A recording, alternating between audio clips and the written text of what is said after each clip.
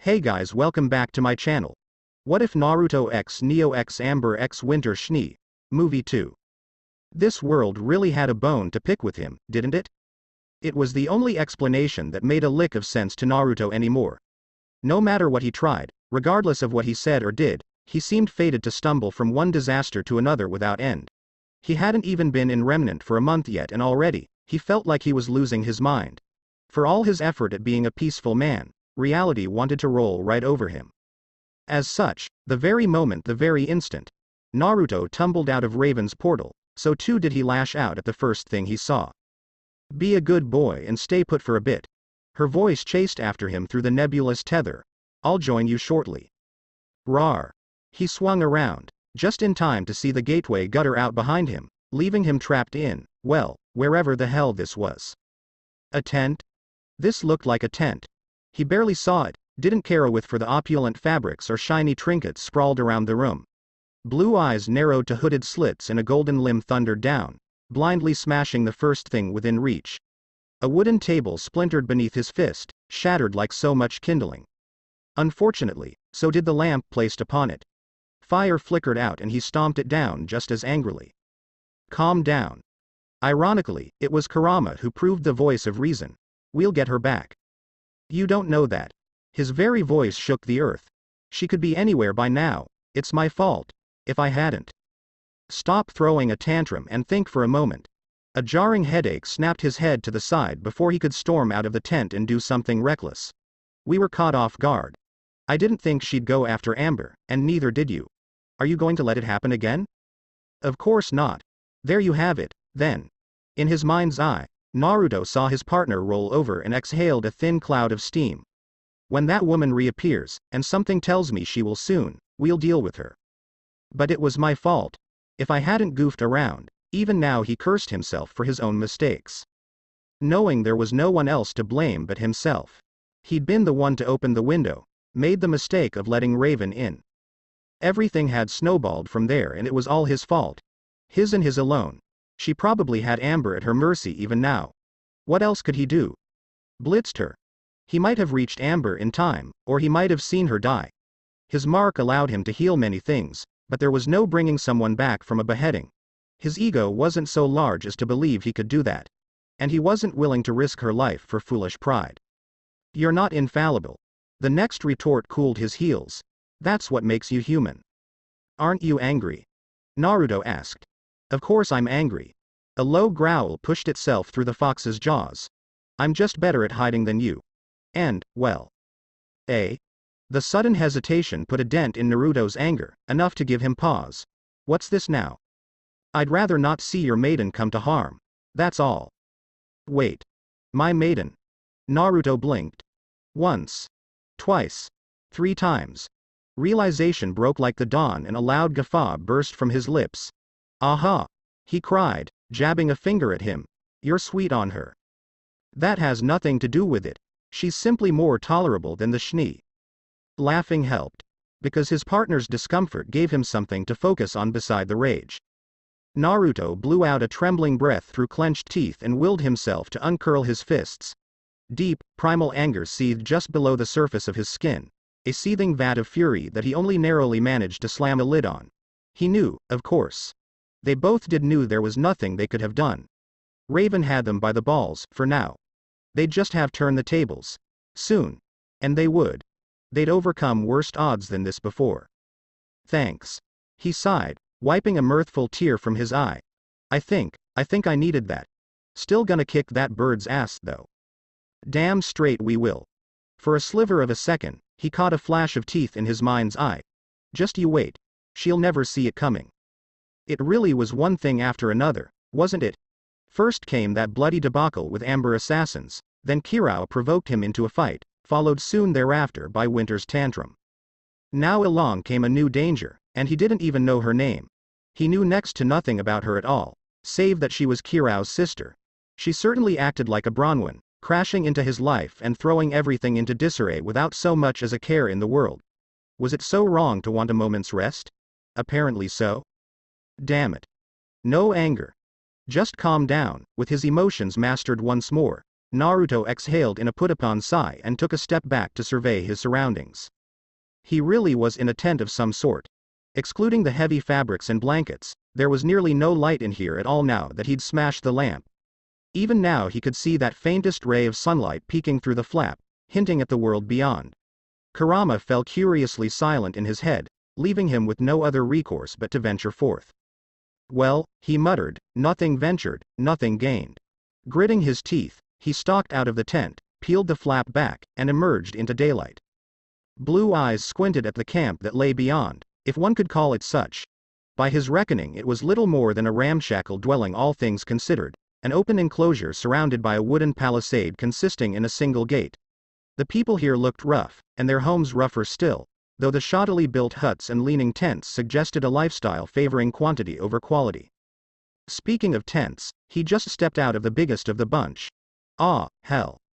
Had that been the end of it, he might yet have escaped without drawing any attention to himself. It wasn't meant to be. You see, the very moment Naruto set foot outside her tent, a series of harsh clicks reached his ears. He looked up, knowing at once what he would find there and not any happier for it. A wall of bodies greeted him, easily 24 strong, if not more. Also not a problem. Nor were the weapons in their hands. Move, you dolts. An unfamiliar voice cried somewhere near the back of the crowd. Let me through. A young girl with piercing blue eyes and dirty brown hair elbowed her way through the mob of miscreants to regard him intently, heedless of their difference in stature. Never mind the fact that she had to look up at him, she still conveyed her sheer presence through silence alone. Clad in ragged leathers as she was, and with little more than a knife at her side, she didn't seem like she would be in charge of such a motley crew. Yet they heeded her words all the same and made way for her. That's him. She stabbed a finger at him. He's the one Raven told us to expect. Take him. Aha. There it was. A name to go with the face. Naruto bit back a sigh as his blue eyes blazed red. Still, he held his ground. You got a name, kiddo? Vernal. The youngster snorted back and crossed both arms before her chest. Not that it matters to you, dipshit. His mouth twitched into the barest beginnings of a smile. Language. Piss off. She raised a lone finger in salute. You're not my dad. And on that note, he shook his head. I don't think I'll be going with any of you. We're the Bronwyn tribe. One of them crowed, most feared bandits in Mistral. Don't mess with us. Naruto perked up. In hindsight, perhaps that one should have kept his mouth shut. Until now, he hadn't quite considered them criminals. Bandits? Now that he turned his senses outward, he could feel their emotions. Some were little more than common thugs, others were worse. They washed over him in an ugly wave of filth, staining his very soul. Liars and thieves. Murderers and rapists. Unclean. Scum. Filth. These people, their leader, had threatened him. Naruto didn't mind that. He was used to threats. He'd grown inured to them over the years. But they'd tried to hurt Amber. That poor innocent girl who wanted nothing more than a normal life. And that, well, that was unforgivable. A slow smile spread across Naruto's face. Bandits, you say? Kurama mirrored the expression. Well.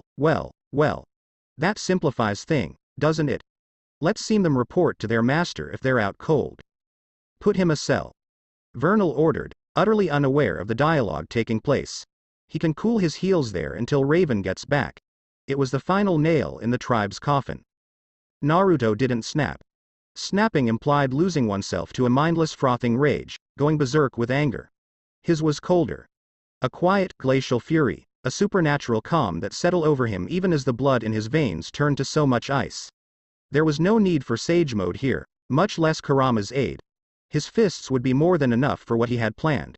Raven wanted to try and take someone from him. Fine. He'd steal everything from her in return. Thus smiling, he raised his hands as two men stepped forward to bring him in. Naruto's hesitation had already cost him dearly once. No longer. Censored fate and damned destiny. He refused to let himself be pushed around any longer. These people were thugs and criminals. Criminals respected two things. Strength and fear. Fine. Just this once, he'd show them fear. Fear was all he felt right now. Fear for himself, fear for Amber's life. Given his present situation, he was something of a savant when it came that emotion. Fear drove him to make a reckless decision indeed. Strong arms took hold of his shoulders for a moment. Only a moment. Then the air absolutely ignited. Get off. With a flick of his wrist and a roar of rage, the blonde wrenched his right arm free and swung it backwards in a blistering backhand. His reward was a man's strangled grunt. One that became a piercing scream as the blonde dug his fingers in, grabbed him by the face and pulled. Blood splashed across his sleeve and he summarily ignored it as he tore his left hand loose and smashed it against the nose of his second captor. This time there could be no mistaking the awful hideous crunch of crushed cartilage and broken bone as the poor sod crumpled to the ground. Every weapon in the camp trained itself on him at once. Good. Just as he'd planned. Do I have your attention now? Naruto tilted his head with a hum, heedless of the blood on his face. Credit where it was due. Vernal realized what was about to happen next. She just wasn't fast enough to prevent it. No, you idiots. She raised an arm, trying to stop them from unleashing further chaos in the camp. Don't shoot. He'll escape. They shot. Naruto could have taken that moment to run. Fled away over the barrier and into the woods. No one would have caught him. But he didn't want to escape. Instead, he chose to stand his ground. Dust rounds pinged harmlessly off his chest and shoulders Kurama's golden cloak as the fox howled to life around him, and with a wave of his hands, he directed his chakra back and outward. Countless golden arms burst from his body like a torrent of angry snakes, seizing and crushing everything in reach, all within sight. Bone. Flesh. Metal. Everything yielded to him. Men and women dropped like flies, screaming and howling. He didn't even deign to face the rest. He simply inhaled, chest swelling with air. Vernal dove for cover just as he breathed out. Chakra is a potent thing. The chakra of a tailed beast, even more so. The sheer force behind his roar slammed the stragglers into one another and sent them sprawling, dashing them against each other. A second scream brought half the wall down. A third ripped the gate from its hinges, launching it down the road like a leaf on the wind. One of the survivors rushed him through the smoke with a roar, waving a machete. Naruto mule kicked the bastard through what remained of the palisade, creating a shower of wood and bloody splinters. That one didn't get back up. How odd. He didn't feel any guilt for his death. Why had he been afraid of hurting people like this at all? It felt freeing. Liberating. Scum deserved to die, didn't they? Was that the anger talking? That left the runt from before, quivering at his feet. Now that he looked at her, Vernal really was just a kid. One who might have been forced to grow up faster than she would have liked, but a child nonetheless. She couldn't be more than 14. 15 at the most. She looked absolutely terrified. Of course she was. He dismantled most of the camp in 30 seconds. Still, something in him hesitated and he lowered his arm. Don't worry. I'm not gonna hit a kid. I'm no kid. The urchin growled back at him. I'm a proud member of this tribe. Whatever you say. Look, just stay there and you won't be hurt. A sixth sense shrieked a warning the moment he turned his back on her. Even then he was. Die. Naruto willed his body to pulse gold for the merest of moments and the crude knife shattered into countless shards on his shoulder. With nowhere else to go but up, the shrapnel slashed into the poor girl's palm with brutal intensity. Vernal cried out in surprise and stumbled back, clutching her bloodied hand. Wide eyes balked at him, the ruined hilt she clutched, her own blood, and back again. What the hell are you? Are ya done? Naruto frowned. You should probably get that looked at. Fine. Her shoulders slumped in defeat and she hung her head. I see how it is. If you're gonna kill me, be quick about it. What the actual hell? Now it was Kurama's turn to balk. You can't be serious. Just what kind of environment was she raised in? Kill you. Naruto seconded the sentiment with a scowl of his own. Why would I do that? The strong kill the weak. Icy blue eyes gazed up into his own. That's the way of the world. Raven will avenge me. Somehow, I doubt that. Raven didn't strike him as the sort to care for anyone but herself. Perhaps she did. He doubted it. Vernal sniffled. What, you scared? Ha. Then you're weak. Just like. Naruto sent her sprawling with a single roundhouse kick. She never saw his boot fly into her face until it was too late. Barely even felt the pain, such was its intensity. Her world went white. By Naruto's standards it was a weak attack on his part. He could have snapped her neck if he hadn't held back at the last second. Unfortunately, This left the crazed girl conscious. Dazed and angry, but still very much awake. Now why did ya have to do that? He blew out an angry breath. You can't hurt me. Stay down. Don't make me knock you out. She leapt onto his back the moment he turned away. Off.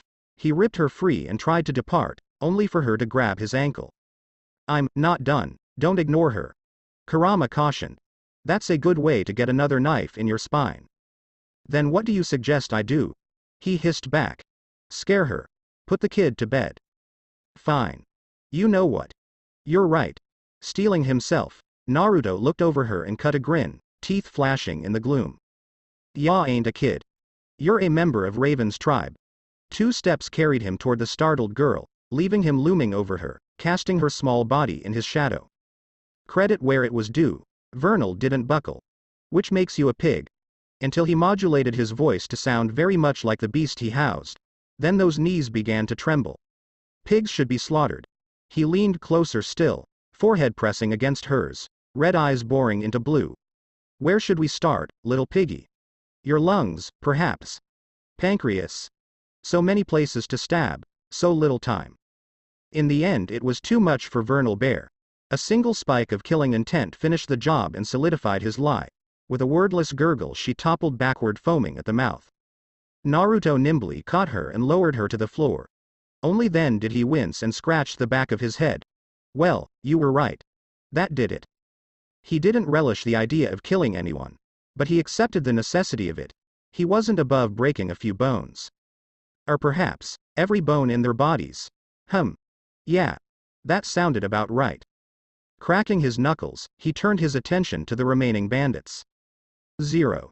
0. 0. You're going to die. I hope you realize that. Not half bad, as far as last words went. Raven hadn't seen such resolve in a long, long time, least of all a look like that. She considered the girl she had at sword point. She did not weep. Did not beg for mercy. Nor did she tremble. Even as Omen's scarlet edge caressed the nape of her neck, her golden eyes gazed unfalteringly up at her, even as she informed her of her own imminent demise. She certainly had spunk, if nothing else. This girl would make putty out of little Vernal. There was a fire there, a grit her apprentice still lacked. Amber had seen death, danced with the devil in the pale moonlight, and come out stronger for it. Oh, there was fear in her eyes to be sure. Fear of her death and all that it entailed. But despite that fear, she stayed strong. You think you can kill me? She scoffed. You're too green. Not me. Those burning golden orbs narrowed upon her. Naruto, he won't let you get away with this. Ha. A sharp, disbelieving guffaw burst from the older woman. That kid? He's not a killer. Not yet, at any rate. Naruto's not like that. Is he now? Raven cocked her head and granted her a cruel smile. I watched him bat my baby brother around like a schoolyard bully. He dismantled the Schnee in even less time. He's strong. He just needs a little push to have the right mindset. The girl tried to surge up, but Omen tightened against her throat. She cooed. Don't move just yet. It would be a shame to get blood on the carpet. You're right.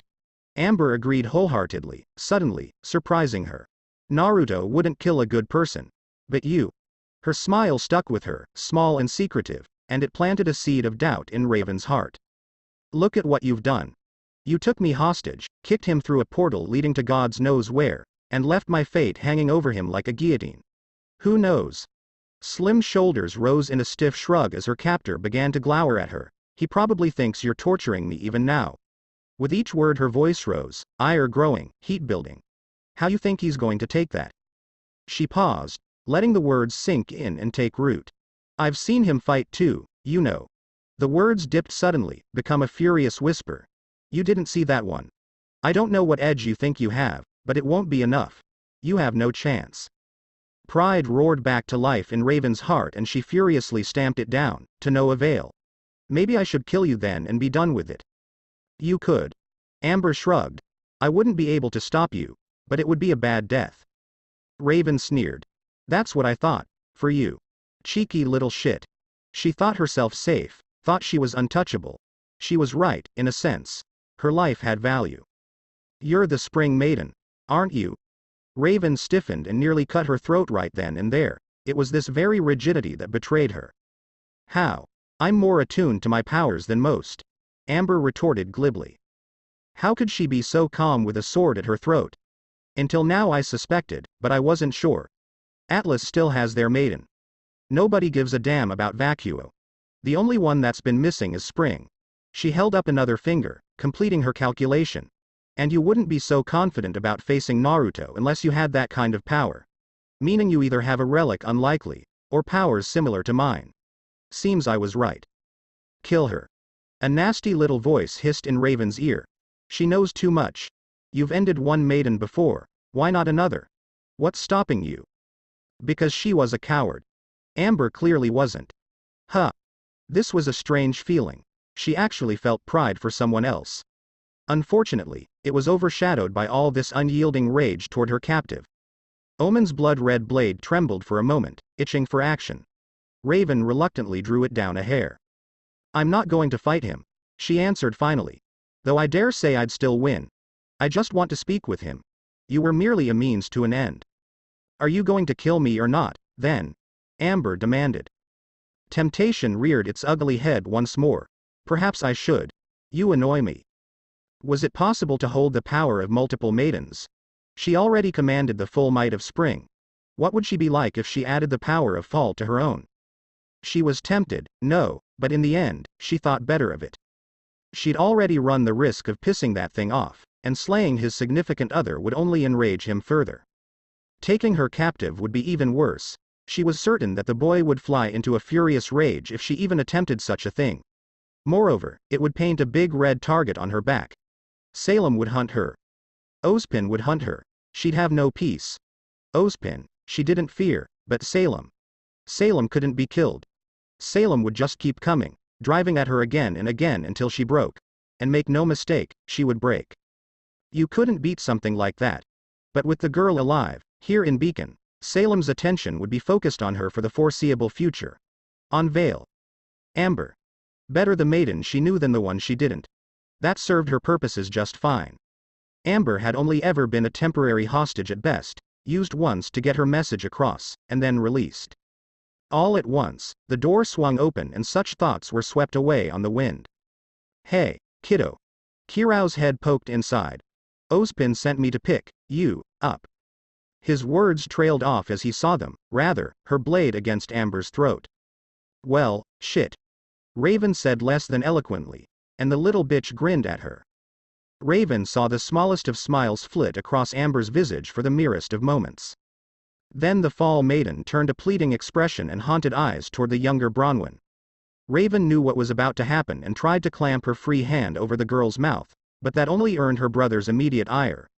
Really, she had no one to blame but herself for the events that transpired. Amber reared back and bit her with vicious force, bloodying her hand and causing her to recoil with a yelp. Of course, the little minx took that opportunity to dive out from under her and tumble to Kirao's side. He only narrowly caught her, looking just as flummoxed as she felt. Uncle Kirao. The Fall Maiden wailed through crocodile tears, help. She's the Spring Maiden. She took Naruto and tried to kill me. BWU. He sputtered. Lies, Raven howled. Blast it. She wanted to cry. Today just wasn't her day. Amber twisted the emotional knife in her brother's gut and buried her face in his chest. No, she's lying. Don't let her kill me. Raven knew her brother well. Almost too well. She knew his tweaks, his tells, and what pissed him off. And what she just said. There was something about the words uncle and Kirao when combined together with don't let her kill me that set her sibling into a righteous fury. She witnessed the moment those words registered, saw his red eyes narrow upon her. Damn it. Amber's actions had conjured up a perfect storm and there was nothing she could do to stop it. Don't worry. Harbinger sailed free with a wordless hiss and his own words emerged as a growl. I won't. Nope. She wasn't about to fight her brother here. Not with little Miss Fall Maiden at her back. She couldn't kill her, but she couldn't let her go with that knowledge either. The optimal choice would be to kill her and Kirao both, ensuring the information never left this room, but she couldn't kill them. Not while they presented a united front. This isn't over. Ran yanked her blade through the air, cut a portal to the right of herself, and dove to safety. It was a good plan. Admirable, even. Those who ran away lived to fight another day. Until her brother's blade slammed into her unprotected back and tore a chunk out of her aura and flesh alike. Pain blazed her vision red. Raven had time enough to gasp in pain as she tumbled through. Then she crashed through to what she prayed was safety. 0. 0. 0. Everything was on fire. Raven realized her mistake the moment she'd emerged from her portal. Realized she hadn't found safety at all, but the absence of it. Upon her less than triumphant return, the leader of the Bronwyn tribe was not greeted by her band of bandits, but by smoke and flame. In her absence she'd laid waste to her camp. What camp? Nearly the entire clearing had been leveled, sparing only her tent and a few bits of wood. The heaps of groaning bodies amidst the ruin did little to assuage her own concerns. Ruined. He'd ruined her tribe. It would take months to rebuild this, if not longer. Never mind recruiting. They'd be crippled for years because of this. She never saw his fist. Raven was still in the process of stepping out of her portal of closing it, when a pair of clenched knuckles barreled into the side of her face and sent her body spinning into the dirt. Pain flared in her cheek, and when she tried to rise, a vicious kick cracked her ribs and her skipping across the camp like a flung stone. "There you are," a rough, angry voice drawled somewhere behind her. "You kept me waiting." Scrambling backward like a drunken crab, she struggled to right herself, and not a moment too soon. A tan fist slammed down into the space she'd just occupied, fracturing the earth. She had time enough to glimpse a blur of gold and black before she found her footing again. She didn't need to look to know who it was. "Where's Amber?" Of course. That would be the first thing he asked. "Safe in her room," she snorted. "Your girl made quite the mess for me." It was the wrong thing to say, judging by the way his eyes went slitted. "Send me back." "I will," she reassured, careful to keep her blade between them. "Once I've said my piece." "You're a fool to trust Ozpin." "Yeah. Sure. Ozpin bad." Naruto frowned back, dismissing her words out of turn. "Don't trust him." "Great. We done here or what?" Impudent little. Knows she needed him. Raven willed her temper to be still and clicked her tongue. Now is that any way for a guest to behave? "I trust one person in this world." The blonde reared back, golden light beginning to splay across his body. "And you're not her." "I'll say it again. Return me to Vale. Or I'll find my way back." "You kill me, you'll never get back there." She grinned back at him and wiped a thin line of blood from her nose. "How long will it take you to find your way?" "Days? Weeks? You won't leave. You need me." "Do I?" He went terribly still. "I'll take my chances." "What?" "No. Wait." Naruto pounced on Raven and bloodied her nose before she could get her blade up in time. Behind her the portal guttered out harmlessly, leaving her target trapped. That should have been a relief. It was not. The next blow nearly broke her neck and knocked a tooth loose as her head snapped violently to the side. She caught the second and threw one of her own, earning a stunning headbutt for her troubles. She clawed at him and he grabbed her wrists, slamming her against one of the few standing structures in camp. Then and only then did she glimpse the visage of her so-called prey. Startled red eyes went wide as they met a pair of furious hooded slits not unlike her own, framed by an equally furious face. His fist shot up, and came crashing down. "I've blundered," she realized. She took the next punch on her chin and kicked out, launching him away with a gust of wind. It didn't last. He twisted his body in the air, caromed off one of the few remaining walls, and bounded back at her with a roar of absolute fury. Against her better judgment, Raven tried to stand her ground. It was like getting run over by a train. With her current wounds, it felt like a swarm of Nevermore had pecked her to pieces. So much for being inconspicuous. The cat was out of the bag anyway. Enough. She flung both arms out at her sides and took flight, summoning a storm with all the fury of the season she embodied. High above the blue sky darkened, black clouds swarming in faster than a plague of locusts. Lightning rippled through the heavens, bringing with it a bleak peal of thunder. It didn't drive Naruto back, but it did give him pause. A brief moment of respite that she used to catch her breath. She needed to stop. Needed to think, get control of the situation before it spiraled even further out of control. "You're like Amber." Those keen red eyes rose to regard her. It wasn't a question but a damning statement. A muscle jumped in Raven's jaw. This is all your fault. You ruined everything." She flung a bolt of lighting at him and he batted it aside. What do you have to say for yourself? There are 3 things all wise men fear. She craned her ear to listen as he righted himself. The sea in storm, a night with no moon, and the anger of a gentle man. Me? I've got a different problem. The faintest whisper at her back is her only warning before a golden light struck her to the ground. I feel like I live in a world made of cardboard, always taking constant care not to break something, to break someone. Raven righted herself and took flight once more, only for another unseen blow to batter her through a tree and send her tumbling back to the earth. Ever since I came to Remnant, I've been holding back. Never allowing myself to truly lose control even for a moment, or someone could die. But you can take it, can't you, big girl? A torrent of ice crashed down on the blonde's position, skewering him from head to toe. Until his body went up in so much smoke. Raven hissed and conjured a fireball to her palm, searching for him. Strong hands grabbed her hair and whipped her down into her tent like a falling star. She thrashed upright, tangled in the fabric, gave up and blasted it free with a rush of wind. She swung Omen at the first hint of light, straining for an edge to dig her blade into. Something, anything. She succeeded, but not in the way she'd hoped. You're no mere huntress. Rather than dodge, Naruto caught her sword with his teeth, shattered it with a single bite, and slapped her right across the head with its ruined hilt. You're a maiden. He reeled her back in as she staggered away and launched her into another pile of burning debris with another kick. What we have here is a rare opportunity for me to cut loose and show you just how powerful I really am. Now, then. Even as she pried herself loose from the rubble, Naruto was upon her. His right fist swung back and snapped forward like a piston. Clench. Your teeth. By some miracle Raven managed to get away from his next attack. The shockwave alone threatened to knock her out. That punch would have likely taken her head clean off. Are you running away now? He called up at her as she took flight once more. His words did nothing to dim the storm, nor her fury.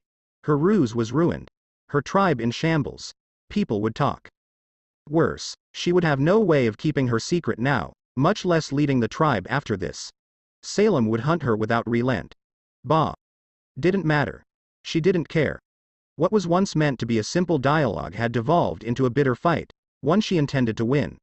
They were looking down on her, all of them, always looking down on her. Merely the thought if made her blood boil. She just needed to beat him into the ground. Knock the defiance out of him. They could talk later, after she crushed him.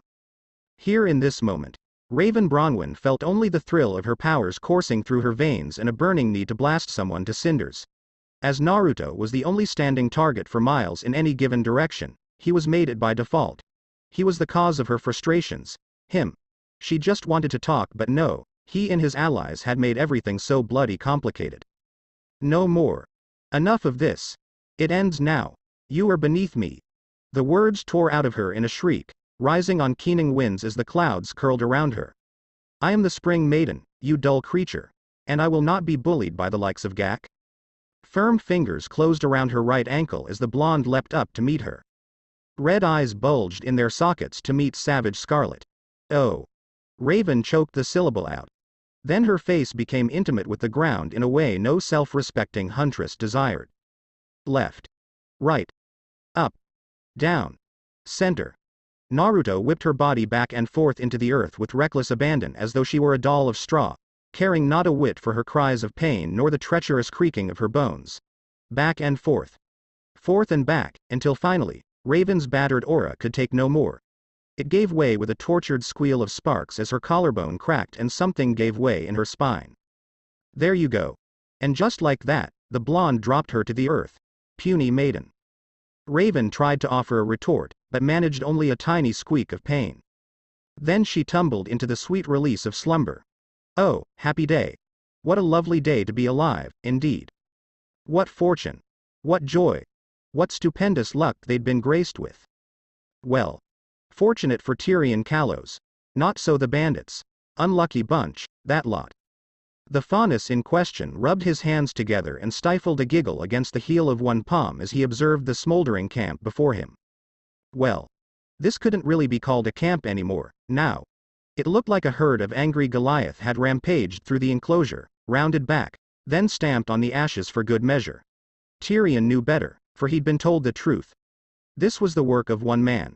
Singular. Not plural by any means. Oh, no, no, no. A fresh face in the never-ending war between Salem, his graceful goddess, and Ozpin the insufferable parasite who simply refused to die. This was someone new. Tail swaying gleefully beneath his coat, he crept through the brush and edged toward the treeline. He wanted nothing more than to cackle, but that would reveal himself. So he held it in and watched from afar, careful not to make himself known as he crept through the brush. Lionheart, ever the diligent coward, had been quick to inform her grace of the storm he'd seen. He'd called it a tempest unlike any other. A maiden had fought here. And lost, by the look of it. Lost badly. And if he could secure them, well, all the better. Surely, Salem would be pleased with him. Tyrion's goddess saw everything. His goddess knew all. His goddess had ears throughout every kingdom. Lionheart was merely one of many. Salem had been most intrigued by Sweet Cinder's report already, yes, most intrigued indeed. But such a display had drawn her focus more than any other. And so while poor Cinder languished in her failure and recovered from her injuries, Salem sent him to investigate. Him. Her most devoted of agents, her most faithful of followers. She wanted to meet this man, to have words with him, and so here he was. Eager to do her bidding, eager to see the aftermath for himself. It was glorious. Such beautiful destruction, such delicious carnage. Why, it almost made Tyrion want to sing. And he was quite the singer, he'd have you know.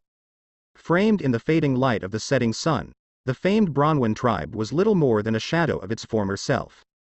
What had once been an imposing fortress had become a smoldering ruin lit by torches and guarded by a handful of survivors. He wondered if it would stay that way. Would they try to rebuild? Or would they scatter to the winds like the weaklings they were? Some already had. He'd found one such survivor. They'd had a most pleasant chat, the two of them. Quite the talker, that one. What secrets he had sung. Grim would come soon, drawn in droves by the negativity. He was tempted to let them. But first, he wanted to see this man for himself. To bandy words with this creature who was clearly pretending to be someone something. He was not. Tyrion had glimpsed the truth in the bodies he'd left behind. Some of them had been flung for miles in every direction. He'd seen them all. Pulped and smashed and shredded and torn. That was fine work, yes, fine work indeed. This one knew his craft. He rather liked the cut of his jib. This man was a killer. Or he would be soon. He simply didn't realize it yet. Oh, but he would, and then, what fun would be had? 0. 0. 0. Vernal knew the tribe's days were numbered. She dreaded it, feared it, and loathed it in equal measure. Looking back, the jig had been up the moment Naruto set foot in their camp. Vernal just hadn't realized it at the time. Now she did. Now she felt fear and distress because the tribe was all she'd ever known, all she'd ever been. But with its impending demise came the opportunity for change. What kind of change she knew not, but change was coming, of that much she was certain. Whether she liked it or not, she'd thought Raven was strong. Invincible. For a while there, she had been. Raven was the Spring Maiden after all. That kind of power, she'd always seemed untouchable because of it. No one could stand against might and magic like that. Every challenger that dared to rise against her was snuffed out like a candle in the wind. But now Raven had been beaten. Badly. Not through tact, nor through cunning, but sheer strength. Ha! A small, hysterical giggle burst past her lips. Oh, gods! She was terrified. Because now the tribe was restless, aimless, searching for direction where none was to be had. If things were left like this, if a leader wasn't chosen, they'd turn on one another soon. Some had already begun to do so. She gazed longingly at Raven's tent and waited for her to emerge, to take charge and forge order out of the chaos as she always did, but she never came. A small, tiny part of Vernal still held to hope, praying that Raven would come sauntering out with a smile on her face. The rest of her knew better. She'd seen those injuries. Raven would never walk again. And even if she did, she'd never be the same. Not after a beating like that. Many an hour had passed since Naruto dragged the boss's broken body inside and closed the flap behind him. He'd yet to return. Their brawl, short-lived though it was, had begun in the morning. Now it was nearly night and there was still no sign of either of them. In the silence that followed, the young bandit was left with her own thoughts. They soon proved stifling. In the end, she and the survivors, those precious few who hadn't fled from the camp outright, were left to their own devices. Some tried to salvage what remained of the camp. Some searched for loved ones they'd lost in the chaos. Others just walked away. They knew which way the wind was blowing. Of the initial 200, only half remained. Of those, barely a quarter were fit to fight with their injuries. The rest were women and children. Now their chieftain, their spring maiden, had been bested by some kind of bright lord. Vernal didn't know what else to call that transformation. Many in the tribe didn't want to believe what they'd seen. Hell, she wouldn't believe it if she hadn't seen it with her own eyes. She'd awoken near their end of their brawl, just in time to see Naruto bat Raven about like a cat would a mouse. It was horrifying. Enthralling. Amazing. For all her might and talk of strength, Raven was no match for him. His was true strength. She wanted that. Assuming she survived the next few hours.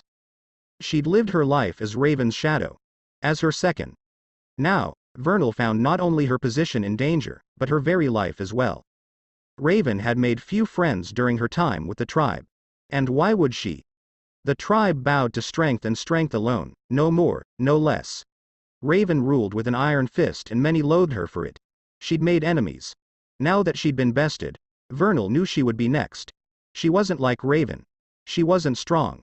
She wouldn't be able to fight them off, and she dared not risk the wilderness, not alone. Her small hands balled into angry little fists at the thought.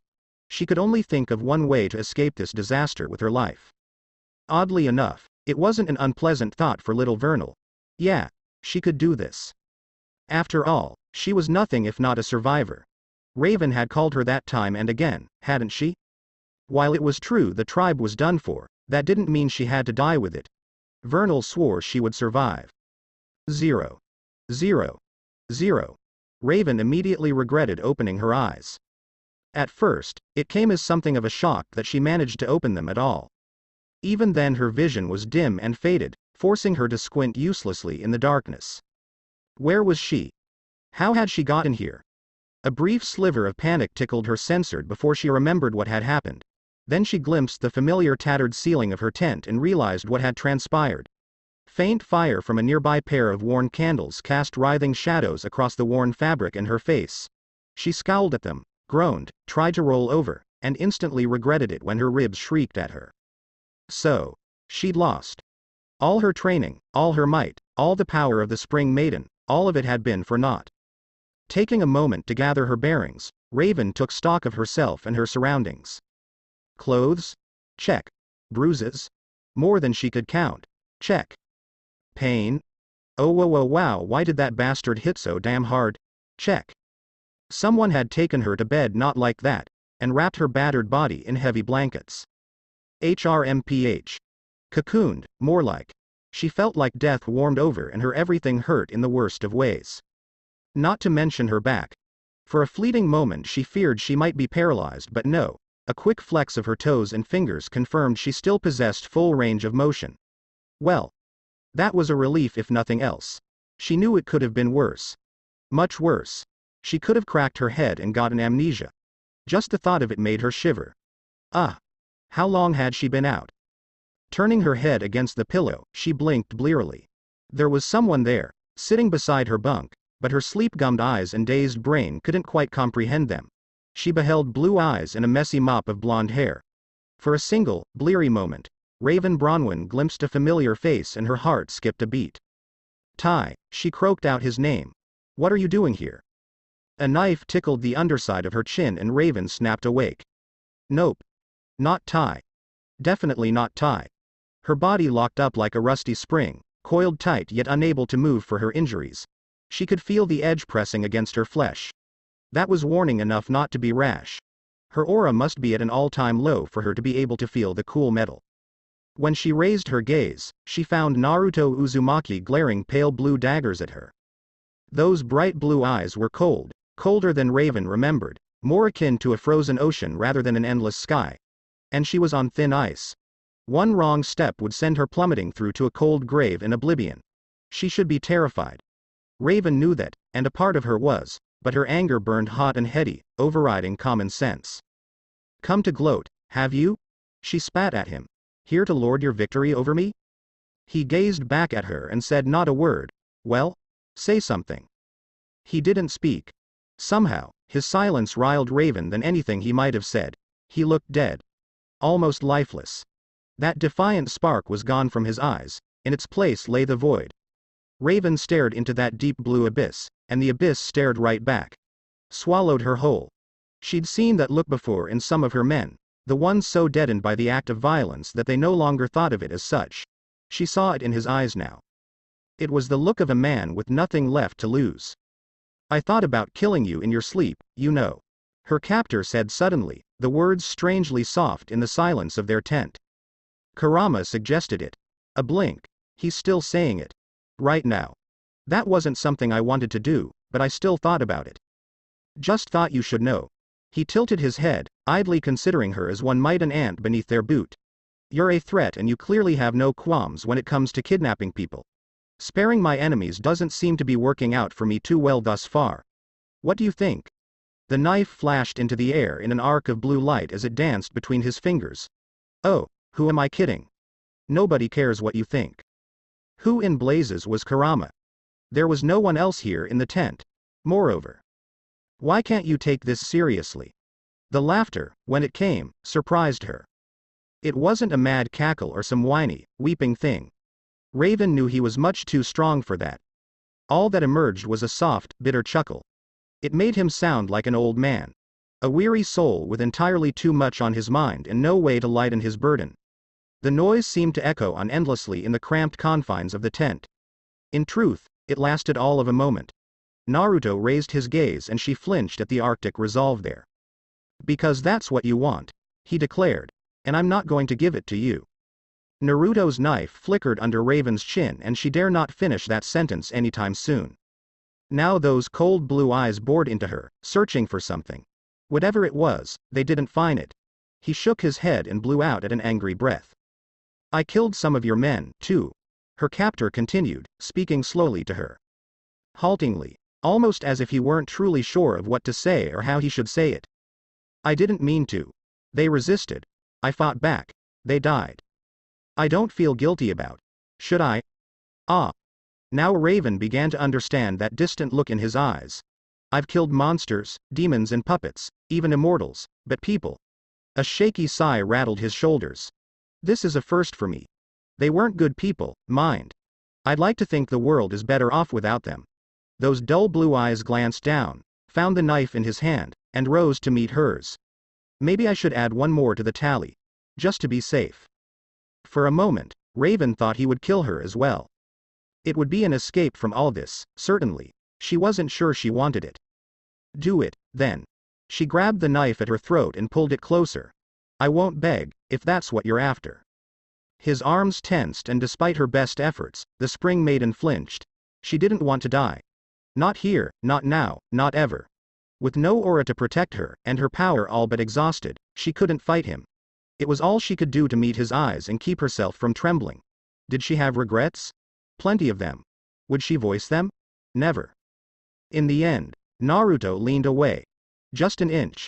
A fraction. Enough to convey his intent. No, unlike you, he shook his head, I'm not a monster. I don't kill for gold. Not for pleasure, either. And what do you know of me?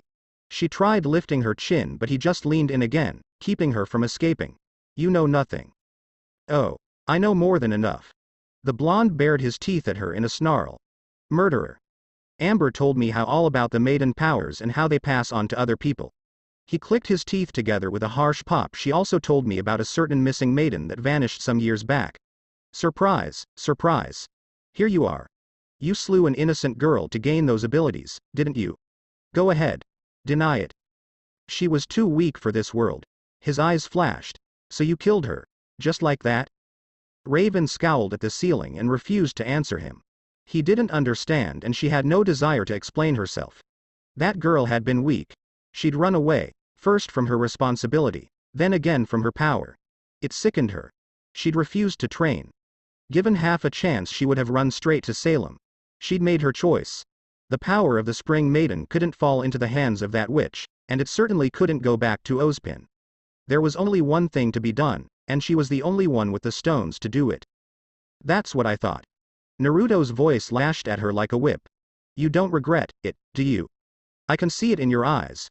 You feel no remorse. You're worse than Kagaya. Who? Blue eyes pulsed into scarlet slits. Someone who would eat you alive. Neither spoke for a long moment after that.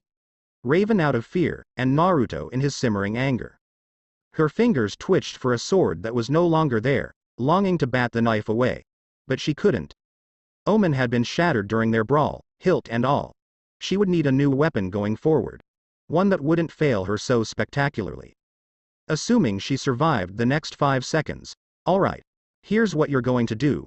Naruto hummed and took the kunai from her chin but kept his arm extended, the knife ready to slash forward at the slightest provocation. Even with her wounds, he knew better than to give her an escape. You're going to create a portal to Amber, here and now.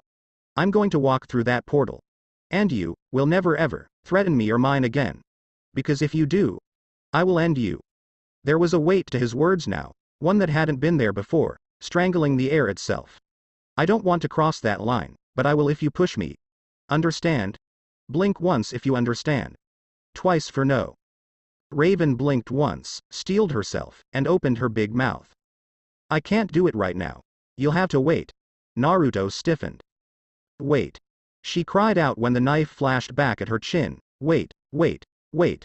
My portals don't work that way, you louse. And even if they did, I've burned through my aura. Naruto tilted his head. And, just how dense are you? No aura? No semblance. She spat the words at him. No semblance? No portals. You beat me black and blue. And there was not so much as an iota of guilt in his eyes for that, damn him. I need time to recover, damn it. When he didn't relent, she turned her head aside and glowered at the floor. I can't make a portal to your woman anyway. It would have to be someone I have a bond with. Hero or maybe, someone else. Bright blue eyes and an affable grin. Blonde hair. His name on her lips and tangled sheets as she know. Raven seized those traitorous thought of Tai by the throat and strangled them. I'll only make a portal to Kirao, she said. Your little bitch is probably with the bird brain anyway. She expected anger, for Naruto to snap at her at the very least. He didn't. Somehow, that worried her more. How long? He asked. Raven considered lying, but thought better of it. Something told her he'd notice any deception on her part. Call it a sixth sense. A while, she said. A day at most. It was the truth. Even with the might of a maiden coursing through her veins, he chopped her reserves down to nearly nothing. That took strength. Strength she hadn't been prepared for.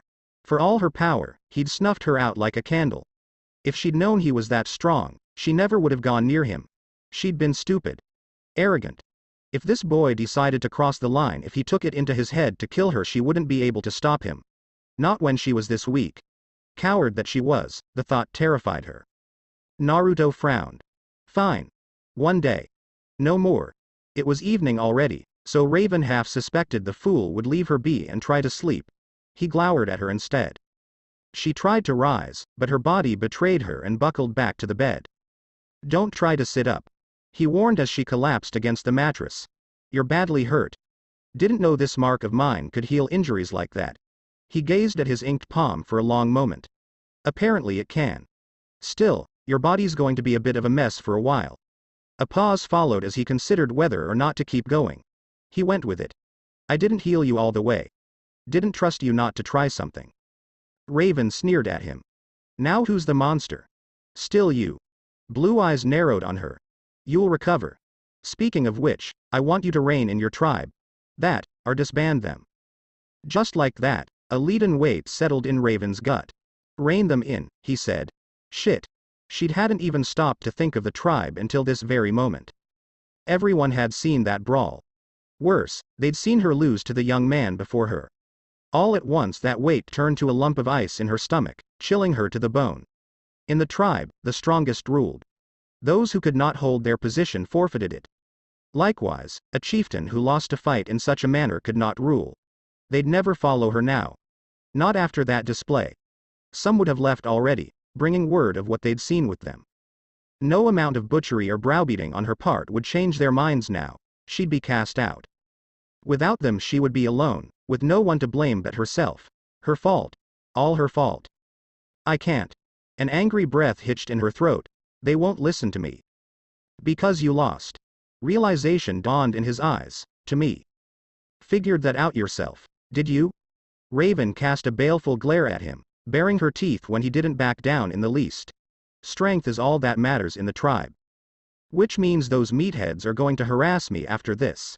Why did he look so annoyed by that? Leadership of the tribe was an honor, one many fought and died for. Did he think this was her intentional on her part? No.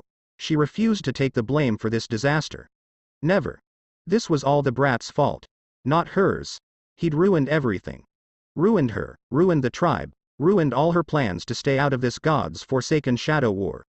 Ruined, ruined, ruined. Any hope she had of hiding was long gone now. Everyone knew who she was, and the where would soon follow after that little display. Salem would find her. Salem would come for her. Salem would corner her. Salem would beat her down, rip the power of the Spring Maiden from her broken body, and leave her corpse for the wolves. It was only a matter of time. Joining her was an option. One Raven refused to consider. She knew full well what the Queen of the Grim did with her pawns once they'd exhausted their usefulness.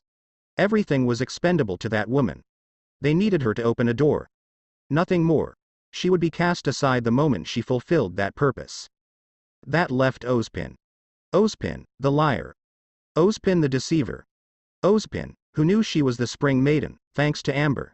He'd never let her out of his sight if she returned. Not now. Not ever. She refused to go back to that life again. Not if she could help it. That chapter in her life was over. Kirau was a drunkard, Summer was gone, and Tai, no. Bad thoughts. Treacherous thoughts. Focus. With no allies, death awaited her. Be it soon, or in the future, they would come for her. That much was a certainty. Hers would be a life lived in constant fear. Ever looking over her shoulder. Waiting for the knife in her back. Alone, she had a big red target painted on her back. Sure, she could cut a portal away if it came to a fight, but her portals led to problems of her own. Portals required a bond. That meant Yang. Kirau. Tai. Ozpin. Each brought problems of their own. She was weak. Powerless. She felt like a child all over again. In her desperation, she went with a third option. Raven didn't like Naruto. Not at all. Not in the least. She respected his strength, but she loathed how easily he'd upended her life without a care in the world. Worse, he hadn't been trying and she'd accidentally instigated their conflict through her own foolishness. Not that she'd ever admit it. As far as she was concerned, he'd proven himself to be a right pain in the ass. But he could fight. Better than Kirau. Better than a maiden. If Salem sent her agents after him, he would fight. He might even win. She gained nothing of making an enemy out of him, she had enough of those already. And in this moment, she'd nothing left to lose. Raven latched onto him. You really can't trust Ozpin. She turned her gaze back on the blonde, pointedly ignoring the knife in his hand. He'll use you and throw you away. And here we go again. He's not done anything to me yet. Naruto crossed both arms before his chest and planted his feet in stubborn defiance.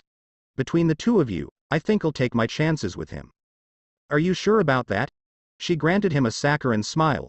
Did you know he's immortal? When those pale blue eyes began to narrow, Raven barreled onward before he could try to dismiss her again. He can't die. On the odd chance that his current host somehow expires, he'll simply take on another. Can you truly trust someone like that? Naruto stiffened as he watched her lean back against her pillow. What is it, reincarnation or something? No, Raven's counter proved quick as she baited her hook and reeled him in. Ozpin is a parasite. His soul latches onto the mind of a like-minded host and consumes them. Sometimes it takes weeks, months, even years, but the result is always the same. In the end, only he remains. She would know. She'd learned that truth the hard way. You're not lying. I can sense that much. Still, she wasn't prepared for the black look that flashed across his face. What you just described reminds me of Orochimaru. A little too much. There he went, dropping another name like it meant something. Like it should mean something. Perhaps it did. Raven shrugged. To her, it was just a name. A face she'd never met. Little more. If it left him better inclined to believe her, then she wasn't going to look a gift horse in the mouth. I've dealt with immortals before in my world, he said. If he turns on me in Amber, I'll sort it myself. That may well be. Raven scoffed and refused to falter in the face of his scorn. But then what about Salem? She can't be destroyed. Blue eyes fluttered shut and opened in a rapid blink. Who in the blue hell is Salem? He didn't know. She could see the confusion in his eyes, burning bright without so much as a hint of duplicity. What was Ozpin thinking? If this boy was a pawn and she assumed he was sorely uninformed. Even assuming he hadn't been told of Salem, there were too many things he didn't know. It almost felt like a trap. But she knew it wasn't. Ozpin couldn't have anticipated this unfortunate series of events. It just wasn't possible. That implied uncomfortable levels of foresight, something she'd rather not dwell on. In the end, she settled for the truth. The truth was often more painful than any lie. And if it swayed him to her side, well, all the better. The creatures of Grimm have a master named Salem. She spoke slowly, choosing her words with infinite care as the blonde before her turned and sat, folding both legs beneath him. Raven wasn't fooled. She'd seen how agile he was. He could move in an instant. She can't be stopped. She can't be reasoned with, and she will not rest until humanity crumbles at her feet. Why should I believe any of this? Naturally, he didn't accept her claim right out of the gate. You may believe it, but that doesn't necessarily make it true. Now you're catching on. She crossed her legs beneath the blankets. I've been watching you. So far you've done nothing but accept what others tell you. You've just gone with the flow. Go ahead. Tell me I'm wrong. He didn't, and she fought down a smirk. That's going to get you killed. You need to question everything. Including you? TCH. Cheeky brat. She turned her head aside and reached for a pitcher of water. Open your eyes. Otherwise you'll end up just as blind as Kirao and your naive maiden. He frowned, and she took the opportunity to twist the knife a little deeper. Who's to say she won't turn on you, too? Naruto twitched. Ah, did I touch a nerve? His body blazed gold. That was her only warning. Raven yelped in surprise as a glowing hand clamped down around her throat, blood turning to ice in her veins when her back crashed against her bed.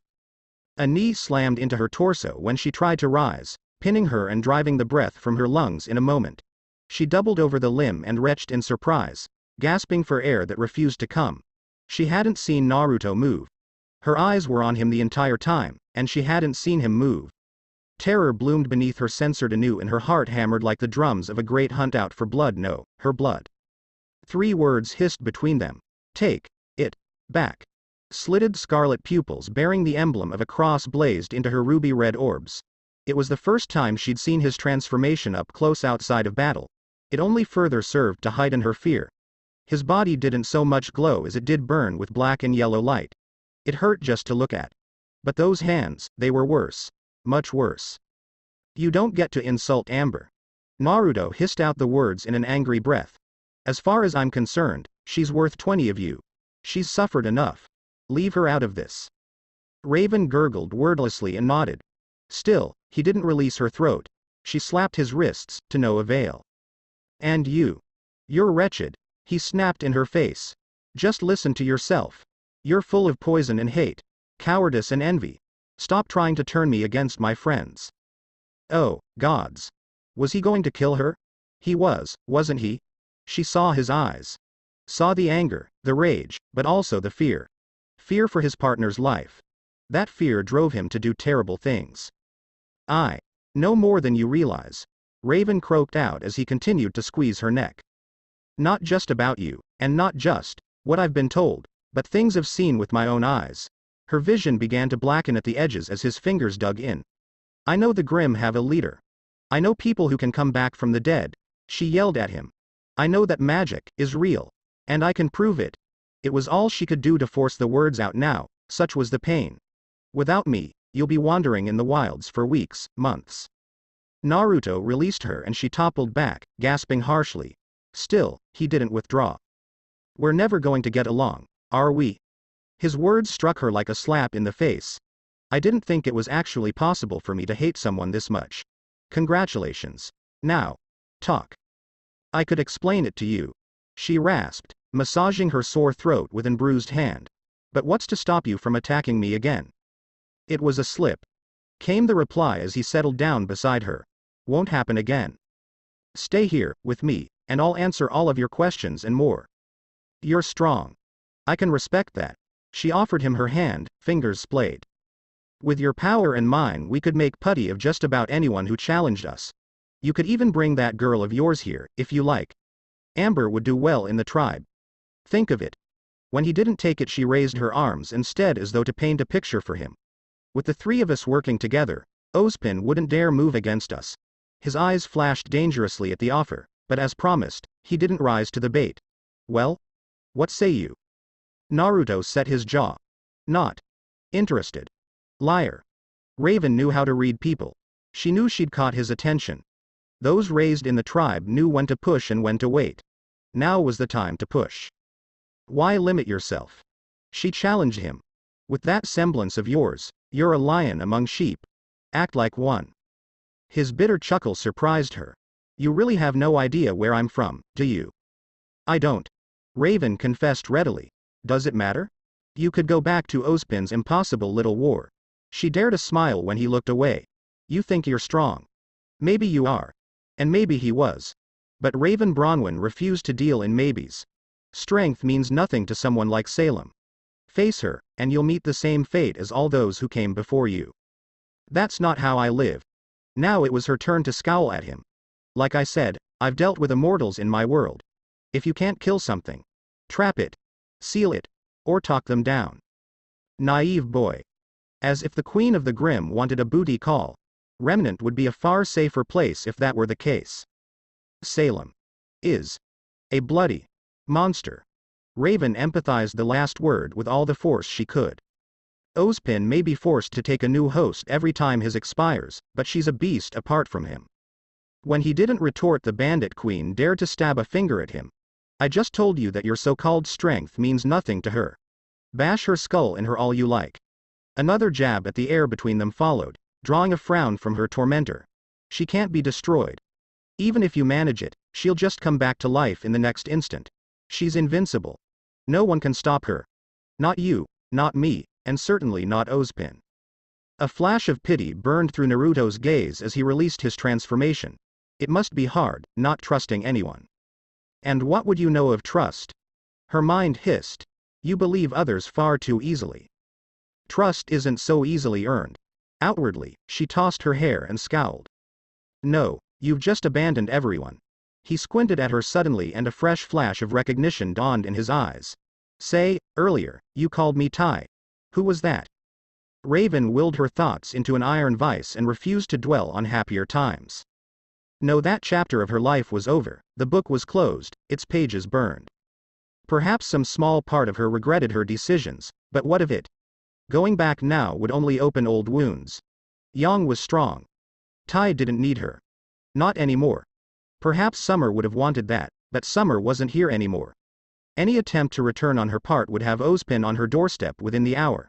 And who was to say Tai even wanted her back? He'd probably laugh at her, the cheeky little shit. He's a blonde bastard. She grumbled when Naruto's stare didn't abate. Just like you. There, happy. She huffed. What does it matter? You'll never meet him. She'd said it to shut the brat up, but instead, those azure orbs widened yet further. Almost as if he remembered something. I think I might have. His words sent a cold wind through her soul. Do you have a daughter? Oh, no, she didn't like where this was going. He wasn't even threatening her. It was, by all accounts, an innocent inquiry. A hole still opened in Raven's stomach. I don't see how that's any of your concern. She sniffed. Why do you ask? I saw someone who kinda looked like you, he muttered. Raven censored it in a breath through her teeth. Coincidence? No, I don't think it was. Naruto shook his head and placed a fist in an open palm, wholly ignorant of her dread. Back in Vale, I saw someone. She was just a kid, but now that I think back on it, she looked like you. She had your face. And blonde hair. Violet eyes, too. The kind you get when you mix red with blue. She saw the moment the gears clicked together in his head, but it vanished as he rounded on her. She expected anger when he realized the truth. Scorn at the very least. Instead, he just looked disappointed in her. That really was your kid, wasn't she? The silence that followed proved damning enough, and the flickering candle cast ghastly shadows over his whiskered face. Did you abandon her, too? When she refused to answer, a spark of disgust burned in his eyes. You really are a coward, aren't you? I don't know why I'm surprised. Shaking his head, he turned to leave. Wait, she snapped at him. Where are you going? To find a bed. A lone blue peered at her over his shoulder. You have nothing I want and I don't feel like dealing with you anymore tonight. Unacceptable. If she let Naruto walk away now, he was as good as lost to her. He'd leave come morning. The tribe would turn on her, and she'd be cast out. She could beat them black and blue in his absence and they still wouldn't follow her. That didn't much bother Raven so much as one might think. But the idea of being alone, of having a target on her back. Very much so. There was one final gamble left to her. Time to play it. I can give you the relic. The words burst out of her before he could flee, before she could think to hold them back. Don't you want that? Relic. Naruto paused. Why should I care about some dusty old artifact? Aha. Now the momentum had shifted back in her favor. Raven seized it with a singular fervor and reeled him with her words. Ozpin didn't tell you about them either. She crooned, tilting her head so her dark hair fell across her right eye. My. He really doesn't trust you, does he? Raven. The air in the tent grew viciously oppressive, as her would-be ally frowned at her. Stop playing games and get to the bloody point already. I'm not in the mood for this. He made the maidens. She hastened to explain. They serve a purpose. We're keys. That's the reason Salem hunts us. That got his attention. Of course it did. Anything related to his precious little Amber had him perking up like a puppy, even if he tried to hide it. A small part of her admired the loyalty. Even if all this nonsense about being from another world was true, he'd proven himself remarkably dedicated to the Fall Maiden. Honestly, it made her a little jealous. Anyone who could fight like that. Well, they may not be able to defeat Salem in her mind, but they'd give her agents hell. That kind of power wasn't meant for mortals. With that manner of might, she couldn't imagine Naruto being outmaneuvered by anything save the blackest treachery, or Salem herself. Keys to what? He asked. At the end of the day, Raven was a spiteful woman. If she was going down, then damn it, she was going to go down swinging. Holding the power of the Spring Maiden was a danger, but only so long as the vault remained sealed.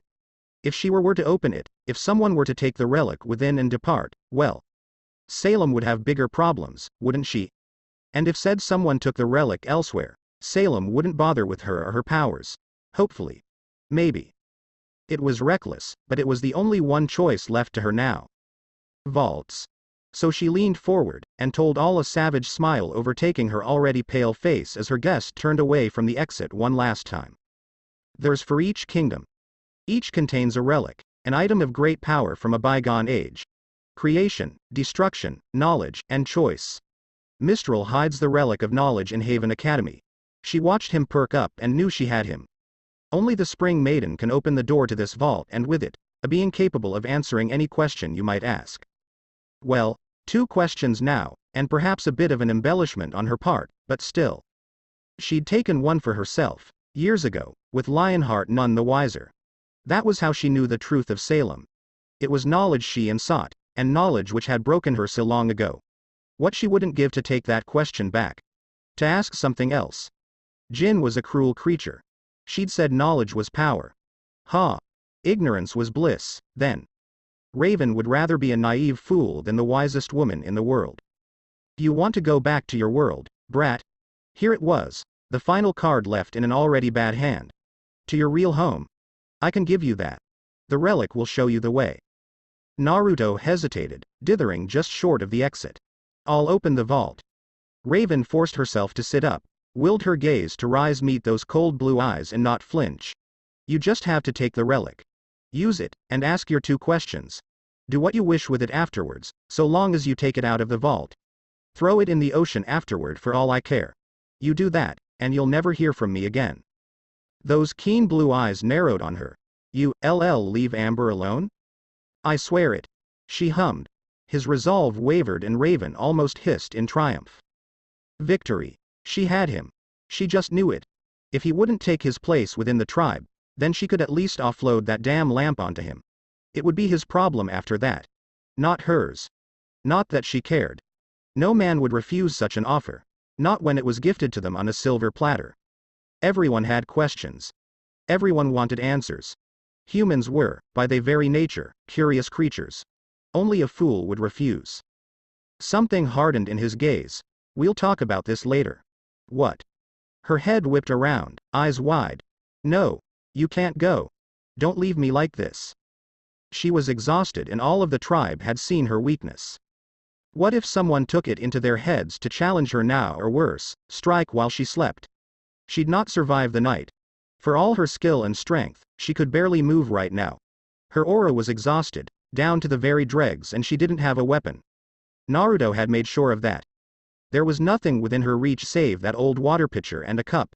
She couldn't defend herself with those, much less cut a portal. She needed a weapon. A sword. A dagger, at the very least. Why not? He regarded her curiously. What are you so afraid of? Everything. She wanted to howl the word at him, but she dare not say it for fear of breaking. Raven was afraid of Tai and her own traitorous heart.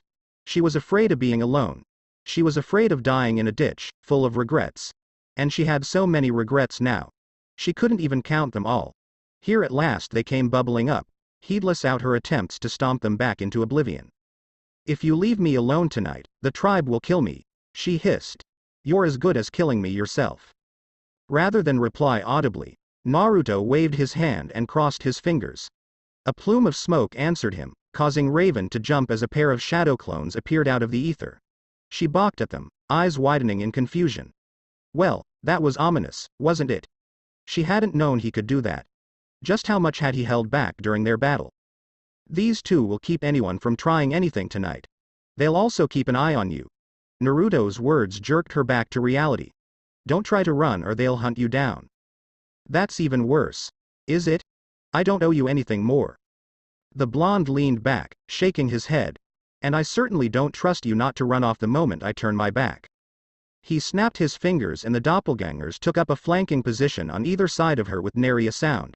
I don't trust you. You left your daughter and husband alone, forsook your brother, your own blood, and for what? His lips pursed in a thinly veiled scowl. Fear? Something else. Is Salem really that terrifying? He made a face. I won't pretend to understand why you're so afraid of her. He shrugged. Hope it was worth losing everyone. How dare he? Something snapped in the back of Raven's mind as the last thread of restraint giving way deep inside her. How dare he? Who are you to judge me? She tried to surge upright but her legs betrayed her and buckled. She collapsed against the pillows and slapped with a wordless snarl. You have no right. I have every right. Naruto was there to meet her, to catch her, but not timed the way she expected. His forehead slammed down against hers when she tried to rise again, scarlet slits narrow and angry as they lanced into her own. Because I've been where you are right now. I fought a monster. A freaking goddess. I was afraid. I was terrified, but I never ran away. Then you're even more of a fool than I thought. Slap. His hand cracked across her face like a whip and snapped her head to the side, leaving a stinging red handprint in its wake. Yeah, that's right. I'm a fool. Naruto bellowed right back at her as she touched a hand to her cheek and gawked at him. A fool who never quits. A fool who never gives up. The biggest damn fool there is. When Raven tore her gaze away in a huff, he stormed to the other side of the bed to catch her out. When the chips were down, I persevered. I kept going, damn it. I may have wavered at times, but I never gave in. And you. Look at you. The mighty Raven Bronwyn, squatting in the woods. Some hero you turned out to be. He turned his head and spat at her feet. I'll never be like you, coward. In a stiff, jerky movement Naruto climbed off the bed off her, and stormed away in a huff. A passing insult sailed over his shoulder. If you had half a heart, you'd take responsibility for your actions, he said. But you won't, will you? You're too afraid. With a rustle of cloth Naruto pulled the tent flap back and departed. And just like that, she was alone. Coward. The word damned her. Condemned her. Cut her deeper than anyone could. When the tears finally came, Raven found she couldn't fight them. 0. 0. 0. Vernal was waiting for him when he left Raven's tent. Little more than a faint silhouette against the setting sun, she stood with her boots braced in the dirt and both arms folded across her chest. Poor girl looked a shadow of her former self. She'd been short enough to begin with, but now she looked downright tiny. Skittish, too. Ready to bolt at the slightest provocations. Just looking at her made Naruto wince. She was clearly terrified of him. And yet there was something else burning there in her gaze, something he was almost alarmed to recognize as envy. Damn it, now I feel bad for scaring her like that. But with her, stood others. Dozens of them. More than he cared to count. Naruto eyed the lot of them like the vipers they were. Why were they here? Was this some misguided attempt at revenge? There were a ragged bunch. Women and children among them, old men, grizzled warriors, even wizened crones who squinted at him with beady eyes. Some were armed.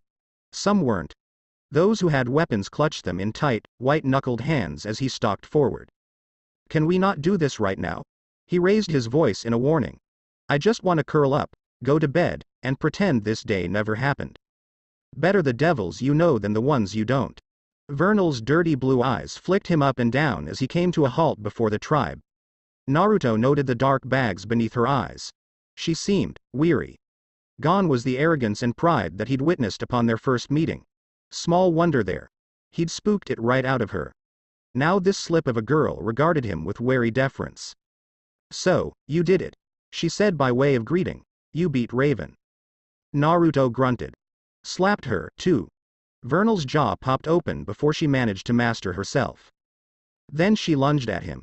The wayward shinobi tensed, bracing for an attack that never came. Because Vernal didn't attack. There was no knife in her hand, no gun in her palms as she lurched forward. She knelt. Every man, woman, and child behind her did the same. Some hesitated longer than others, some shot him nasty looks, but of the roughly 100 or so folk before him, everyone eventually capitulated. One after another they bent the knee. It was akin to watching a wave flowing in reverse. Vernal was the source, and the queen is dead, Vernal declared, planting one fist in the dirt as she bowed her head. Long live the king. Naruto's jaw clicked open. Eh? Raven wasn't dead. Battered and bruised perhaps, with a wounded ego besides, but he'd left her very much alive. Very much alive. His clones wouldn't let any harm come to her, until she recovered. Once she regained her aura, she wouldn't be his problem anymore. He didn't want anything to do with that awful woman.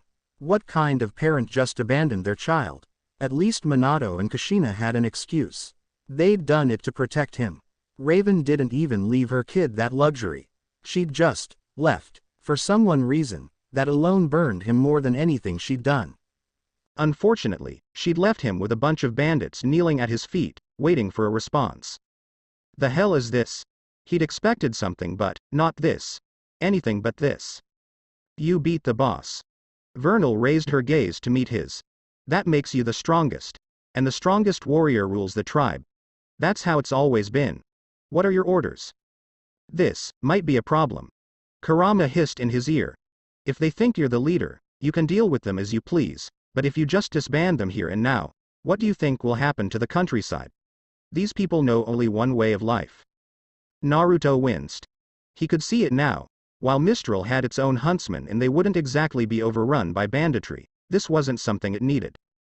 He'd underestimated his strength and killed people here. That was something he would have to live with, but the last thing he wanted to do was turn this motley crew loose on the world. That meant he had to rein them in. But how? And to what end? He couldn't let them carry on as they had, he simply couldn't. His very soul revolted against the notion. Then let's use them. His partner suggested. They're waiting for orders. Hope you're a good actor. Try your best Madara impression. They might fall for that. An idea ignited in the back of Naruto's head. Use them, he'd said. Well, he could think of one way to do that. As to the acting. Alright, you lot. It was almost painful to see the lot of them wince when he cleared his throat, but the blonde steeled his heart against it and barreled onward. There's gonna be some changes around here. No more raids, you hear me? No hurting the helpless, either. It's high time you set your sights on worthier prey. That was horrible. You're horrible. A restless murmur passed through the tribe. We're fighting huntsmen? Naruto wasn't sure who asked the question, but he silenced them all the same. No. He slammed his arms together in an X shape before his chest. None of that. Do y'all wanna die or something? He might not like these people, but he didn't want to fling them at Haven. Nor could he turn all of them over to the authorities, tempting though it was. He'd already killed the worst offenders during his assault, and those that remained were little more than camp followers. None of them were innocent to be sure, but he'd be separating families if he tried to push the matter. Kurama hummed. See, you can do it if you try. The old fox had a point, ghastly though it was. No, he couldn't give these folk to Haven with a clean conscience. Parents would be imprisoned, children would be thrown out on their ears, and the elderly would be left to die in the wilds. He'd like to avoid such a senseless slaughter. Surely these bandits could change their ways. Right? He wanted to believe that. He really, truly did. Who do we fight, then? Someone snorted. Grim. The White Fang. Yeah, he had no idea who or what that was. Still, he perked up. Are they bad guys? His gaze fell to Vernal. She winced, but realized he was waiting for an answer and shrugged. Yes. Great. Naruto snapped his fingers at her with a grin. You heard the little lady. There's my first order. Any objections? I've got one. An absolute mountain of a man clad with graying hair and silver eyes drew himself upright, his brow set in a frown. You ruined our camp, lad. The Grim will come for us. What will you do about this? That is one big Sanuva bitch. Naruto winced for a different reason as a fresh spark of guilt stabbed at his chest. With a put-upon sigh, he scratched the back of his head. Bandits or no, he'd torn up their home. Now that the adrenaline had worn off and they were no longer trying to actively detain him, it was hard not to feel a little guilty about his actions. He'd overreacted. Badly. Did he regret fighting back? Not a bit. Raven had kidnapped him and he'd fought in self-defense. But that needn't make him a monster. He'd never be like her. Sorry about that. He frowned. I didn't get your name. Gregor. The man granted him a grunt. What do you do here, Gregor? I hunt. Credit where it was due, the man didn't flinch. Perhaps it had something to do with the massive sword on his back. Yeesh. You could split a tree with that thing. He didn't remember fighting this behemoth. He would have recalled meeting someone like this. Perhaps he'd been away from camp during the brawl. The salt and pepper hair proved warning enough given his profession. But it was the chill in those stern silver orbs that concerned him. It was like looking up at a mountain. It would not be moved, and neither would this man without good measure. So you're a huntsman? He inquired. No, the old warrior shook his head and planted his feet together. I hunt. Naruto nearly whistled. As in hunting game. Animals? With a sword like that? How? Did he use it as a javelin or something? Stranger still, he didn't sense any ill intent from the warrior before him. There was no anger in his gaze, no spite in his scowl, nor malice in his stance. He simply was. Almost made him wonder how someone like this wound up here. Gregor's one of our best hunters. Vernal chimed at Naruto's elbow, thereby drawing his attention. He's in charge of keeping the tribe fed. Makes a mean beef stew, too. I also guard our walls. The older man declared, planting his feet. You tore them down. We lack the time and people needed to repair them before sunset. His dark brow furrowed. More will die. I won't be staying long. Naruto protested. Gregor growled. Then you forsake your duties as chieftain. Hey. I didn't ask Raven to kidnap me. He bit back. She started this mess in the first place. Nevertheless, she is beaten and you stand before us. The tribe is yours to command, unless you intend to forsake it. An angry murmur passed through the tribe. They hadn't chosen the most eloquent man to voice their discontent, but he made it clear well enough.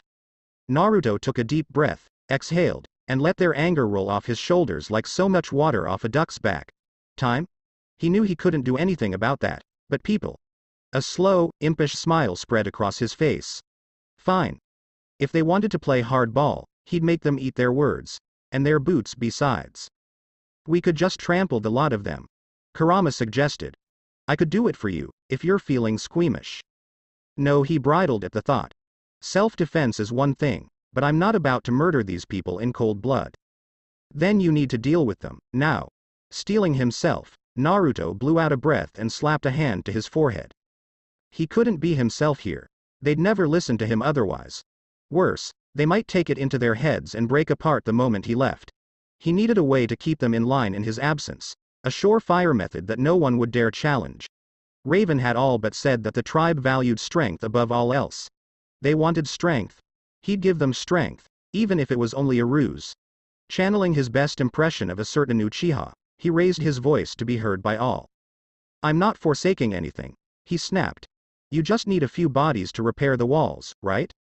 Aye. Gregor paused, considered, and nodded. A few healthy lads would work. A raid or two would replenish our numbers. No raids. But if you had enough supplies and helpers on hand, Naruto hastened on with a far too pleasant smile, you could build new barriers quickly, right? I suppose. Vernal looked left. Vernal looked right. Vernal failed to understand what was happening. Nor did Gregor. That was fine. He needed their surprise to sell the act. Sasuke would be rolling in his grave if he saw him acting like this. Like him. Good. That reminder steadied Naruto's thoughts and marshaled them. And a new gate? He challenged. Given enough time and resources, certainly. Vernal fixed Naruto with a perplexed look, but he ignored her. Done. Are you blind, boy? Gregor touched a hand to the hilt of his sword. We don't have enough. With a quick flick of the wrist followed by a pulse of chakra, Naruto crossed his fingers and fell back on his favorite technique. Even after his bout with Raven, his reserves were full to bursting. The jutsu didn't fail him. A series of startled yelps rose in his ears as smoke swelled up around him. Anyone who thought to challenge him in that moment went silent as the grave. Witnessing the birth of Shadow Clone Army did that to you. That wary acceptance he'd received before. It was outright awe now. When Naruto turned back to face the old bandit, he found Gregor's eyes had widened. Almost imperceptibly, but for one trained as a shinobi, it was impossible to miss. Naruto tilted his head, and each clone mirrored the motion in perfect symmetry. There. Any questions? No. Gregor shook his head slowly as he gazed upon the horde. That's quite the semblance. You're kidding me. Vernal nearly fainted on her feet. Be bullshit. I call bullshit. Language. Naruto flicked the back of the girl's head, but he didn't correct her either. You wanted help. He spread his arms, knowing all eyes were on him. Good. He could play the part a little longer. Use them as you see fit, but harm a hair on anyone's head and there'll be hell to pay. HRMPH. A spindly man with a weaselly face prodded a clone's cheek. They solid? Could be illusions for all we know, Yerg. In response, said clone reared back and bit the intruding finger with vicious force. The bandit recoiled with a yelp, clutching the now bloody digit to his chest. Another ripple ran through the tribe. This time it was confusion rather than anger that stirred them. Was it wrong that he took a bit of vindictive pleasure in that? Just a little. Behind him, Naruto swore he heard Vernal curse and topple backwards. Naughty girl. Someone ought to wash her mouth out with a bar of soap. Does that answer your question? Gregor snorted. They're real, fool. Then he turned to face Naruto. You'll be needing a second in command if you want to keep this lot in line. He offered him a burly forearm as he spoke. Especially if you intend to travel to and from the tribe. I'd like to throw my hat in that arena. Naruto flicked a glance to Vernal as she climbed to her feet. The girl started under his attention, then preened when she realized he wasn't just waiting for any opinion, but her input. He wasn't quite sure how to feel about the bright look shining high and bright in her eyes in that moment. Still, she capitulated to him readily enough. He's better than most. The little bandit muttered, kicking a booted foot against the dirt. Gregor's called the mountain for a reason. You'll not find a stronger sword, not with Raven down for the count. Aye. Gregor unbent enough to nod. She's telling the truth. There's a reason I've lived this long. His gaze strayed past him, to the lone remaining tent. What do you intend to do with her? Vernal? He blinked, not quite comprehending. Raven.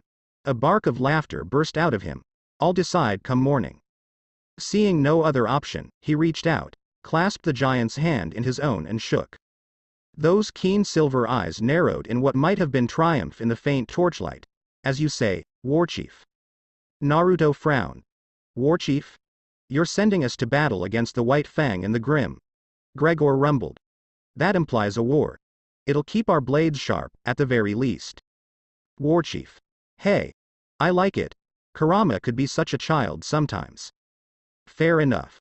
A wave and a command split the sea of clones in twine. Half went with Gregor to repair the ruined palisade and chop down trees for the gate, while the rest dispersed among the remaining bandits to forage for supplies or attend to other mundane tasks. Naruto kept an eye on the tribe until he was certain they'd let him be, until the very last soul had shuffled off with at least one of his doppelgangers to make repairs. Then and only then did he dare look away.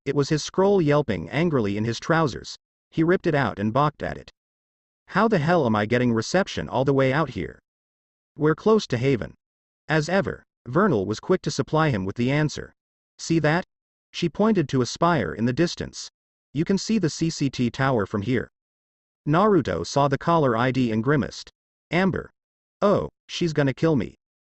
With great trepidation he fumbled his scroll open and held it out before him as he'd been instructed to do.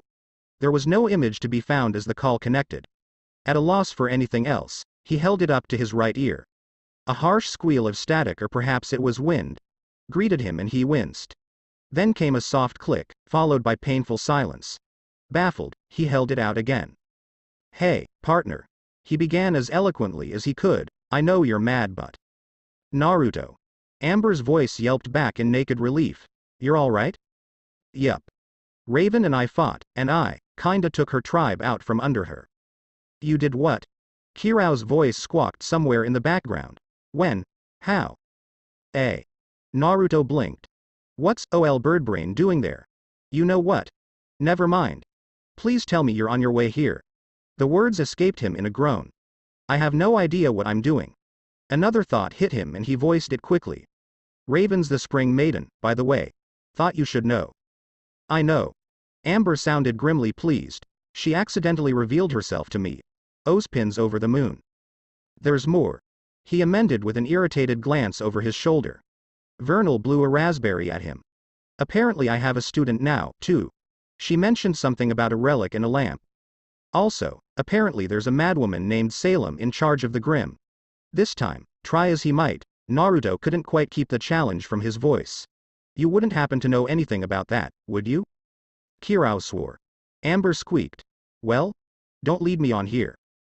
A pregnant pause followed. Twisting his guts into ugly knots, he dreaded the thought of Amber keeping secrets. She was one of the few people he trusted in this world, and Raven's poisoned words threatened to turn that trust toxic. He wanted to believe that she was innocent in all this, just a pawn in a larger game.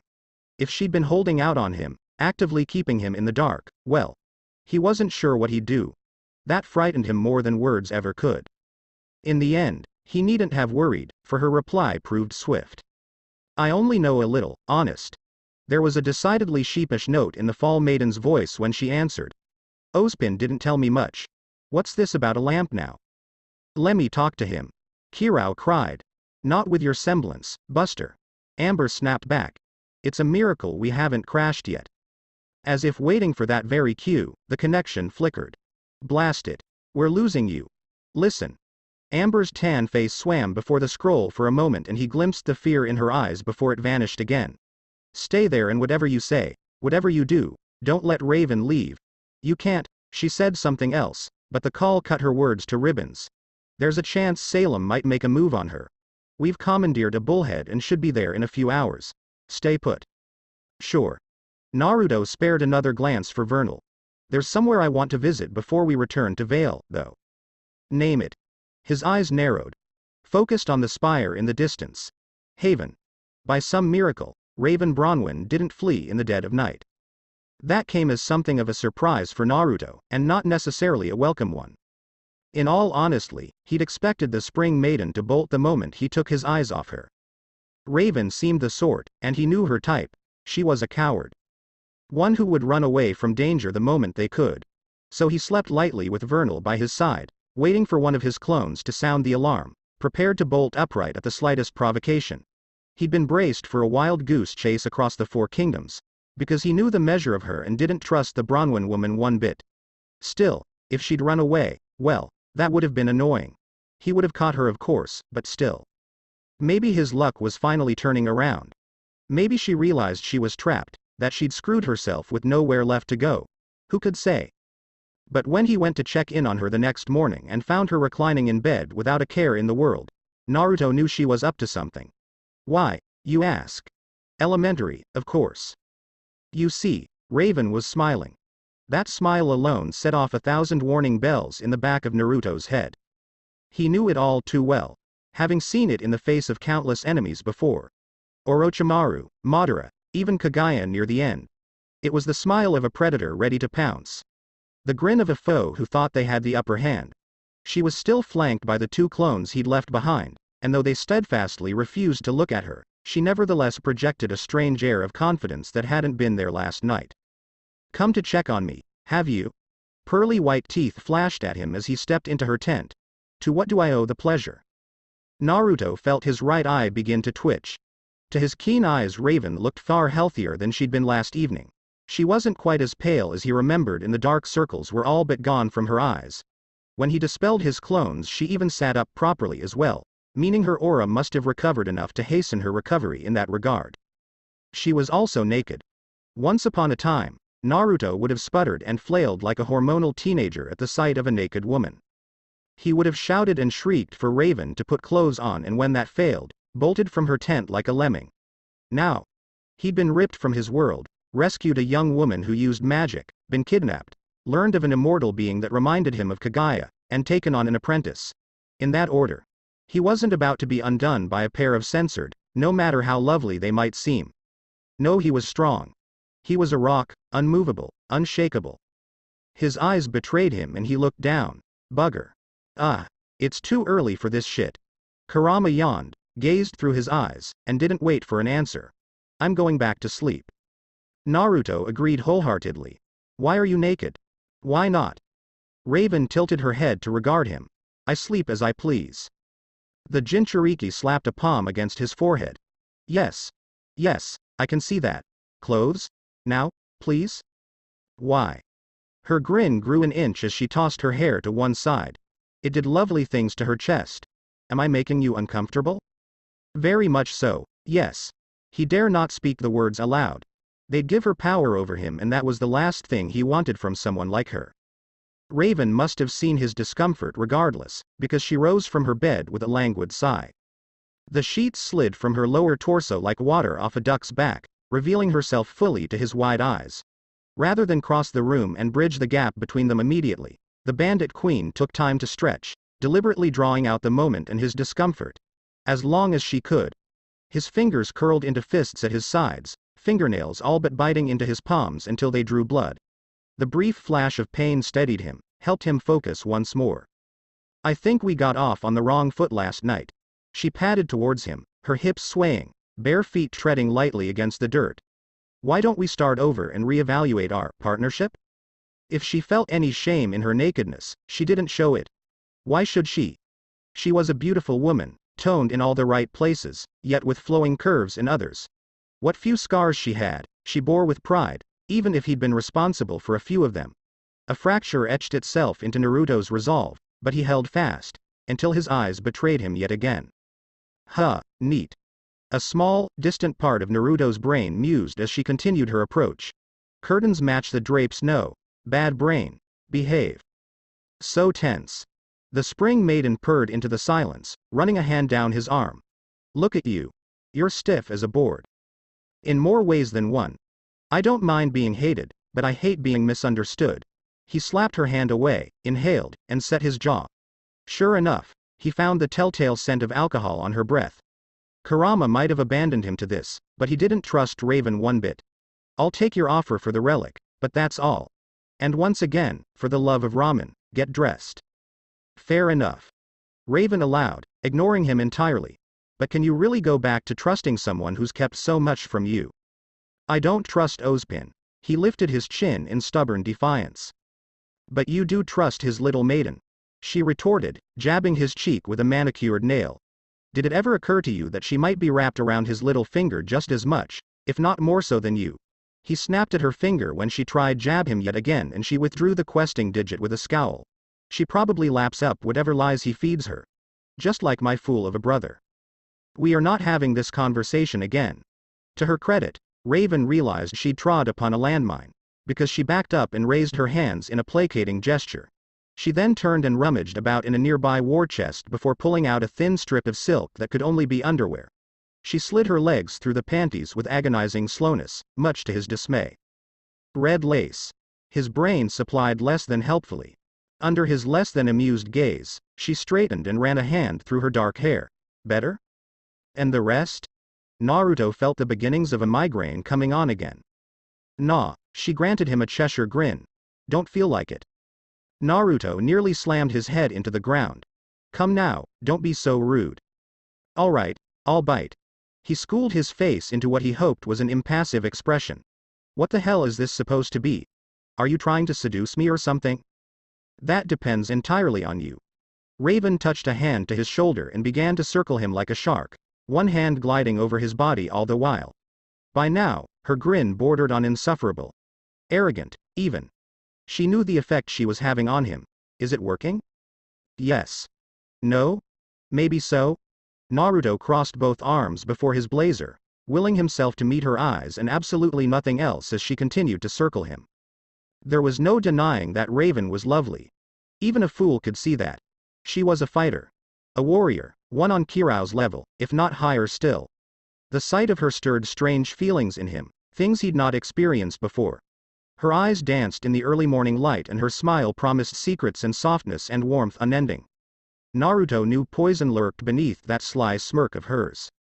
He didn't dare drink of it. Because at the day, Raven Bronwyn wasn't a good person. She'd made no secret of it. She was a self-serving coward who cared only for strength and little else. Only 24 hours ago, this woman had held Amber hostage. That wasn't something he was willing to forgive, not anytime soon. After all he'd pounded her into the ground for it. That should have been enough. It wasn't. Don't think about pounding right now. He marshaled his thoughts and arrayed them in a bulwark against her feminine wiles. You need her for the relic. That's all. Don't let her get in your head. So strong, and yet so naive. Raven stopped suddenly before him and cupped his face in one hand. You a virgin, too? Ever laid with a woman before? This was officially veering into unwanted territory. None of that. Full stop. Breaks. Stoop. Naruto wrenched his chin down, breaking her grip. That's enough. Drop the act already. I'm not acting, you dolt. She grabbed for him again, and he caught her wrist. Neither am I. That didn't stop Raven. Far from it, his actions only seemed to embolden the spring maiden. She didn't try to pull away, rather she stepped into him. Even as he felt the bones of her right arm grind under his grip, she looped her left around his waist. For a moment, his body faltered and he went weak at the knees. Her body was warm and soft against him, her hips pressed to his. She was clearly willing, and unlike Winter, she wasn't forcing him into anything. Would it be so wrong to, no, treacherous thoughts, resist?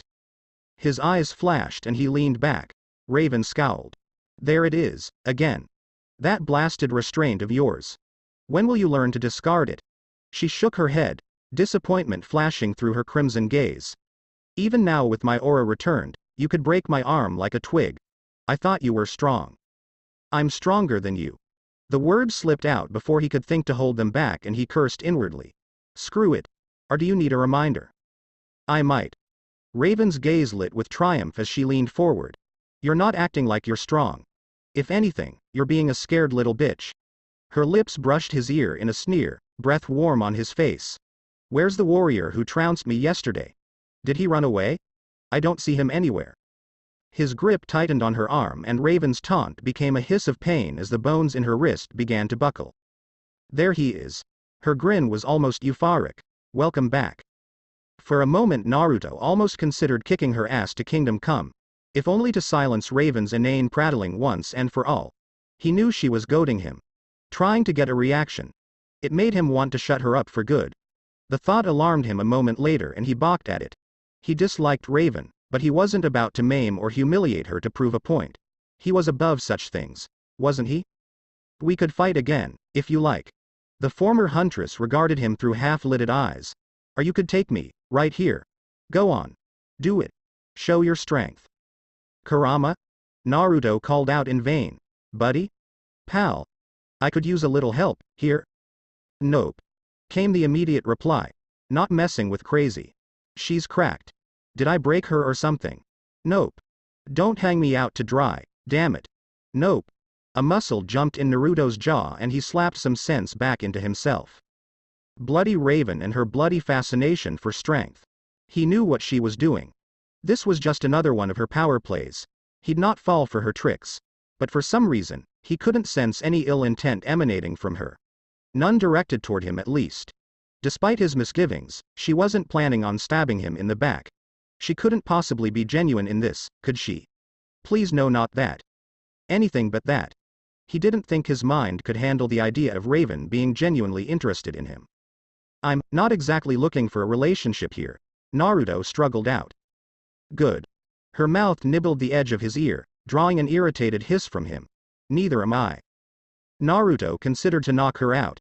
Nearly did, at that. But he needed her for that damn door.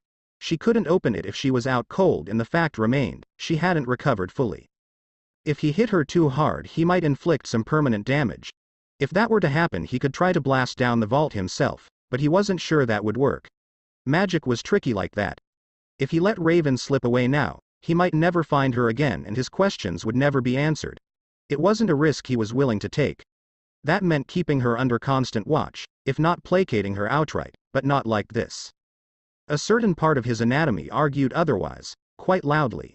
He was fairly certain someone had tried this once before back in his world. Hadn't they?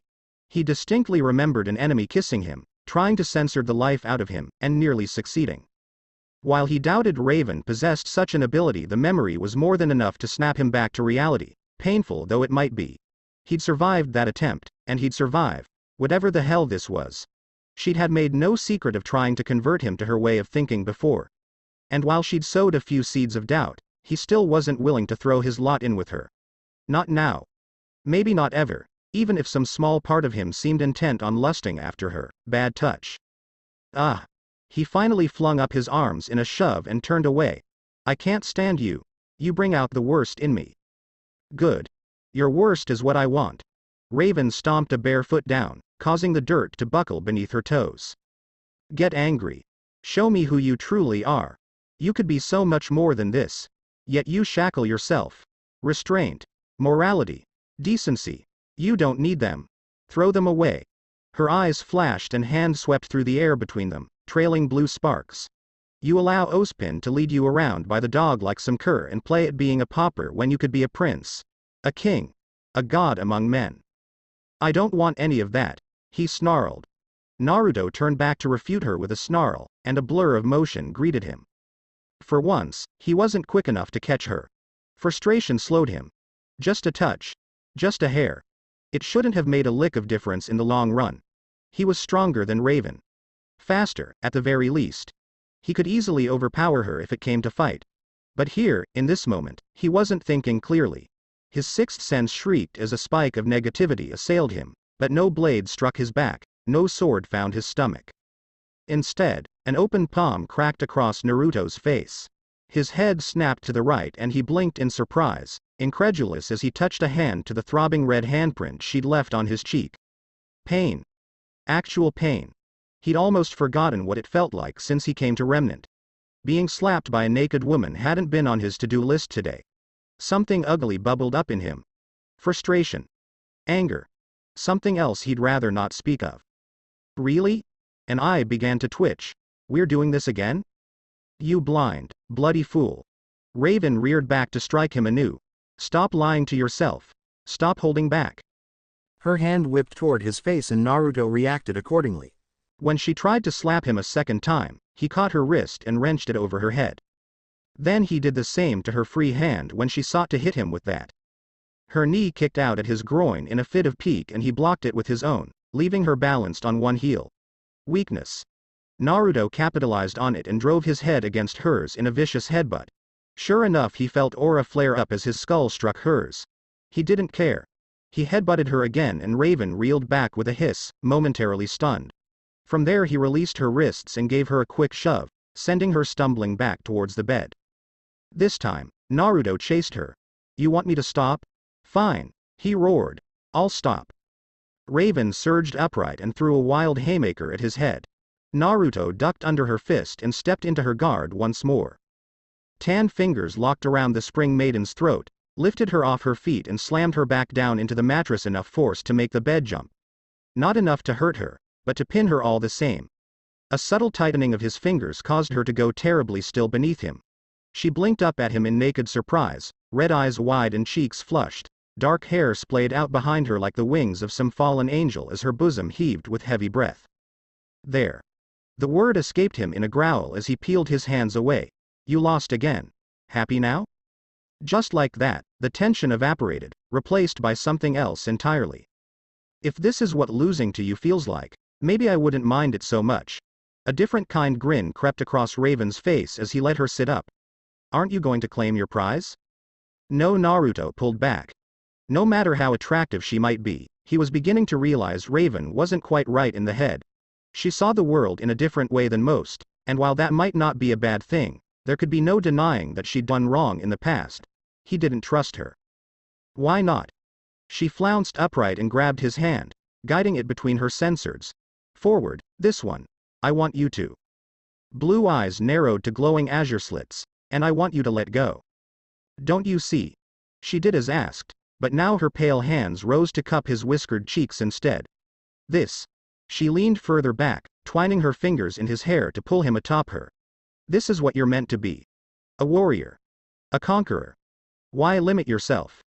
Her eyes narrowed as she crept closer still. Why dwell on the past?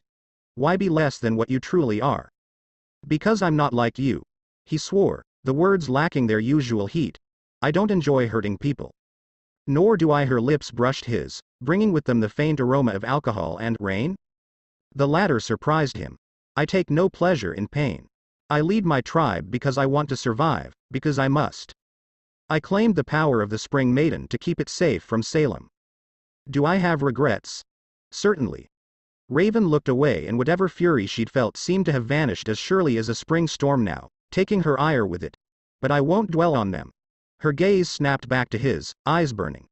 The past is the past, and our mistakes make us who we are. It is not weakness to admit that, Naruto. Nor is it weakness to want someone. Honesty takes strength, too. Compared to that, what's wrong with being a little selfish once in a while? Everything. Naruto broke free and pulled away. Blast it. She dragged him into another argument again. I have responsibilities. Name them. Then. She laid her hand atop his. Name one thing Ozpin hasn't forced on you or otherwise tricked you into. His jaw clicked shut. Raven could have pounced on him in that moment, but she didn't. Last night, you called me a coward. Instead, she began speaking once more. And you were right. His head whipped around and he found a small, bitter smile waiting for him there. I spent the entire evening drinking any booze I could find, and when I couldn't drink any more, I cried myself to sleep. Pitiful, isn't it? She chuckled bitterly and dabbed at her face with the back of an arm. I'm the Spring Maiden. I'm told myself I was the strongest. Then you came along and crushed me in an instant, both physically and mentally. Sorry. Naruto wanted to say the word, but something held him back. And then you took me to task for what I did. You called me on the carpet for my crap. You were right. She quivered, clutching her arms to herself. I'm afraid. I was always afraid of so many things. I lost everything because of that fear. Angry tears burned in her eyes. I threw away my own daughter. Barely held her in my arms for a day before I just ran away. That's unforgivable. Even if I went back to her now, even if I flung myself at her feet and begged forgiveness, nothing would change. Something hardened in her gaze. I'm not the same person I was back then. They're better off without me. I can't go back. I won't. A small, tiny sigh fled from her lips as she straightened to regard him. But I think you're afraid, too. Raven contemplated him for a long moment. Not of me, not of Ozpin, nor Salem, she amended when his eyes flashed, but of failure. You hold yourself to this golden standard, and you're terrified of breaking it. Her hand ran over his, warm as lava glow. In that regard, you're like me. We're both afraid, but we also have things we don't want to lose. Her fingers ran higher, seeking his face. That's why I'm going to help you get past this funk of yours. Relief crashed over him. Good, I'm also going to screw your brains out. Naruto choked on his own spit. I thought we were past this. Not a chance in hell. If you didn't want me, you would have walked away by now, no? A dark brow rose. But you haven't. You want to let go too, don't you? Some small part of you wants to know what it feels like. To just be free from all your worries and cares, if only for a little while. His silence must have spoke for him again, because she chided him with a small smile of her own. Oh, you're not blushing. Not as naive as you look then. Her sad smile took on a lascivious edge. I know that look. You have kissed a woman before. Had several kisses stolen from me, more like. His tongue betrayed him for a second time. Damn Schnee. Schnee, wait. You mean that really was Winter Schnee you thought? A sharp bark of laughter burst from the maiden as she slapped her knee. I wasn't sure. Now that's a story I'd like to hear sometime. Half the world thinks she's a prude. Don't let her Ice Queen act fool you. Naruto couldn't quite keep the smile from his voice when he shook his head. She's got daddy issues and an inferiority complex a mile wide. Lucky for you then that I'm not a Schnee. Raven tossed her hair. I won't guilt someone into betting me. You tell me to stop and I'll stop. Naruto twitched. Just like that. Yup, she turned to face him once more, and this time there could be no mistaking the hunger in her eyes, the way she pivoted her body so she was facing him fully. He'd changed Raven, he realized. In crushing her yesterday and taking her to ask for what she'd done, he'd altered the very nature of her being. Not in the way he'd intended or even wanted to, but he'd inadvertently aided her nonetheless. Somehow, knowing the reason behind it made things worse. So much worse. It meant she wasn't doing this to be cruel, or even out of lust, but because she cared. Tell me to stop. Raven whispered as her forehead touched his own, her hands rising to caress his whiskered visage. Tell me you don't want this. She shifted her hips against him, hooking a bare leg against his thigh to entrap him further still. Say you don't want me. Go ahead. Speak the truth and I'll stop. Her head tilted just so to allow him better access if he but chose to indulge. Say it. I'm not attracted to you, Raven. I want nothing to do with you, Raven. Say those words and this will all be over. A pause followed. Well? I'm listening. This is your last chance. Naruto tried to speak. He really, truly did. For once in his life, words failed him. No, he realized. Words had got him into this mess in the first place. If he'd simply defeated Raven and left, he wouldn't have this problem. Instead he'd knocked some sense into her. Both figuratively and literally. Now she had her sights set on him and him alone. Raven didn't mock him for his silence, she simply leaned in, pressing her lips to his. Naruto inhaled sharply through his nose, eyes widening in surprise. Her mouth was warm and the kiss surprisingly gentle. Downright chaste, even. Not at all angry as Winter had been, and with none of the primal ferocity he might have expected from a bandit. Raven kissed him as a lover might, tongue parting his lips, questing for entrance, arms lazily twining around his neck as she pulled him down to her bed. She made no effort to tear at his clothes or rip the fabric from his flesh. He was glad she didn't. He didn't trust his control to hold if she did. This was wrong, wasn't it? And yet it felt so right. Just let go. She breathed between kisses. Stop thinking so damn much and relax for once in your life. At the end of the day, Naruto Uzumaki was only human, and there was only so much the human body could take without going mad. When her hips straddled his and began to move, his self-control slipped. Desire breached the surface with a vengeance. He grabbed Raven by the waist and surged up to meet her. She met him halfway, fingers tangling in his hair as his hands brushed against her rear. She made a tiny noise of appreciation into his mouth and crushed her mouth against his again. He hardly knew the first thing when it came to kissing, moving on instinct and nothing else. Raven proved a patient lover. See? Isn't this nice? She purred, grinding against the fabric of his pants as his hands came up to rest on her sensors. No anger. No stress. No complicated feelings. Just a nice, good, lay. It was. Naruto loathed admitting it, but there was some semblance of truth to be had in Raven's words. Even with his clothes on and her hands on him, his mind felt almost pleasantly blank for once. Her body was warm to the touch and the little sounds she made set his very blood on fire. When he accidentally bit Raven's lip she cried out and recoiled. Not in pain or surprise, but sheer delight. Red eyes flashed with flame as she reared back. A sudden breeze tore through the tent and for a fleeting sliver of a second she almost reminded him of an angry goddess, an avatar of pure destruction ready to scour the world clean. The sight stirred something strange in him and those bloody red orbs burned brighter yet still. Her hand settled on his chest and tore his jacket away, exposing the scarred plane of his chest to her wanting gaze. For a long moment, the spring maiden didn't speak, she simply stared at his scars, eyes dark with lust. What? Naruto pushed himself up on the points of his elbows. Something wrong? No, it's nothing. Raven licked her bloody lip clean and shook her head, ebony hair swaying in the breeze. For what it's worth, I'm glad I met you. Also, one more thing. Naruto tilted his head. Raven's eyes burned like the sun. Hope you aren't too attached to those pants.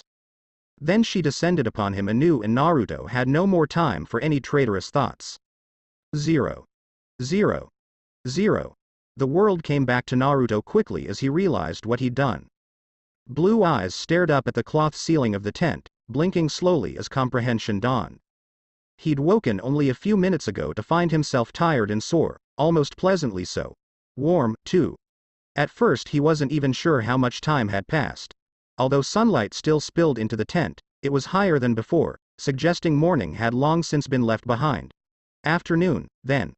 They'd been out for hours. It should have alarmed him. Instead he felt content. Sated, even. All the stress and anxiety he'd built up over the last few days. Yeah, that was gone now. He couldn't even remember why he'd been so irritated in the first place. But his mind and the warm body nestled against him wouldn't allow him to forget his actions. How could he? Her hips on his, their fingers intertwined, her back arching as she cried out his name. Naruto sputtered and shook his head, dispelling the flash of memory. Well. He blew out a sigh. That happened. Only then did he dare look down. In sleep, Raven Bronwyn looked almost normal as she spooned against him. Dare he say cute? It was hard to believe this woman was capable of flattening forests, calling down thunderstorms, turning the world to ice, or summoning raging flames hot enough to char flesh. Maidens were truly a terrifying thing indeed. Her powers were probably even greater than Amber's. And wasn't that a little worrying? He might be able to best Raven in a fight, but this woman, this monster, would make mincemeat of anyone else. Red eyes fluttered open to meet his. Blinked. Widened. Narrowed, as she awakened and remembered where she was. Her body coiled for a moment, then relaxed when she recognized him. A lazy smile followed. Morning, she pushed herself up to kiss his cheek. What time is it? Afternoon, probably. He surmised. Ah. A shaft of sunlight found her face and the bandit hid her head in the crook of his shoulder to avoid it.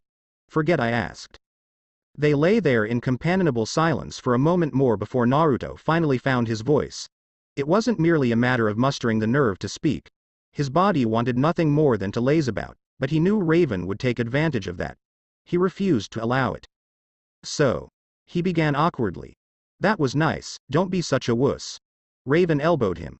It's just censored. We had fun. Maybe we'll do it again. Doesn't have to mean anything. You're feeling better now, aren't you? His expression betrayed him. Good. Raven laid a scorching kiss on his lips. Then I've done my job. If you're trying to manipulate me, his voice rose in a warning as she pulled away, it won't work. Manipulate? You? Raven settled against him. I'm no fool. If I tried to push you now, I wouldn't stand a chance. Your choices are your own. Try through he might to ignore it. Naruto felt like what they'd done really should mean something to him. Amber's face flashed in his mind's eye and he fought down a mild wince. He wasn't with her. Shouldn't matter. It still felt like a betrayal. He might feel better now, but for some reason he couldn't quite ease the sting of regret in his chest. How am I going to explain this? He wondered. Please don't, Kurama muttered. It was hard enough ignoring the two you. Just pretend it didn't happen. That's what I'll be doing. Hey. Fat load of good you were. Raven laid another kiss on his neck. You know, you weren't half bad yourself, for a virgin. Naruto couldn't quite hide the muscle that jumped in his jaw. How did she know? In defiance of that very statement, the battered bed frame broke beneath them and nearly sent them tumbling down to the floor. Heat rose in Raven's cheeks at having been caught out, turning her pale skin scarlet as he looked on. It almost made her look girlish. Never mind what he just said. He was going to milk this to kingdom come. A blonde brow rose. You were saying. Fine, fine. Raven laughed. You were wonderful. Now help me with my hair, would you? It's always a mess after this. Numb fingers helped lift those ebony tresses until she could find a leather strip and begin to wrap them into a ponytail once more. Her hair wasn't just long, it was heavy, having weight and volume both. How could she stand it? Kurama saw it first. Oh. Naruto noticed it a heartbeat later himself. At such an angle he couldn't help but see the scars on Raven's bare back. They were impossible to ignore. There were more than a few of them, and pity stirred in his heart before he could think to stomp it down. Judging by the marks and the stretching, it looked like a Grim had caught her, or several. But those didn't look like claw marks. What were they? Like what you see. A red eye peered over her shoulder. How did you get this injury? The words escaped him before he could hold them back. Which one? She smirked. Raven. Oh, you mean those. Grim attacked the tribe when I was little. She continued to bind her hair as he balked. And Ursa went after Kirao. I pushed him out of the way. Damn thing nearly bit me in half. How? He asked. He was my baby brother. I couldn't let him die. No, not that. He muttered. I mean, how are you still alive? Rage is a hell of an anesthetic. When the query didn't satisfy him, her shoulders rose and fell in a shrug. I don't know. Everything was hazy for a while after that. My wounds got infected. Those eerie red eyes took on a distant look as she told her tale. I slipped in and out of consciousness for days at a time. I didn't think I'd survive. Then one day I woke, and my injuries were healed. He offered her a fresh strip and she ruthlessly bound her hair within that as well. Kirao told me a doctor passed through and tended to me, but whoever they were, I never saw them. Curiosity reared its head. Someone who could mend wounds like that must have been in high demand back then. He get a good look at them? Not really. Raven finished binding her hair and gave it a final shake before turning to face him. Like I said, we were little back then. He told me they wore a golden cloak with black markings. That was about it. Somewhere in the back of his mind, Kurama hissed. That shouldn't be possible. What? Naruto turned his attention inward. Do you have something? I have a suspicion. Ask me later. Focusing once more, he turned his attention outward. You were brave, for a kid. And now I'm not. She preened and clenched one hand into a fist. I survived. I got stronger. Now no Grim will ever touch me again. His hand twitched toward hers almost before he realized it. Naruto snatched it back. No, he couldn't feel empathy for Raven. If he did, he'd be lost. We don't have to get up, you know. She flopped down beside him. Red eyes found his. Stay. There's no reason to rush. For better or worse, you're in charge now. Those idiots have to listen to you, whether they like it or not. She took his hand in hers and kissed it. We could have breakfast in bed. No, he'd played her game long enough. If he stayed, if he allowed himself to get attached, bad things would happen. A dark part of Naruto wanted to indulge again. He'd gotten a taste of her and hungered for more. This time, he didn't let it rule him. He reined his emotions in ruthlessly. If Amber saw him like this, the reminder gave Naruto the kick in the ass he needed. He tugged his hand away. That's enough. Stop. He placed his hands on Raven's shoulders and sat up, pushing her back to arm's length. He held her there when she struggled. We're done here. If you say so. She hummed as he kicked away the sheets and clambered to his feet. Here.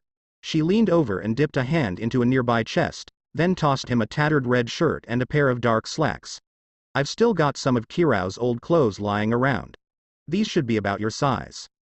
He accepted them quickly, then the silver jacket she flung at him. She considered him a moment longer as he dressed himself. You look good in those colors. Maybe you should keep them? Maybe I will. We'll talk later. Quick as a flash, he choked down a snarky comment, dressed himself and summoned another pair of clones to prevent her pursuit. Keep an eye on her. He snapped at them as he marched away. She doesn't leave the tent until Amber and the others get here. A pause, as he considered her earlier actions. And make sure she puts on some more clothes, damn it. Raven blew a kiss at his back. See you later, sweet cheeks.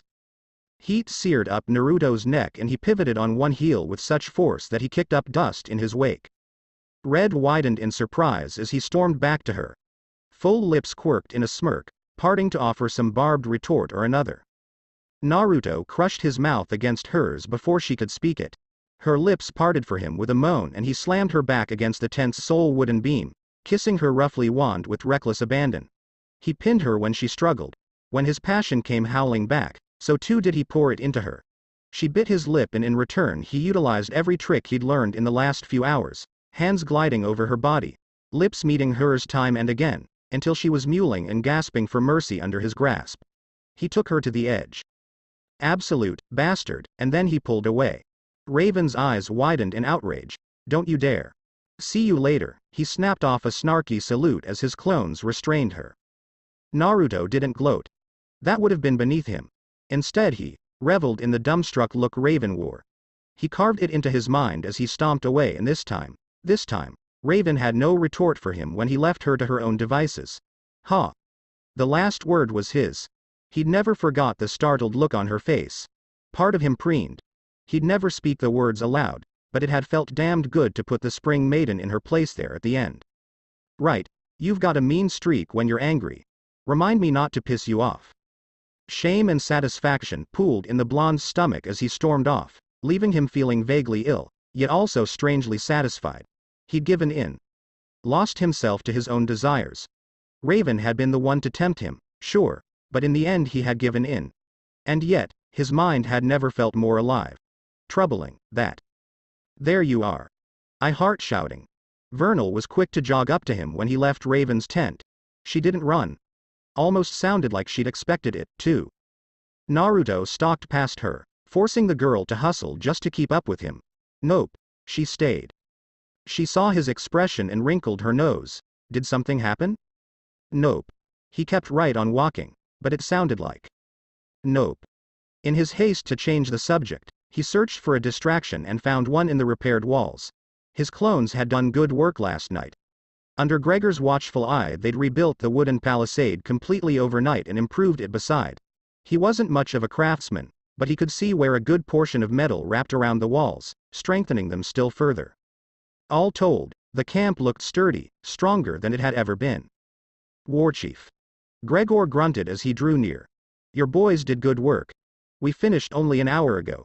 Silver eyes flicked over them and noted the lack of a certain swordswoman. What is to be done with the defeated? I trust she didn't give you too much trouble. Something in the way he said that word pricked at Naruto's heart. It was almost too easy to slip back into the facade he'd worn last night.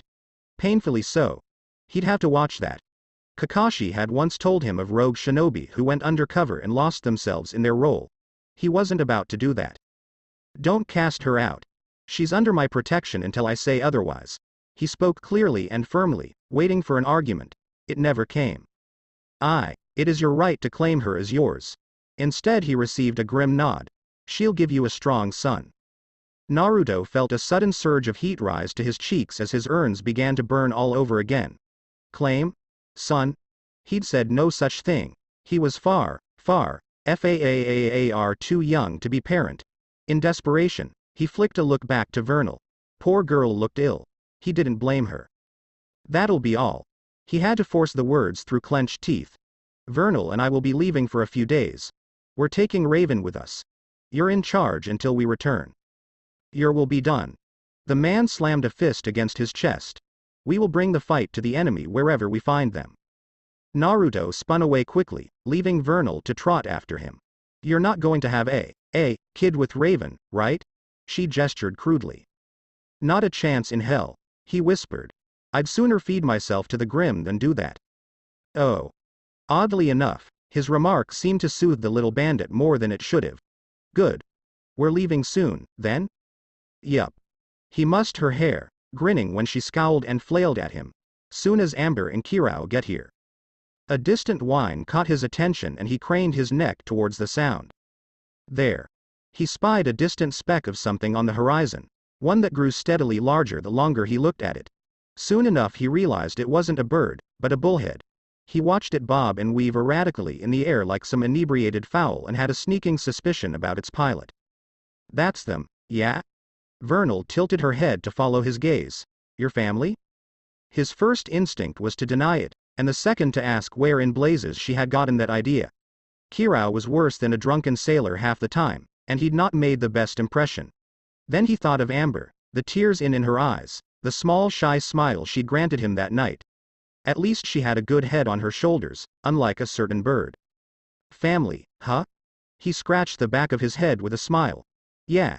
Guess she is. She? Vernal didn't get a chance to ask again as the craft began its descent. The tribe reacted accordingly, of course. Women looked up and pointed. Children gasped and asked what the strange metal bird was. Men reached for their weapons. Still more didn't give a damn once they realized it was but a single craft and not a fleet from Haven come to wipe them off the face of the map. Naruto felt a dopey grin spread across his whiskered face. Of course it wasn't. They'd flown clear across Vale to get here. He wished they would have arrived sooner. Before the pilot could come in for a proper landing, a lone figure ripped open the plane's doors, leapt into the open air and plummeted toward the ground. That drew a different sort of attention. Vernal squawked at his side. Are they mad? Wait for it. Naruto placed a hand on her shoulder to steady her. Despite his own words, he couldn't help but take a step forward.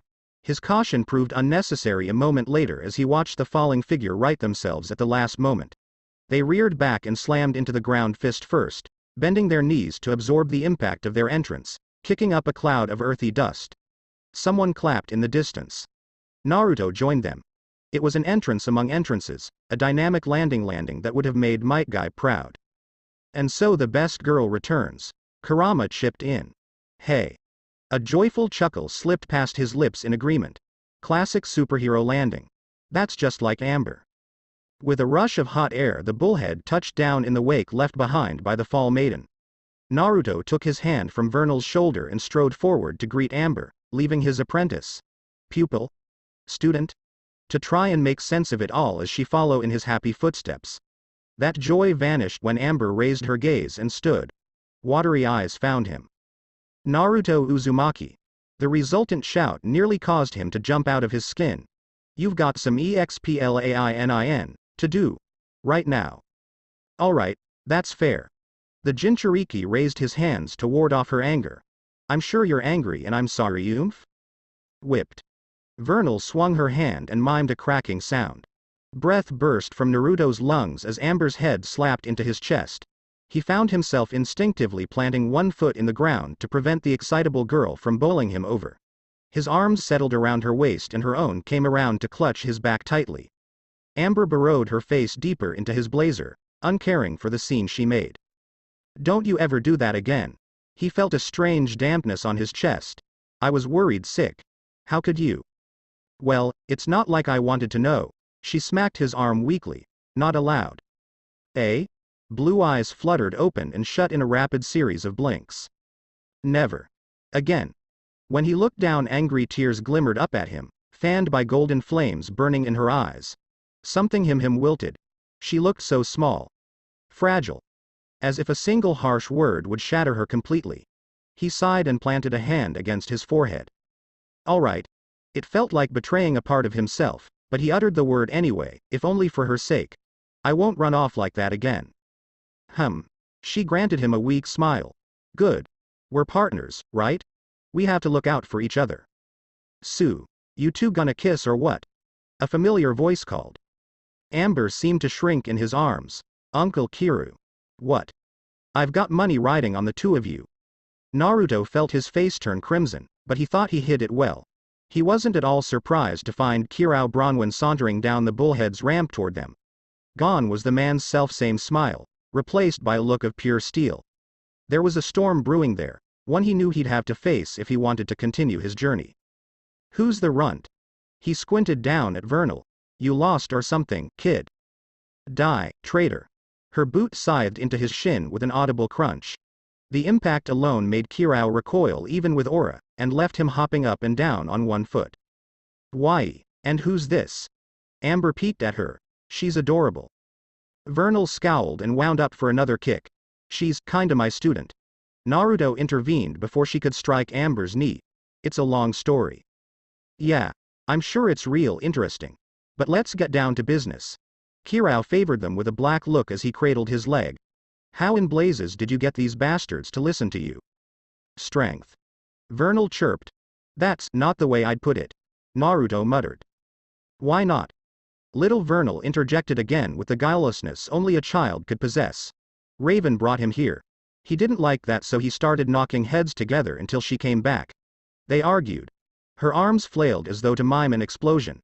Then they fought each other. He kicked her ass and made her his bitch. Tribe doesn't listen to her anymore. 'Cause of that. Easy, right?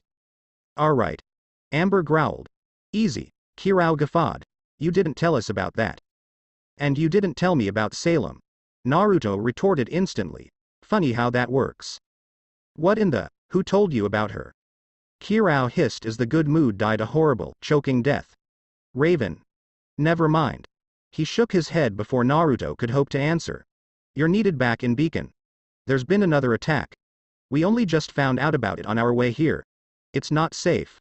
Ospin can answers your questions there. Beacon sounds like the worst place to be right about now. Naruto disagreed. I need to go to Haven anyway. I want to use the relic there. Amber blinked. What relic? Kirao's face turned ashen. Ray told you about that, too. You two can't go to Haven. Absolutely not. Naruto pounced on the words. Kirao hadn't said you two, which seemed to imply that Amber was quite content with visiting Mistral's academy.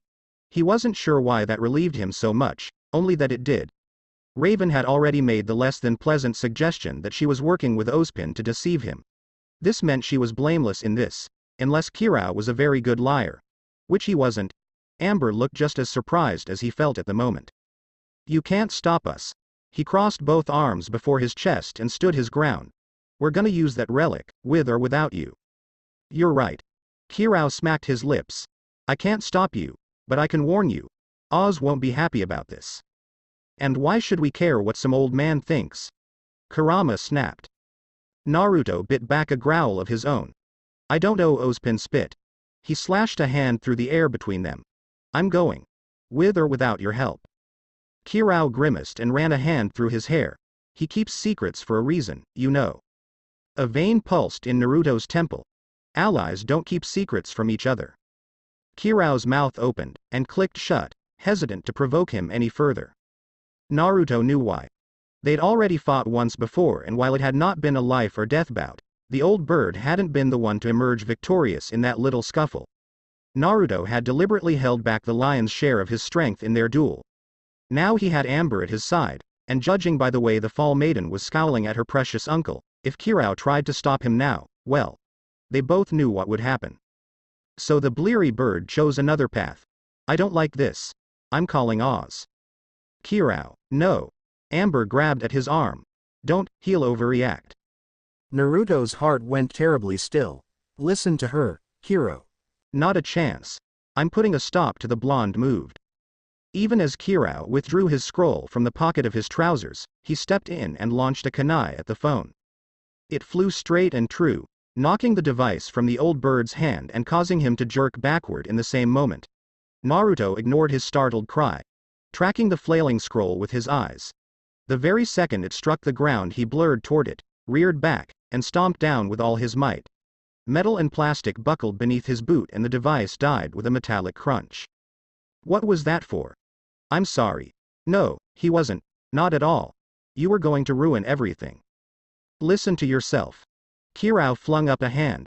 You don't even know how to use the damn relic, never mind. Jin. All eyes turned toward the voice as Raven emerged from her tent, thankfully clothed this time. Favoring her right leg as she stalked forward. She limped towards them, red eyes flashing in the afternoon sun. Her name is Jin. She clarified once again, much to Kirao's horror. You'll need to speak the genie's name when you retrieve the lamp from the vault. There should be at least 2 questions left. Raven, Vernal, go pack the rest of your things, she barked. We're leaving. Don't have to listen to you. The little bandit huffed and stomped a foot. Naruto's the boss now, not you. Why, Naruto? Raven's smile reminded him of a shark. How kind of you not to tell me you stole my apprentice out from under me. Go on, Naruto reassured her. We'll still be here when you get back. Vernal didn't need to be told twice, she skedaddled. For once in his life, Naruto was actually glad for Raven's interruption, if not the bloody glower she'd levered at him. Kirao's hand had been inching toward Harbinger's hilt for some time now, but the moment he laid eyes on his sister, he froze. His eyes strayed to her leg, flicked back to Naruto, then found her leg again.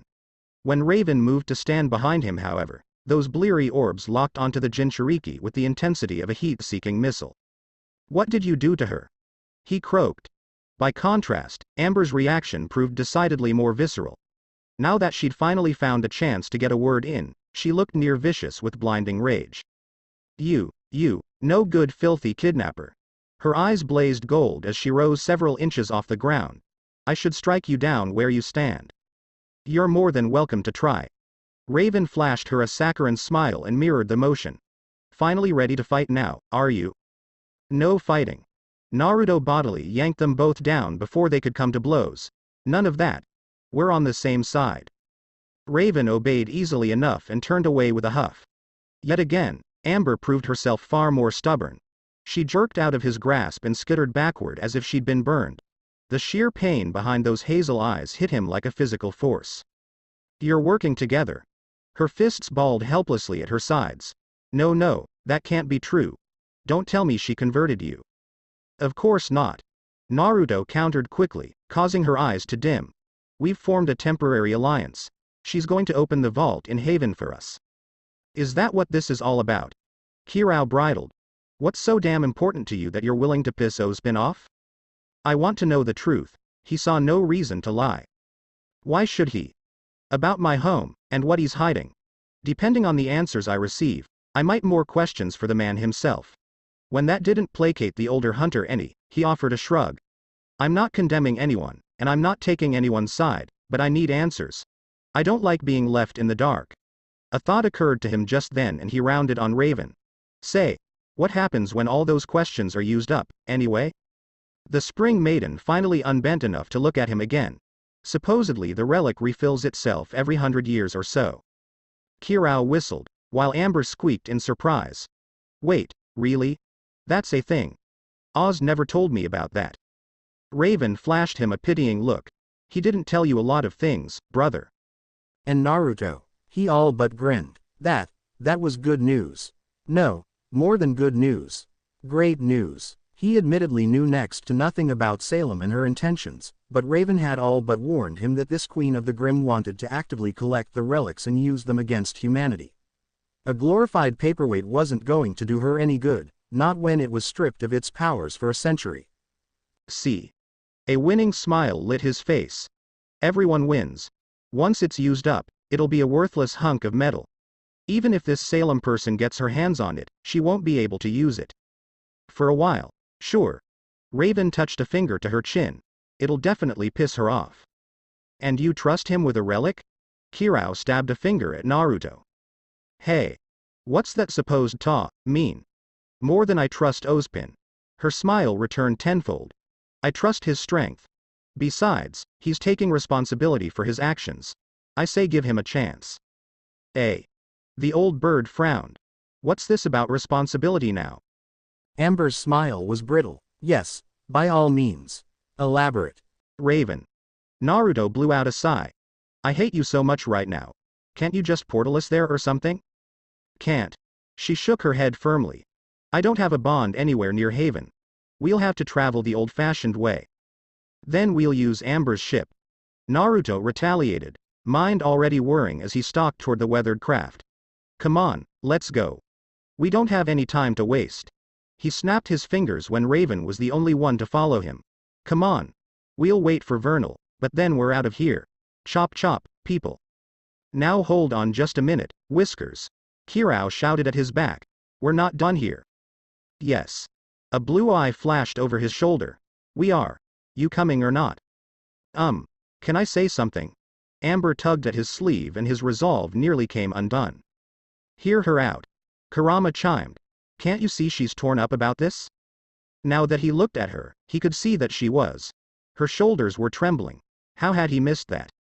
I want to trust Ozpin. She stood her ground as Naruto looked on, and with each passing moment, the wayward shinobi felt himself grow tense. But I'm with you. Her eyes met his. I trust you. I wouldn't be here if I didn't. Just like that, an invisible weight fled from his shoulders. Yet she wasn't finished. You're still you, right? She gave him a once-over, frowning at his new clothes as though he were a different person. You won't use the questions for anything bad, will you? Nope. He smacked his lips. Not a chance. You have my word. Then I'm going with you. Her eyes hardened. Don't think for a second that I'll stay here. It was just the sort of thing he'd expected her to say. Her smile burned away the dread he'd been feeling. Thanks. Thoughtlessly he closed the distance between them and grasped her hand in his. I really didn't want to do this without you. Don't mention it. Amber threaded her fingers within his hand held tight. Just don't leave, alright? You said we were partners. You promised. Naruto's heart twisted in his chest. Yeah.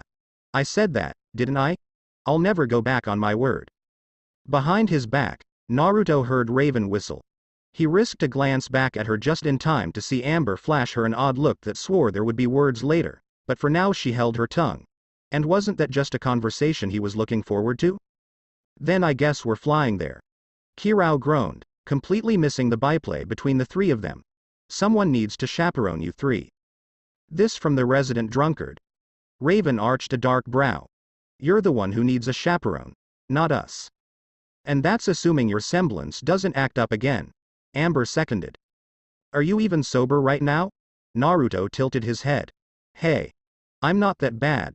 In defiance of those very words, the bullhead gave an ominous shudder behind them. All eyes turned toward it with dread, and Naruto finally noticed just how battered the craft really was. Kirao and Amber had pushed the little ship well beyond its limits to make it to Mistral. Portions of the wings were twisted and melted, and the casing looked to have cracked in multiple places.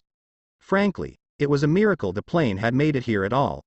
Its smoldering frame looked fit to collapse at any moment. A faintly familiar scent reached his nose.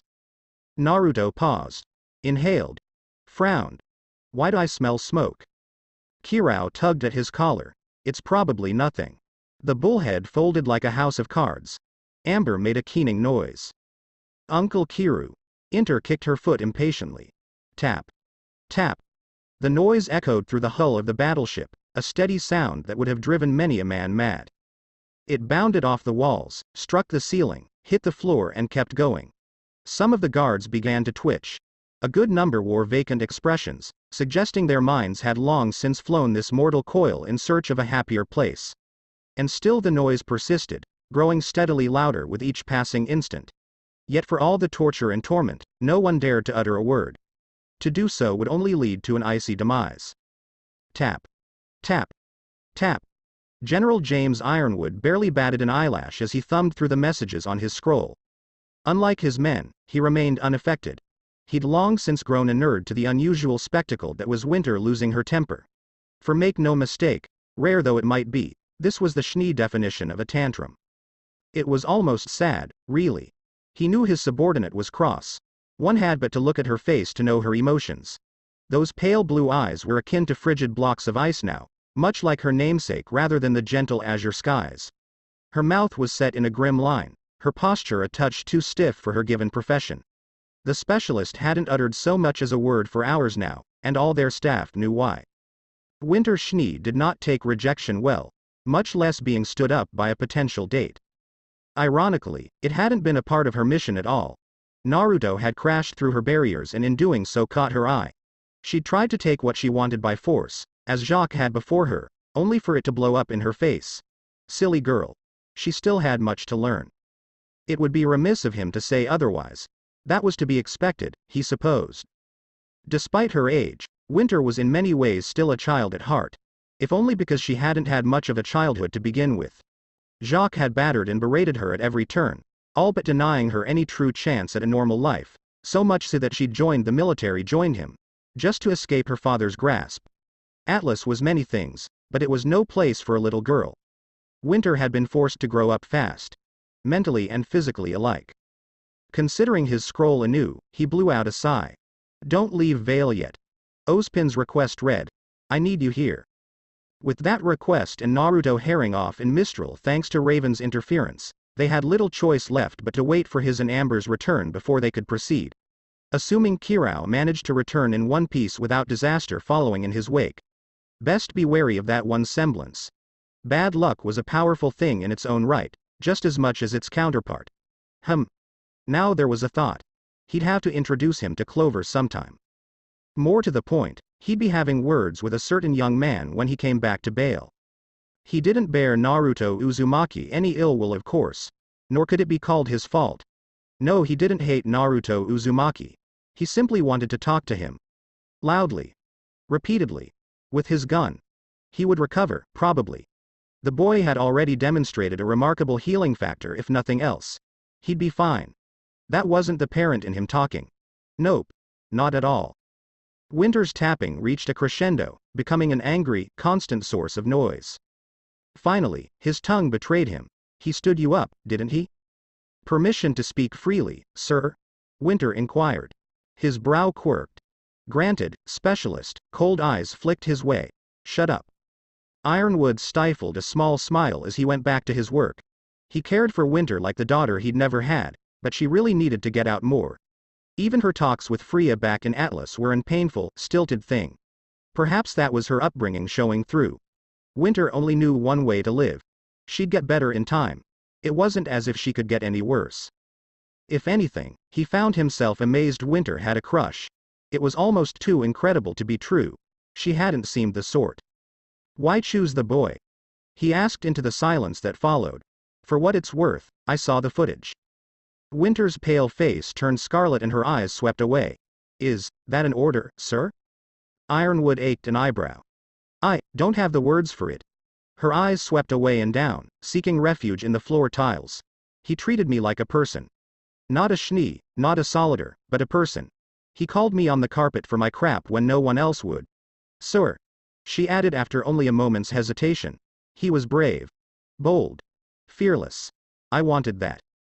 Something hardened in her gaze, and then he vanished without so much as a word. James knew he could have left it at that. All he had to do was hold his tongue and the bridge between these two would be burned. Maybe he should have. Yet for some reason he felt the need to defend the boy. No, that wasn't it. Try as he might, his desire for Winter's happiness overrode his instinctive drive to protect her from herself. He was going to regret this, wasn't he? To be fair, the general raised a finger. He was kidnapped by a known criminal. Neither of you could have accounted for something like that. Even Ozpin and I were unprepared.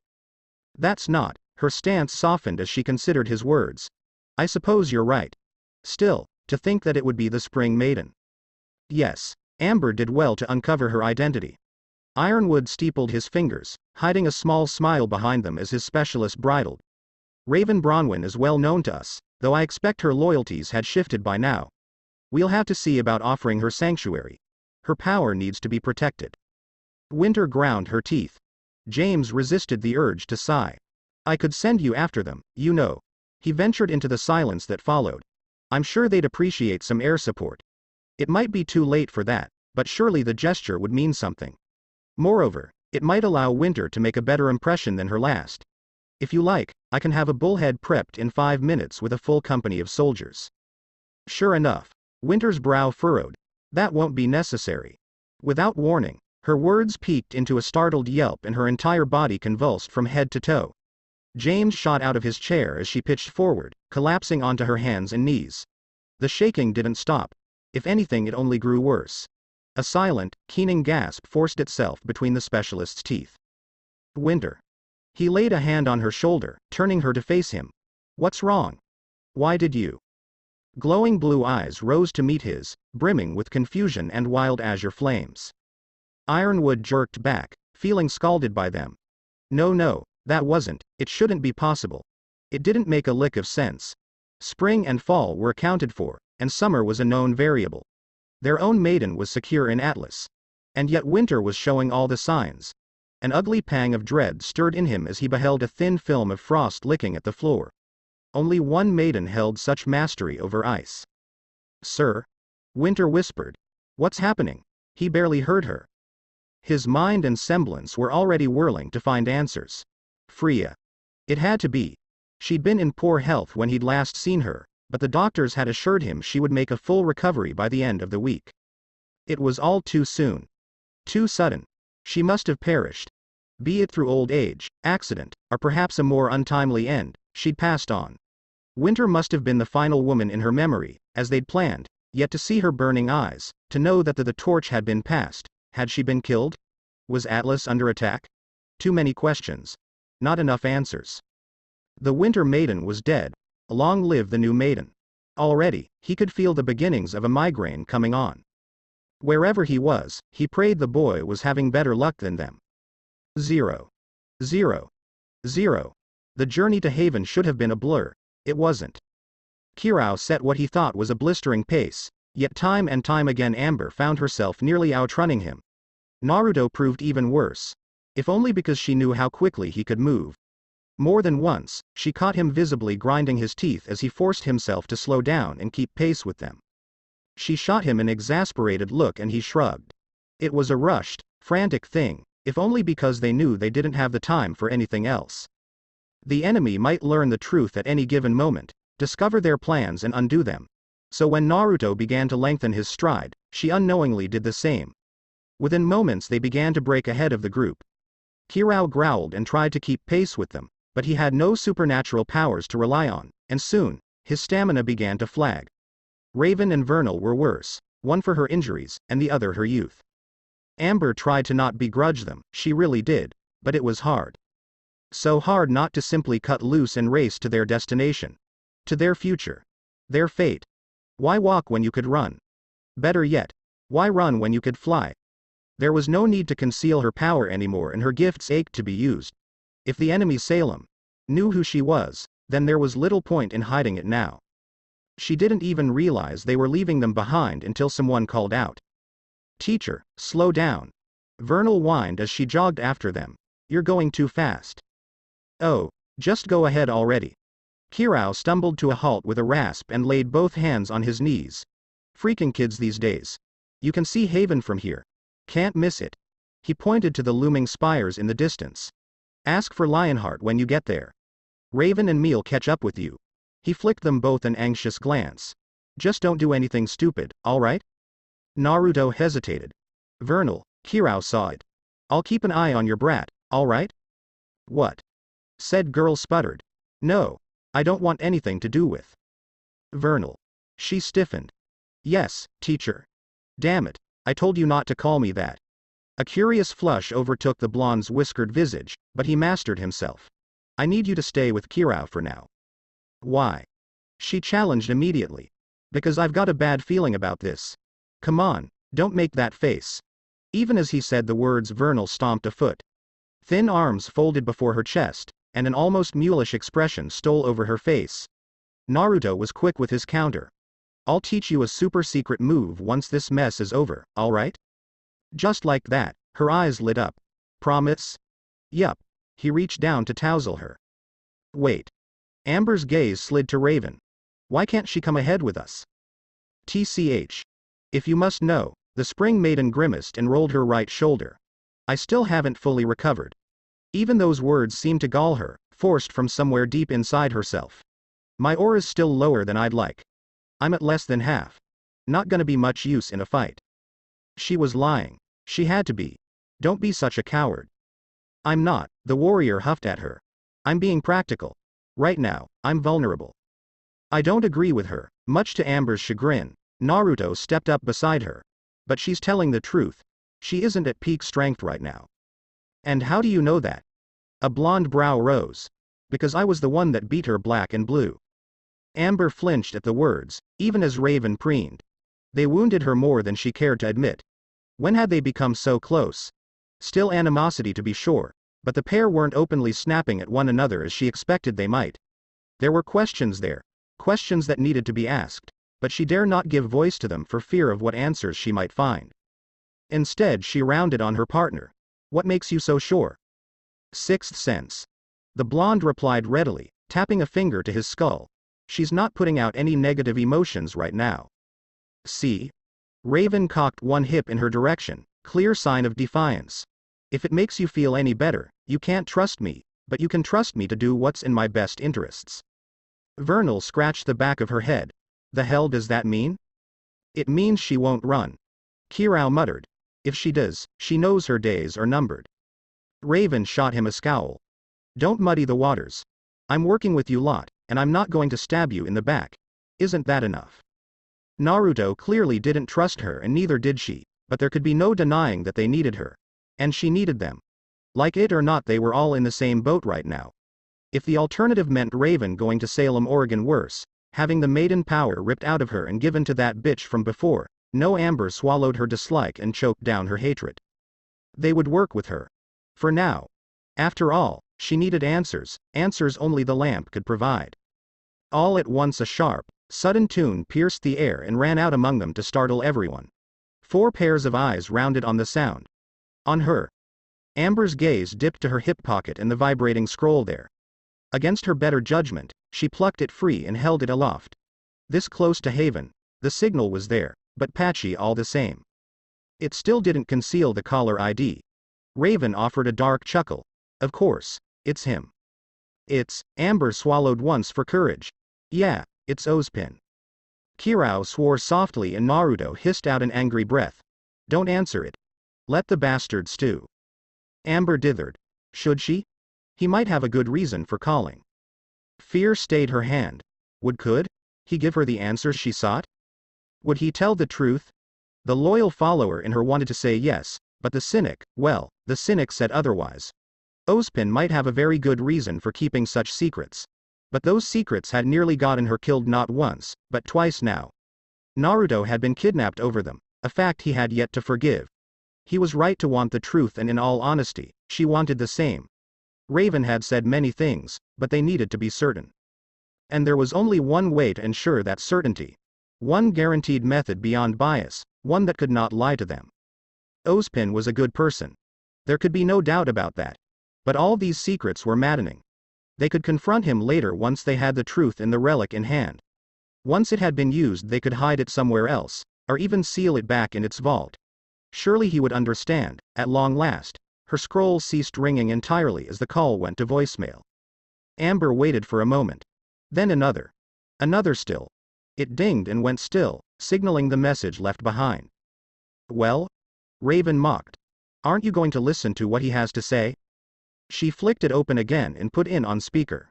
Hello, Amber. Ozpin's words rang through to be heard by them all. I'm worried for your safety. I've tried to call Kirao and Naruto, but they haven't responded. I'm afraid something might have happened to them, that they might have been led astray. A weighty pause followed as he seemed to gather his thoughts. If you can hear this, then, well. A deep breath followed. I'm sure Raven has told you a great many things about me. About Salem. Some of what she says is true. I've made mistakes. I'll be the first to admit that. More mistakes than any man, woman or child alive. Please, do not think less of me for them. The five of them exchanged a glance. All I ask is that you give me the chance to defend myself. More words. Raven growled. More lies. Don't trust the snake. This is what Salem wants.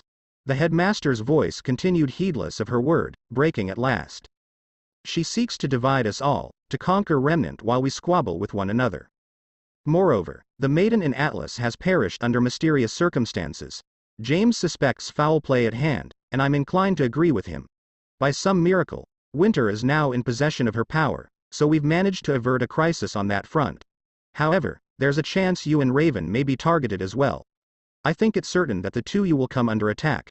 She likely has her agents in Mistral already. A commotion in the background muffled his words for a moment as he spoke to someone off-screen. You must listen to me. His voice grew louder, and she had the impression he was leaning closer to his scroll, begging, pleading with her. It is imperative that you return to Vale immediately with Raven. Please, call me if you receive this message. We're stronger together, Amber. Don't let Salem tear everything apart. With a supreme effort of will, Amber silenced the scroll and closed it down. Was this all a part of Salem's grand plan? It was a sobering thought. She turned to find varying expressions waiting her. Not a bad speech. Raven drawled. He sounded sincere. She turned her head and spat. Then again, he's always been a good actor. Although, I'm surprised. I don't think he knows we intend to use the lamp. He would have said something otherwise. So the Schnee's a maiden now. Kirao wore a sour look of his own. Great. She's never gonna let me live this down. Little Vernal offered a helpless shrug. I really didn't understand any of that. Naruto. Amber ventured weakly. What do you think about all this? The shinobi flicked her a wary look. One Amber found herself mirroring. His blue eyes were sharp, not angry, but not calm either. Whatever thoughts he felt, he kept close to his chest. He would have his answers, and then confront Ozpin on them. But only after he had the relic. If it came to a fight between the two of them, she knew who would win. The outcome had never been in doubt. Well. That did it. She was locked in now. Best not to think about it. They were on the clock. I think we continue as we have been. His response only solidified her belief. We'll use the relic first, then question him. If he tells the truth, great. But if he lies. Amber fought down a pang of dread. What will you do? I'm not sure. Rather than answer properly, he offered her his hand instead. But whatever happens, we'll do it together, yeah? Amber felt her traitorous heart skip a beat as heat rose in her cheeks. Hers hands flew out to clasp his fingers in her own. Even after all this, he still refused to forsake her. What might have once fractured their friendship only left it stronger than ever before. She wanted to laugh. She wanted to cry. She could die in this very moment and she would be at peace. In the end, She forced herself to pull away and speak before Naruto could question her. Race you to Haven? Azure orbs narrowed to thin slits. You sure about that? Was she? No. Not at all. Her mind was whirling, her beliefs crumbling, her very world falling apart around her. She didn't want to think about this. Any of it. Too much, too soon.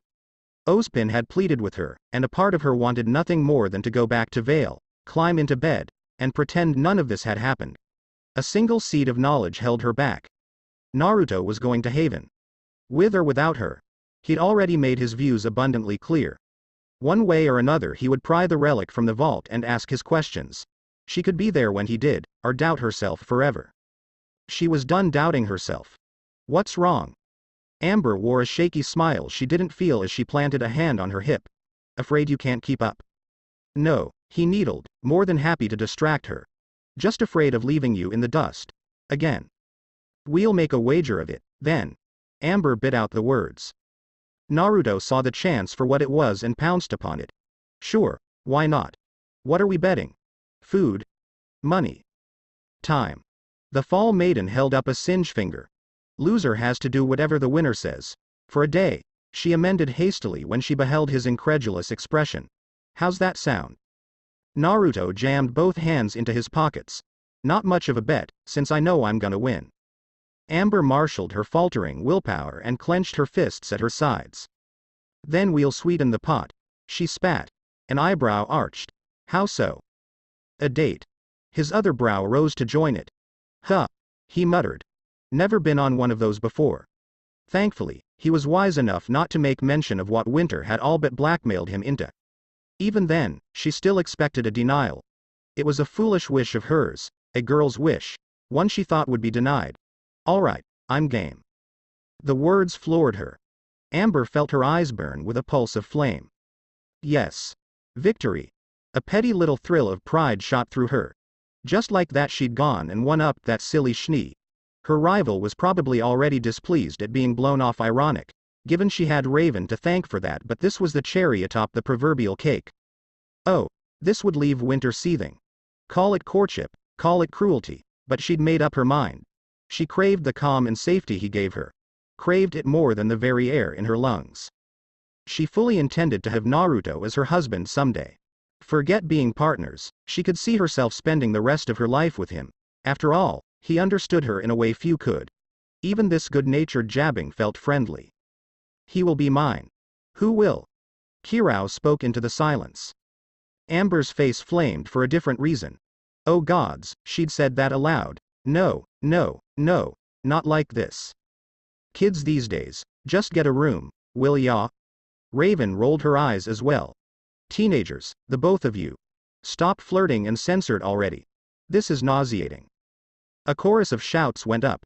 Ray, seriously? Did you have to say that? Vernal made a series of gagging noises. Anyway. Amber's retreat turned into a full-blown rout as she backed away. We're leaving. Right now. Naruto dropped into a runner's crouch. Amber mirrored him. Ready? He hissed out. Set. She snarled, eager to be gone. Go. Naruto whooped loudly and burned gold. A thunderclap rattled the world and he was gone, leaving everyone's ears ringing. All that remained of him was a trail of burning saffron flames rode in his wake, scorching the road. As she looked on aghast, a fresh line of burning fire scorched its way up the path and into the distance. Amber felt her eyes widen. Hey! She took flight and shot after him with a yelp. No fair. There was something glorious about using her powers to fly. If anything, her semblance made it even easier. All told, she felt good. Weightless. Free. Better than she had any right to. The wind in her hair, gravity losing its stubborn hold of her, all the world a blur below. In moments Kirao and the rest were long behind her. She knew Raven would catch up. Bloody Woman probably had a portal to Naruto now. She wouldn't put it past her. Fate just seemed intent to screw her these days. But even wit power, she couldn't keep up. Naruto was fast. Almost ridiculously so. She saw him as little more than a golden speck on the horizon. Already halfway to the city and in Haven within. Red eyes flashed up at her from below and she caught the grin on her face. She poured on a burst of speed, flames howling from her hands as she sought to close the distance between the two of them. He slowed, just a pace. Just a hair. Then he sped away, and quite suddenly, it was like trying to chase a storm. They raced through fields, vaulted over fences, lunged across streets. In hindsight, Amber wasn't sure who started laughing first. It could have been her. It might have been him. Looking back, she really wasn't sure. It burst out of her in a joyous gasp, little tiny giggles fleeing from her as they chased one another. He always seemed so close, just out of reach, yet she wasn't able to overtake him. Rather than frustrated her, she found herself enjoying the chase, if only because it distracted her from everything else. It made her feel normal again. This was what life felt like. She never wanted to let it go. Eventually, they arrived. She didn't even remember cresting the walls of Mistral, much less arriving at Haven itself, nor the ungodly commotion left in their wake. One moment they were without, the next they were quite suddenly within, and their chase came to a smashing end. Literally. And, done. Naruto's back slammed against a wall. His eyes were wide, pupils dilated, skin slick with sweat. Amber could only imagine how she must look. Cheeks flushed, bosom heaving with heavy breaths. She was more winded than he was, and it likely showed. For all her pride and power, she wasn't much used to a full-on spring through the countryside, never mind the speed they'd been going. "You all right?" "Just a little tired," she hummed, pushing herself upright. He stepped in to help, and without thinking, she leaned against him. His hands caught her, steadied her, gave her strength. Thoughtlessly she stepped into him, staggering them a little. The wayward ninja pivoted to hold her up and catch her again. His hands settled against her hips with gentle strength. It felt like they belonged there. "Who won?" Naruto asked suddenly. Amber blinked away the haze with an effort. "Huh." She didn't know, and she said as much. Neither of them had paid any attention to their arrival. They'd been having too much fun to notice, and if she was with herself, care. Her instincts stirred again. This felt good. It felt safe. It felt right. She wanted to stay in his arms forever. "I don't know," she admitted. Amber looked up and her throat went dry. "What's wrong?" He blinked. "Why are y'all looking at me like that?" Why was she hesitating? Uncle Kirao had made a painful point earlier. Even Raven, absolute bitch though she was, had spoken the truth. She'd never kissed a boy before. She'd never done that with, well, anyone. Her power had always kept everyone away. Or perhaps it was Ozpin, keeping her safe. Who could say? She didn't begrudge the headmaster for it here. Her mind was already elsewhere. She wanted to kiss Naruto. Her already dry throat turned absolutely arid at the thought. Amber licked her lips and swallowed, then coughed, desperately trying to bring some much-needed moisture to her mouth. Focus. Now wasn't the time for this at all. They had a mission to complete. She couldn't let herself grow distracted, lest what was she worried about again? "Damn, you're thirsty." A tiny, naughty voice cooed in the back of her head. "Just take him already." Amber turned nearly incandescent. "No," she wailed. "It's not like that." "Isn't it?" The voice came on again. "You're lusting after him like a bitch in heat. Make your move or move on. You owe it to yourself to be honest with him." Didn't she? If the alternative meant letting Winter or gods forbid, Raven have him. That tore it. In the back of her head, the very last thread of restraint snapped with an audible twang. Naruto looked like he wanted to say something, perhaps question her at the very least, and that made it even worse. She was so very tired of talking, of dancing around this like some love-struck girl. "Naruto." He blinked. She stepped forward. "Don't move." Amber pushed herself up on the very tips of her toes and kissed him. 0. 0. 0. Naruto wasn't sure what to expect when Amber's eyes began to burn. Oh, he knew she was emotional at the moment, and he couldn't much blame her for it. Even so, he still didn't expect the kiss. Even if he'd been forewarned about it, he still wouldn't have moved in time. She trembled in his arms, pushed herself up on the very tips of her toes, and pressed her lips to his. Naruto censored it in a sharp breath. Stars, entire galaxies, burst through his mind. His breath hitched, and he was sure he heard Kurama say something to him, but everything suddenly seemed muted somehow. Faded. Distant. His very being tensed, but she made no effort to follow up her actions. She simply stood there, heat tilted just so, a quiet, forlorn girl pressing herself into his arms. Winter had been cold and angry. Raven, fire and passion. By contrast, Amber was gentle, hesitant, almost afraid. Her mouth was warm and soft against his, tasting faintly of vanilla and cherries. Her body welded against his like she belonged there. Her hips fit against his as she twined one leg with his, not to prevent him from getting away, but merely so she could pull herself closer to him. He wanted more. Something awoke inside Naruto all over again, but with a supreme effort of will he held himself back and pulled away. Amber made a tiny noise of disappointment when he did so. It almost sounded like a moan. Gah. Bad brain. Full stop. Proper thoughts. Why did you stop? Her words were a whine, one that nearly broke him. Didn't want to take advantage of you, he drawled. And there it was, the honest, unvarnished truth. Advin, you dolt. Her eyes pulsed with living flame as she slapped his chest. I was the one to kiss you. Please. Try. What was the saying? Third time's the charm. It was exactly what he needed. She came alive in his arms, surging up to fling her own around his neck and link them together even as she angled her head to allow him better access. Belatedly he realized he was having difficulty holding her. Her body shifted against his, trying to squirm closer, but something kept pulling it away. He soon saw why. Amber. She blinked. He pointed. You're floating. She looked down and her dark face turned darker still. She was hovering a good inch or so off the ground. Enough to be aware of, but scarcely be seen. He wouldn't have noticed it at all if he weren't holding her. Was this her semblance, or merely her powers playing up? He stumbled back as she slammed her head into his shoulder, grabbed him by the face, then drew him back to her. Her mouth closed on his again and this time there was passion. Fire burned through Naruto's veins as she tilted her head against him, angling for a better kiss. She was as nervous as he, but made up for it with sheer tenacity. Every kiss hastened the beat of his heart. Every touch was like searing ice in his veins. Her fingers dug into his back as she hooked one leg around his waist, his fingers sweeping down to support her rear and her weight with it. Excuse me? Someone called out to them. Might I have a moment of your time? No, Naruto ignored them with a growl as he pulled her close. Not now. Amber flung a lazy arm in that direction. Go away. I'm afraid I must insist. With a long-suffering sigh, the pair parted. Well, Naruto tried to part. Amber latched onto his hand as she drifted back down to the ground, and he didn't have the heart to make her let go. Her fingers threaded perfectly in his, and he fought down a sudden rush of warmth.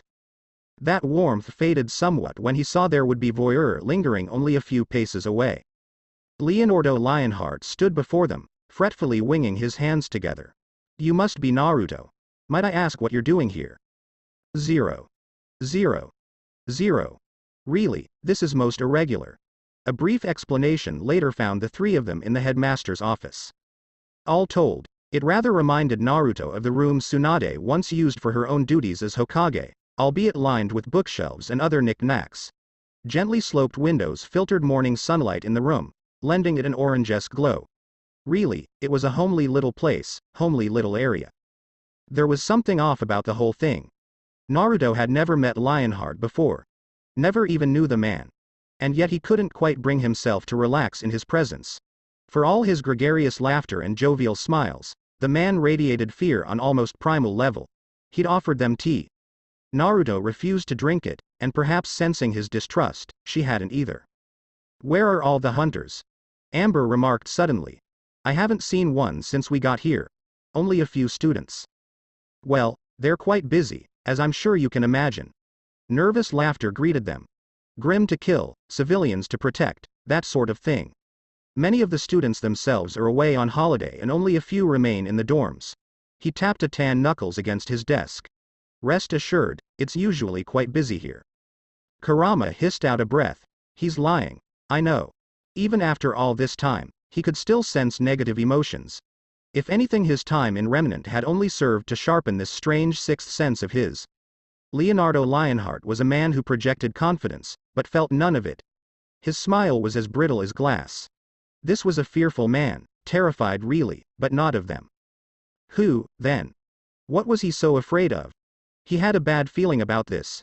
Just like that, his guard went and a dozen walls slammed into place within his mind. Were they being set up? Was he being paranoid? Not. It didn't feel like it. And yet this strange feeling of dread hounded him without end. An idea dawned. While he had no way to warn Amber without revealing himself, there was a way to confirm his suspicions, assuming it didn't blow up in his face. And he was so very tired of dancing around this. We need the lamp. Leo's fear spiked tenfold, followed by a cold thread of anger directed solely at him. Naruto fought down a bitter smile. Well, that confirmed it. Whoever this man was, he clearly couldn't be trusted. Was he a traitor? Could be. Might not. His heart didn't want to believe it, but his senses hadn't let him down yet. He suspected Leo would refuse them before the words even left his mouth. If the man allowed them use of the lamp without issue, then there wouldn't be any problem. But if he refused, that's out of the question. Oh, he tried to sound stern, but the fear he felt all but cut the legs out from under it. I cannot simply give you the relic. We weren't asking. He slammed both hands on the desk and leaned forward. Ozpin knows all about this. Now it was his turn to lie, and he weaved a tall tale all its own. The Spring Maiden's already on her way here to open the vault. We'll use it, ask our questions, and then we'll be on our way. Lionheart's face twisted. Spring has been found. Was she missing in the first place? Never mind. He went with it. Yup. She's on her way with Kirao. We were sent ahead to tell you. I see. The headmaster all but gulped, tugging at his collar. Has he done it, then? Does Ozpin have a way to defeat Salem once and for all? But Salem couldn't be destroyed now, could she? Raven had said as much. A dozen alarm bells went off in the back of Naruto's head. He pushed through them all. The more he learned, the less of this he liked. Lionheart had gone from untrustworthy to dangerous in his mind.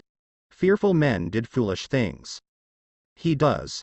Amber leaned over beside him and made the lie all the more convincing. We're talking to you now as a courtesy, nothing more. Lionheart sagged in his chair, shoulders slumping. A strange resignation came over him. It left Naruto even more wary than before. Yes, he muttered to himself. Yes, I suppose it makes sense that he would send the two of you ahead to secure the relic. Straightening, he rose from his chair and stood to his full towering height. Naruto couldn't help but notice that the man had his weapon there on his desk. Leonardo donned it now, securing the strange device to his wrist. I'll take you to the statue. Amber preened, blissfully unaware of it. You'd best.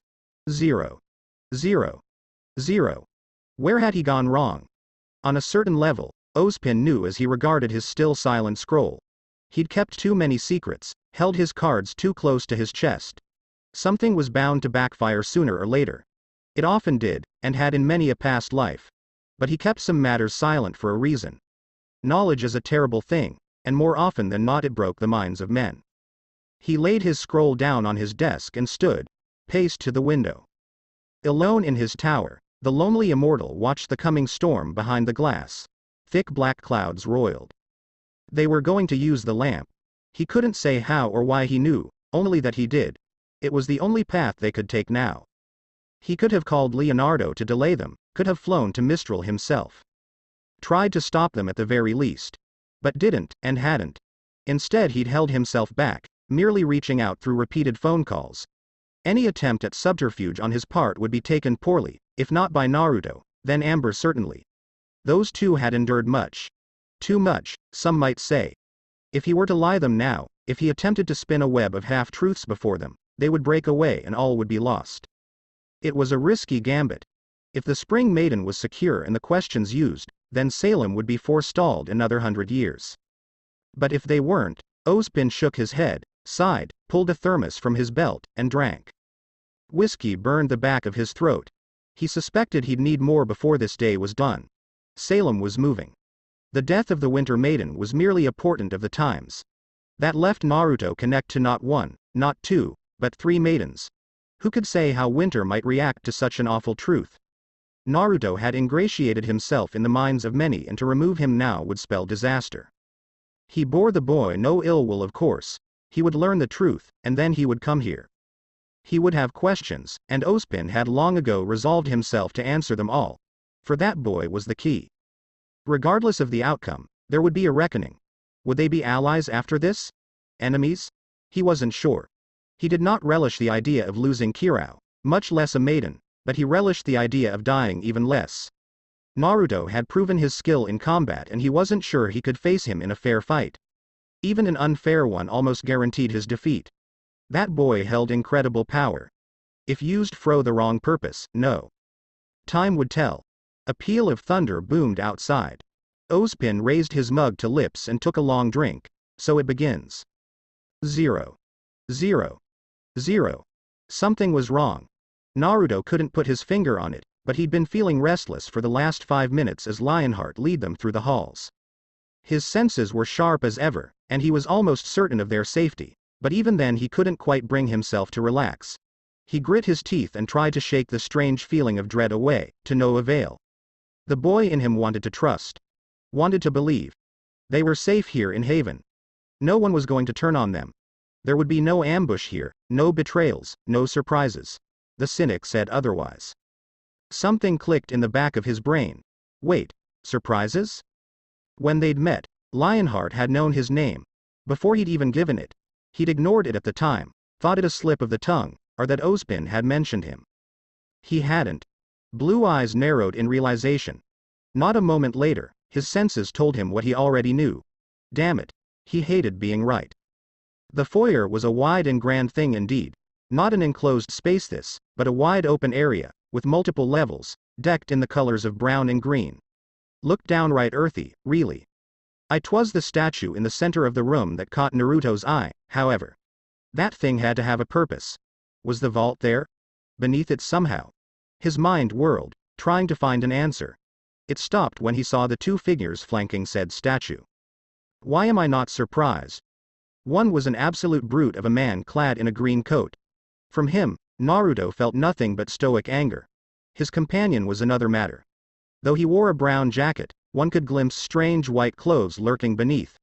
As they approached, he flung it aside and began bounding on the balls of his feet. Manic glee pervaded the air, enough to leave his senses physically ill. Wait. I know that man. Amber hissed out a breath and slowed. Naruto mirrored the motion. To his credit, Lionheart tried to spin the situation. Never fear, these are associates of mine. The man began, they're here to guard the relic, nothing more. Stop lying. She rounded on him. That's Tyrion Kalos, he's a murderer. The man flinched as the words slapped him in the face. Oh, joy of joys. The one in white clapped like a giddy child. And who might you be? Naruto, and right back at you. With a long-suffering sigh, the ninja tensed his shoulders. Whoever you are, whatever you want, we're not here to fight.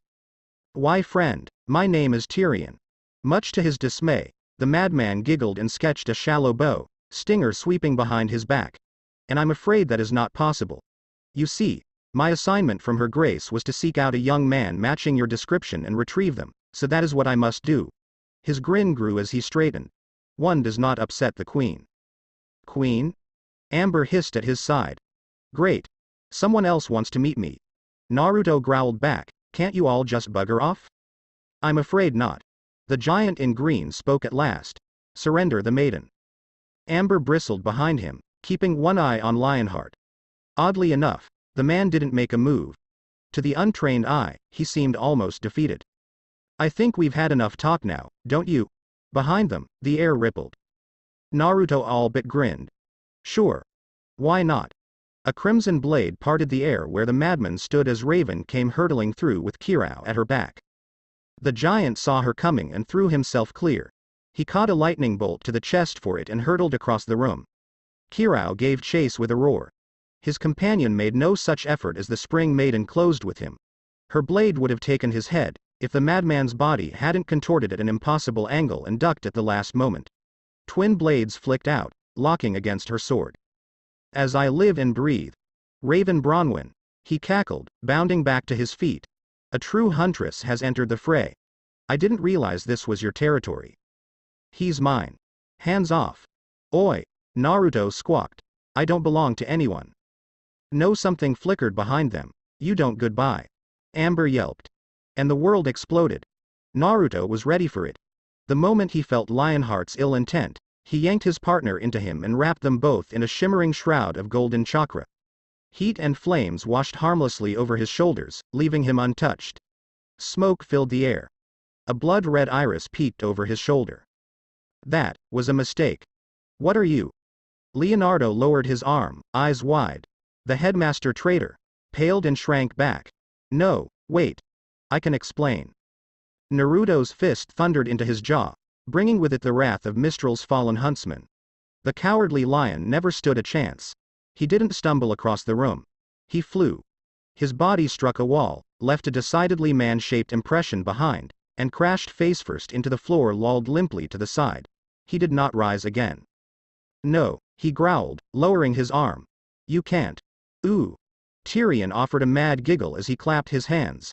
How delightful. I call dibs on the boy. Hazel blocked his advance with a large forearm. No, you take the maidens. The boy is mine. Party pooper. Naruto looked left. Naruto looked right. Naruto sighed. Kirao. Raven. He raised his voice, briefly bringing the combat to a lull. Get the relic. We'll handle them. He crossed his fingers and reveled in the brief look of confusion everyone wore. He'd never get tired of that. The urge to simply flood the room with shadow clones and swarm their enemies was almost overpowering. But that wouldn't be enough. That wouldn't satisfy him. Instead he flung 3 at Hazel and 3 more at Tyrion. The copies died almost instantly, but their purpose was served. They weren't meant to fight. They were simple distractions, nothing more. Everyone separated and the world turned to a blur. He didn't look to see if his shout was followed. Instead, he lunged at Hazel. Amber shot toward the ceiling, eyes blazing. Tyrion climbed up after her, leaving them to one another. Do you want to play mad? Fine. Amber growled, eyes burning molten gold as she dove down after him. Let's be mad. A fist crashed into Tyrion's face and sent him skipping down the hall. He was still flying through the air when another found him and sent him flying in the other direction. Wheel. A giggle greeted him as he clambered upright. You certainly flew quite a bit there. Let's do that again. I've got a lot of anger to burn off, and you're going to be my punching bag, Buster. Baleful red eyes bled back into blue as Naruto released his cloak. Why do this? We're not enemies. You serve Ozpin. The giant reared back and jammed a dust crystal into his arm. That's enough. I don't work for him. Ya big oaf. Hazel's muscles began to writhe and twist beneath his jacket, growing to grotesque proportions. The giant stabbed his hands into his belt and a second crystal joined the first. Followed by a third. Fourth. Fifth. With each injection his body warped and twisted, taking on an almost crimson hue. Naruto looked up. Up. Up again, as the man continued to grow. Kurama swore as Hazel's shadow engulfed them. That might be a problem. And still he continued to contort, his body writhing as arcs of fire and lightning crawled across his bristling shoulders. We were told of your strength. Even Hazel's voice had deepened now, a great bass undertone that rattled the very floor. You will not find me wanting. He moved with a speed that bellied his new size and slammed a punch at his face. Naruto evaded with ease, sweeping to the side before those crackling fingers could make their mark. Was that it? Bastard might be big, but he wasn't going to hit him like that. He did not dodge the current that chased after Hazel's fist. R. Electricity slammed into him and every muscle clamped down, forcing him to one knee.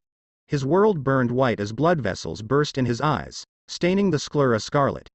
Hazel pounced and decked him in his moment of weakness, nearly laying him out on the floor. Anyone else would have been finished, surely. A lone tooth whistled into the air as Kurama blunted the pain and forced him to focus. Alright. Naruto wheezed smoke. Shoulda seen that one coming. My turn, now. Hazel struck again, and this time he struck back, ignoring the pain. His first punch slammed the growling giant into the ground. A second pinned him there. Just stop moving already. Hazel jammed a sixth crystal into his thigh and flung him off. Your efforts are in vain. He informed him briskly, growing once more. I cannot feel pain.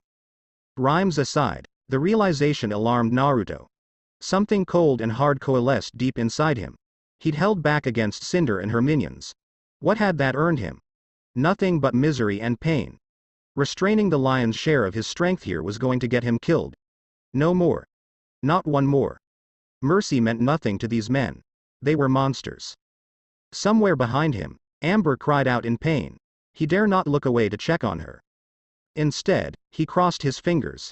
Shadow clone Hazel thundered forward, forcing him to abandon the jutsu and block. Pain thundered down his arms as he caught the blow. I don't need you to feel pain, he warned. I just need you to go down. This time he didn't hold back. Hazel came in again and he met him halfway with a roar. As ever he led with a right hook. It proved to be his downfall. Naruto caught his arm, gritting his teeth as sparks coursed through him again. He was prepared for it and the pain that followed. Neat trick. He grinned against the current arcing through his teeth. Let me show you one of mine. Gritting his aching teeth, he dragged Hazel's arm down and slammed an elbow into muscle. Aura crackled. Flesh and bone gave with an ominous crack. Naruto struck again, and the arm striving against him went limp as he found his proper target. Hazel grunted in surprise, but he didn't scream. Wide eyes regarded the spike of white bone jutting out of his wrist. With an ugly crack, he pushed it back in. Last chance. Naruto warned as he settled back into a stance. Stay down, or I swear by all that is holy, I will put you down. Hazel straightened slowly. You would murder a man in cold blood? Naruto fought down a flinch. His conscience protested. A man? No, I wouldn't kill a man, until he murdered it. Ah, but you? Blue eyes gleamed gold, then red as he ceded control to Kurama. You're not a man. You're a pig. Let me hear you squeal. He blurred into the giant's guard, one arm swept back to strike. Hazel squinted as he heard a faint keening noise. It was the last sound he'd ever hear. Her teacher was a god. That was the only title little Vernal could think to give Naruto as she watched him beat Hazel to death. Not halfway dead. Not within an inch of. Teacher was going to kill him. There could be no doubt about that. Not with the way he was fighting. Every strike was made with the intent to cripple. Every blow broke bones faster than they could be set. Each strike sent blood splashing across the walls, painting them in grisly red relief. Really, it was a miracle Hazel was still alive at all after taking that last attack. Even with aura, the human body could only take so much damage. And numb or not, Hazel was taking damage. His left eye was ruined, leaving a weeping wound behind. His chest had become a scarred and bloodied mess, with only the vaguest threads of clothing clinging to his scarred shoulders. Dust seemed to be the only thing that held him together now, and even that too was beginning to fail him. His arm were a charred mess, blackened and twisted by electricity and flames. The other was gone entirely, severed well above the elbow, cauterized by the hell that was the Rasen Shuriken. Yet still he stood, for all the good it did him. Hazel, Hazel, Hazel. The words that followed cut deeper than any jutsu. Why must you be such a disappointment? A clawed hand struck him in the stomach, folding the ruined mane in half. Whatever would your sister say if she saw you like this? Hazel screamed. Struck a nerve, have I? Good. A clawed hand closed around his hair, bringing his face to his. I hope it burns. I hope she knows you're a monster. You're acting like one. Despite herself, Vernal winced. This wasn't a battle anymore. It had ceased to be one 5 minutes ago when his eyes went red. She wasn't sure if that was a power-up or something, but he certainly treated it as such. Hazel hadn't been able to land a hit since then, and the ranting diatribe that followed hadn't helped him any. If anything, it only made Naruto angrier. And the angrier he got, the harder he hit. Salem can't be stopped, he says. An awful crack as he broke the giant's right arm. She's a force of nature, he says. A devastating crunch as Hazel lost 3 of his fingers. Well, people are a force of nature too. Just look at Amber. Tyrion yelped as a fireball blasted him from his feet and flung him across the foyer. We're still here. We're still fighting. Even I'm here because I want to be. A spinning kick sent teeth sailing into the air. But your sister died to the Grim, and you decided to work for the literal queen of evil. Where's the sense in that? If you've got a sodding problem with Ozpin, take it up with him, not us. The boss is pretty scary when he's mad, huh? Vernal murmured. Nah. A familiar voice drawled beside her. That ain't him. You can tell by the way he's talking. Vernal turned to regard the clone left to watch her. Eh? What are you on about? Naruto is Naruto. He's right there. He is, and that's not him. The doppelganger waved a hand. That's Kurama. But you're right. He's probably pretty pissed off if he let the furball out to play. Haven't seen him this angry since Deidara. Vernal blinked. Who? Crazy bastard who ate clay and made bombs. The clone shrugged. He's dead, by the way. Your world's weird. Don't I know it? Hazel sailed past them and crashed through a staircase. Naruto Kurama sauntered after him with a lazy gait, uncaring as the giant struggled upright. He was still struggling when the blonde reached him, grabbed him by the hair again and wrenched him upright again. There was no mercy to be found behind those crimson eyes. Cruel, clawed fingers. What's wrong? The blonde's distorted voice rang out as he slammed Hazel's battered body into a wall. You were talking a real good game a few minutes ago. What happened to all that bravado? Hearn. Not gonna talk. That's fine. I'm feeling chatty today. See, that's the thing about my partner. He laughed, shaking the blood from his hand. He's merciful. He's fond of second chances. He gave me one. I took it. But you. A click of the tongue, a shake of the head. You had one's chance. One opportunity to see sense. You wasted it. And unlike him, I don't spare my enemies. Hazel howled at him and smashed him into the floor. Kurama cackled and backhanded him, sending the giant sprawling. Vernal continued to watch. Raven and Kirao had already gone below to retrieve the relic. She could have gone with them. Could have sought shelter in the vault below while the adults fought up above. Instead she chose to stay. To linger, rather, to watch. Why wouldn't she? If she was going to be trained by this man, then she wanted to see how he fought. She knew she couldn't fight here. She hated it, but she accepted the truth. She wasn't big enough. Wasn't strong enough. Not yet. But one day she could be. And for now, she could watch. And in watching she learned. Amber fought like a madwoman against Tyrion, slinging spells and elements around with frightful dispatch. Nothing to learn there. Only fear. Ah, but Naruto, now there was something she could appreciate. Hazel's fist slammed into his face again. That very fist had shattered men before him. The ground splintered underfoot and a portion of the wall behind him gave way. Put a little more force into it, would ya? The whiskered warrior yawned. It's not often I get to enjoy a jaunt like this. The giant grabbed him by the face and rammed his forehead against his. Once. Twice. Thrice. Aura cracked and sputtered. He was left with a bloody nose. Slitted eyes rose to regard him with mild disappointment, utterly unharmed, utterly unimpressed.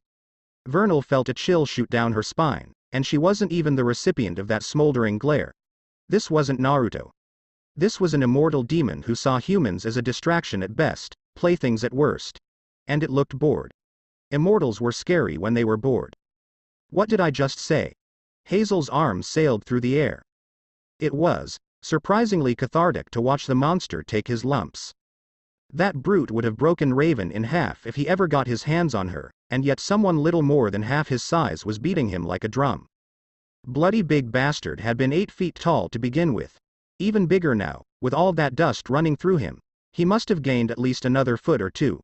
That put him at what, 10 feet, to Naruto's 6. It should have been an insurmountable difference. Someone amped up on that many dust crystals should have been unstoppable. Should have. Key word there. Enough. You're boring me. Die and be with your sister. Maybe she'll be more merciful than me. Vernal settled in to watch the slaughter that followed. And by the brother gods, it was glorious. Kurama rammed a second Rasen Shuriken into Hazel's chest. Hazel ceased to exist.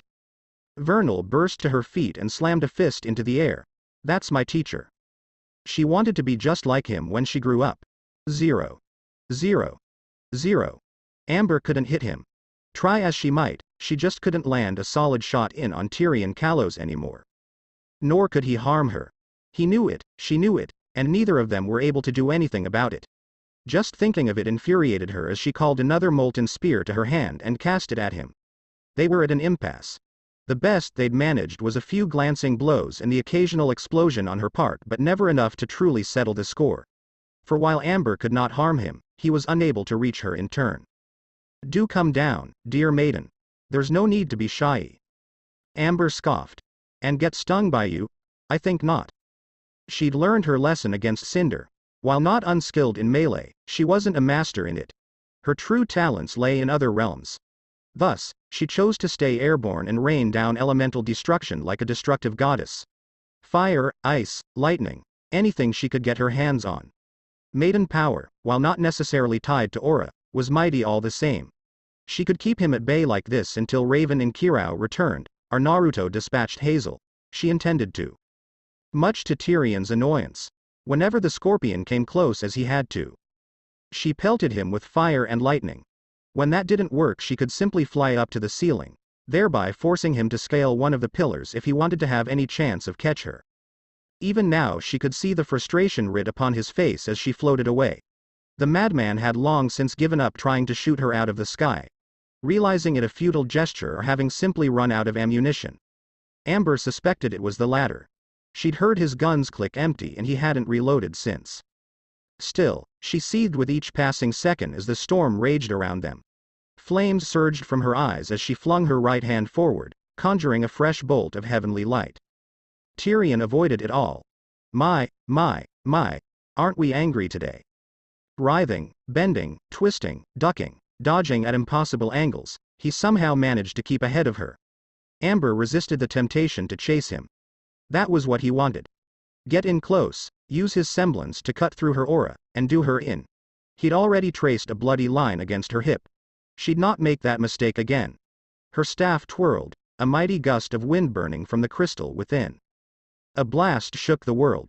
Amber jolted, her concentration lost. She turned her head just in time to see Hazel's ruined corpse crash down the main stairwell, through the arms of a statue, and into the floor. Even from here she could see his wounds. A flash of pity burned bright in her chest and she stubbornly quashed it. He was missing a good portion of his chest alongside an arm and a leg. Numb or not, there would be no getting up from that. He was dead. He had to be. Even a monster like him couldn't possibly. Behind you. Naruto's shout came too late. A shadow fell over her as Tyrion descended from the rafters above with a mad cackle. He landed on her back, locked his legs around her upper torso, pinning her arms, and started hacking, ripping her from the sky and all but riding her down to the ground as he tore into her. Amber snapped her head backward, driving her head into his chin. It availed her not. Curved blades swung madly and bit through her aura to find the vulnerable flesh of her back and shoulders. Blood sprayed through the air. Her strength waned.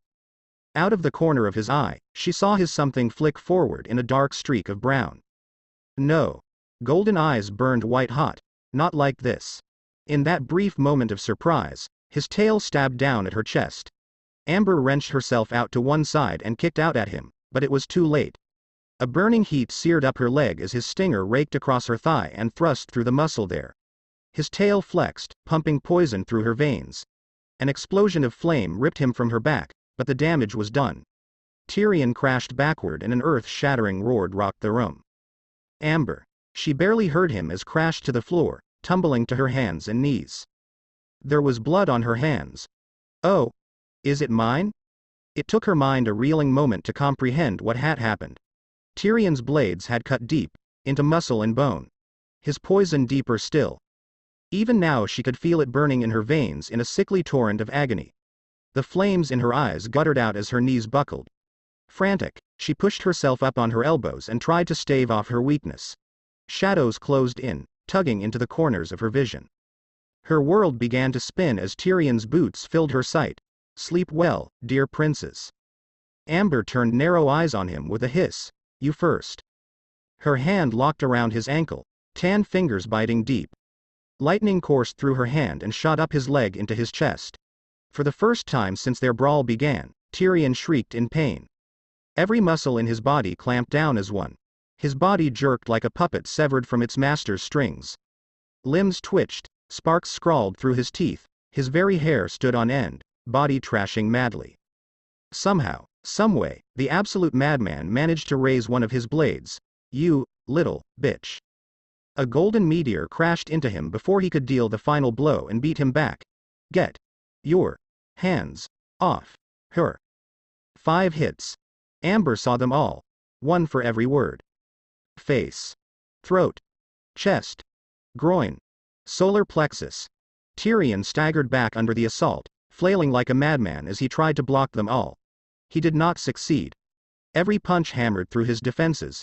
Each kick cracked bone and tore muscle alike. He was driven back, furthest still, unable to keep pace. Finally, he slipped up. An almighty uppercut caught his chin, launched him toward one of the upper levels. The streak of holy light raced back to her. A marked hand touched Amber's back and everything burned again. You're all right. little bird. An oddly familiar voice crooned. Just breathe. I've got you. Pleasant heat rushed through her shoulders, pushing the poison away and taking the cloying darkness with it. She gasped, back arching, wounds closing as if they'd never existed at all. It was the work of but a moment. A single touch brought her from the brink of death back to the land of the living. Her heart howled in her ears, hammering a harsh pace that nothing could hope to match. Hacking and coughing, retching and gasping, Amber curled into a ball and whispered a silent prayer of thanks to the brother gods. Twice. That was twice she'd been saved from certain death now. She wasn't certain there would be a third. Stay here. She distantly heard him. I'll handle this. She censored it in a ragged gasp as her eyes began to burn again, stronger than ever before. Her aura might have been spent, but the maiden power was tied to her emotions. It surged through her veins, eager to lash out at the one who had hurt her. It took everything she had to hold in check. Finally, she dared look up Naruto. No, a clawed finger wagged.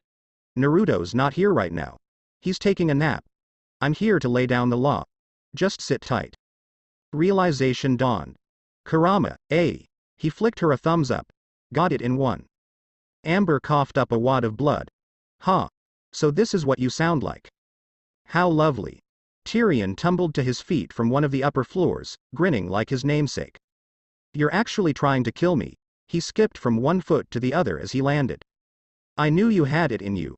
My queen will be so pleased. His flail flicked forward. A sizzling drop of poison fell down to sear through the floor below. And it would seem that dear Cinder was right. Wide eyes alighted upon Amber. Just looking at him left her feeling ill. You can heal others. I put enough poison in her to drop a Berengal. She should be dead by now. Another giggle. Yet she lives. How wonderful. The killer took a low, sweeping stance. What say we kick things up a notch or two? Kurama stopped smiling. Instead he turned to face Tyrion, body flickering shades of golden and red. Do you know the definition of insanity, Tyrion? He all but sang the words. Oh, who am I kidding? You're already insane. Of course you do. But just in case you've forgotten. His fist shot up, catching the hooked blades before they could separate his head from his shoulders. Another blade smacked home into his hand, forcing the two of them into a deadlock. Tyrion tittered and pushed back. No doubt the Faunus fancied his chances in a contest of strength. That was a mistake.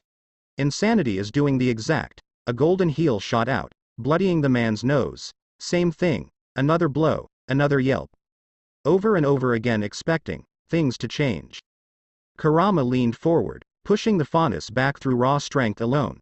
That is crazy.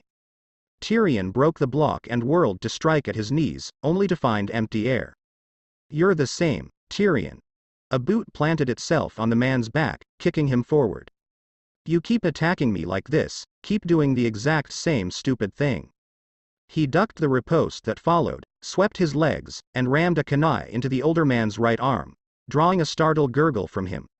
Over and over and over and over again thinking, this time is gonna be different, no, please. A flick of his wrist tore it out and hacked at him a second time, tearing a second trench across his chest. This time is gonna be different. Well. A laugh burst from him, deep and feral. I hate to burst your bubble, but this? Tyrion's tail stabbed at his face. Naruto caught in his right hand, wrenched his arm down and to the left, overextending the stinger. His knife came out and cut through the chitinous appendage like paper. This is where you die. Purple poison and dark arterial blood spattered the floor. Tyrion lashed out in a blind rage. Kurama shattered his weapons, kicked him down, then trapped him there for good measure. A booted foot planted itself against the Faunus's wiry neck. His right hand swept back, fingers clenching into a vicious claw. As Amber looked on, a vermilion Rasengan snarled in his open palm. Tyrion snarled and thrashed like a man possessed, but even his anger availed him not. Abruptly, he gave up and slumped.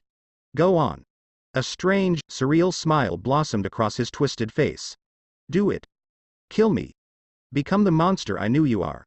My goddess will welcome you with open arms. Oh, and then, a giddy giggle fled from his lips. You'll burn the world. Ha. It's just as she has foreseen. Kurama kicked him again, drawing another gasp. Goddess, you say? He chortled angrily. Puny mortal. We've beaten a goddess before.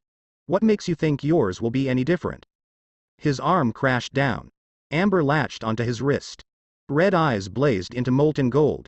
You cannot be serious. He nearly killed you. We need him alive, she insisted, tugging at his arm. He'll have information. Do we? Kurama sighed, displeasure twisting Naruto's face into a scowl. Do we really? Yes. He might know her plans. Hazel was one thing, but she wasn't about to stand by here. Not when they had a chance to finally learn something of the woman hunting them. More than that, something told her they would regret crossing this line, regret it more than anything else. Tyrion was goading him on. Killing was a slippery slope. Once you started, it was difficult to stop. She knew that firsthand.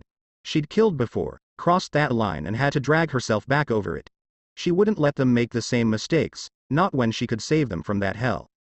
He wants you to kill him, she hissed, eyeing Tyrion's smug face. Doesn't that strike you as odd? Man's a lunatic. Kurama feigned an indifferent shrug. They don't make sense. I'm not debating this with you. Put Naruto back on already. He blew out a sigh. All right, can't blame an old fox for having a bit of fun. Amber saw the precise moment her partner re-emerged. It wasn't in his eyes, though they did shift from red to blue. No, it was the posture that truly reflected the chance. His stance became less aggressive, his smile just a little less feral.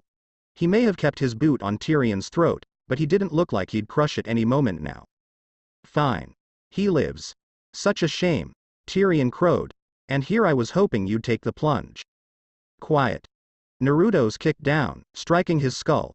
The madman crumpled with a gurgle. I'll leave some clones to watch Lionheart and get rid of. Boss. Vernal yelped. Naruto whipped around to see his would-be apprentice leaping back. Amber joined him, just in time to see something hurtle out of the room, clutching what remained of the giant's corpse. Whatever it was, it didn't look human. She glimpsed a shock of black framed by white bone and dark fur. It looked like a hound of some sort. Grim. Here. In the academy. That wasn't possible. It shouldn't be possible. Blast it. The blonde snapped his fingers together, summoning a trio of clones. After him. Paralyzed by the horror of what she'd just seen, Amber didn't stop him. A lingering blood trail told a grisly tale. What would a Grim want with a dead body? They didn't need to eat. How had one even made it this far into the school at all? Naruto summoned another horde of clones, numbering 5 in all. Watch those two. He commanded, jerking a finger toward Lionheart and another at Tyrion. If anyone comes and tries to take them away, explain what happened. If they keep trying, stop them. Each snapped off a salute, but something in his words worried Amber all the same. Tyrion's a wanted murder. Most of Mistral knows him. But Lionheart, well, there are cameras all over the school. When Naruto didn't answer, she reached out and grabbed his hand. He won't get away with this. Ozpin won't let him. Her fingers threaded with his. It's all right. You can breathe, now. We won. As she looked on, his expression softened. Fair enough. Vernal. The younger girl jolted under his gaze. Yeah, Teach? You're with us. We're going down into the vault. Kirao and Raven should have the relic by now. Steeling herself, Amber turned and followed him down into the vault. 0. 0. 0. Jin stirred in her prison. Ah, freedom at last. How long it had been. She knew her summoner the moment he touched the relic. It wasn't a conscious decision on her part. She did not choose to know the young man currently hold the lamp. She simply did. Such was a gift granted her by the gods. Hers as a boon of knowledge. Never of the future, but of the present and the past. A single touch, rough fingers brushing over the lamp, was all it took for her to know anyone who wished to ask her a question. Really, it was almost unfair how much she learned of him, and in but an instant at that. And for once, it wasn't the old man who released her. No, this was someone new. Knowledge flooded her mind where there had been none before. Naruto Uzumaki. A ninja displaced from space and time. Warrior, savior, hero, accidentally cast adrift fro his world. A simple soul, yet also a wounded one, tarnished by pain and distress. More knowledge came and she welcomed, poring over it like a good book. In the blink of an eye she knew him and his deeds. Past and present. This boy was a bringer of miracles, breaker of fate, destroyer of destiny. He held 2 fragments of a divinity within him. one in his right hand, and another sealed in his stomach.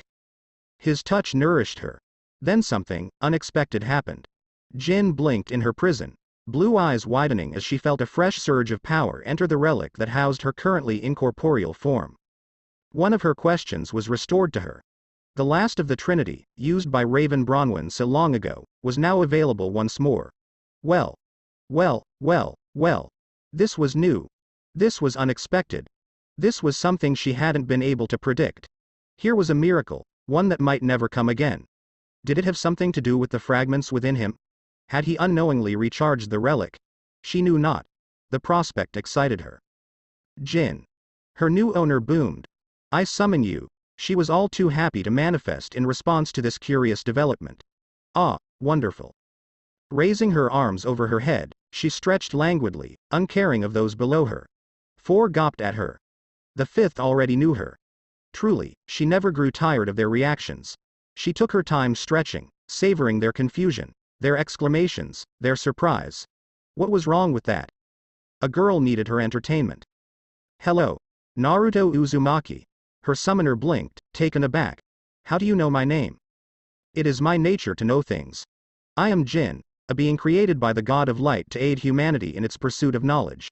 She turned her head to regard them with a curious expression. I have been graced with the ability to answer 3 questions every 100 years. When none dared interrupt, so too did she dare to continue. You're in luck, as I'm still able to answer 3 questions this era. Her gaze fixed on the blonde one, the stubborn youth even now regarding her with wide eyes. Count yourselves lucky. There were but 2 before one of you touched the lamp. The little quintet before her shared a glance among themselves. 3. The spring maiden muttered. How is that possible? I already used one. It hasn't been 100 years. I do not know. And she reveled in the unknown.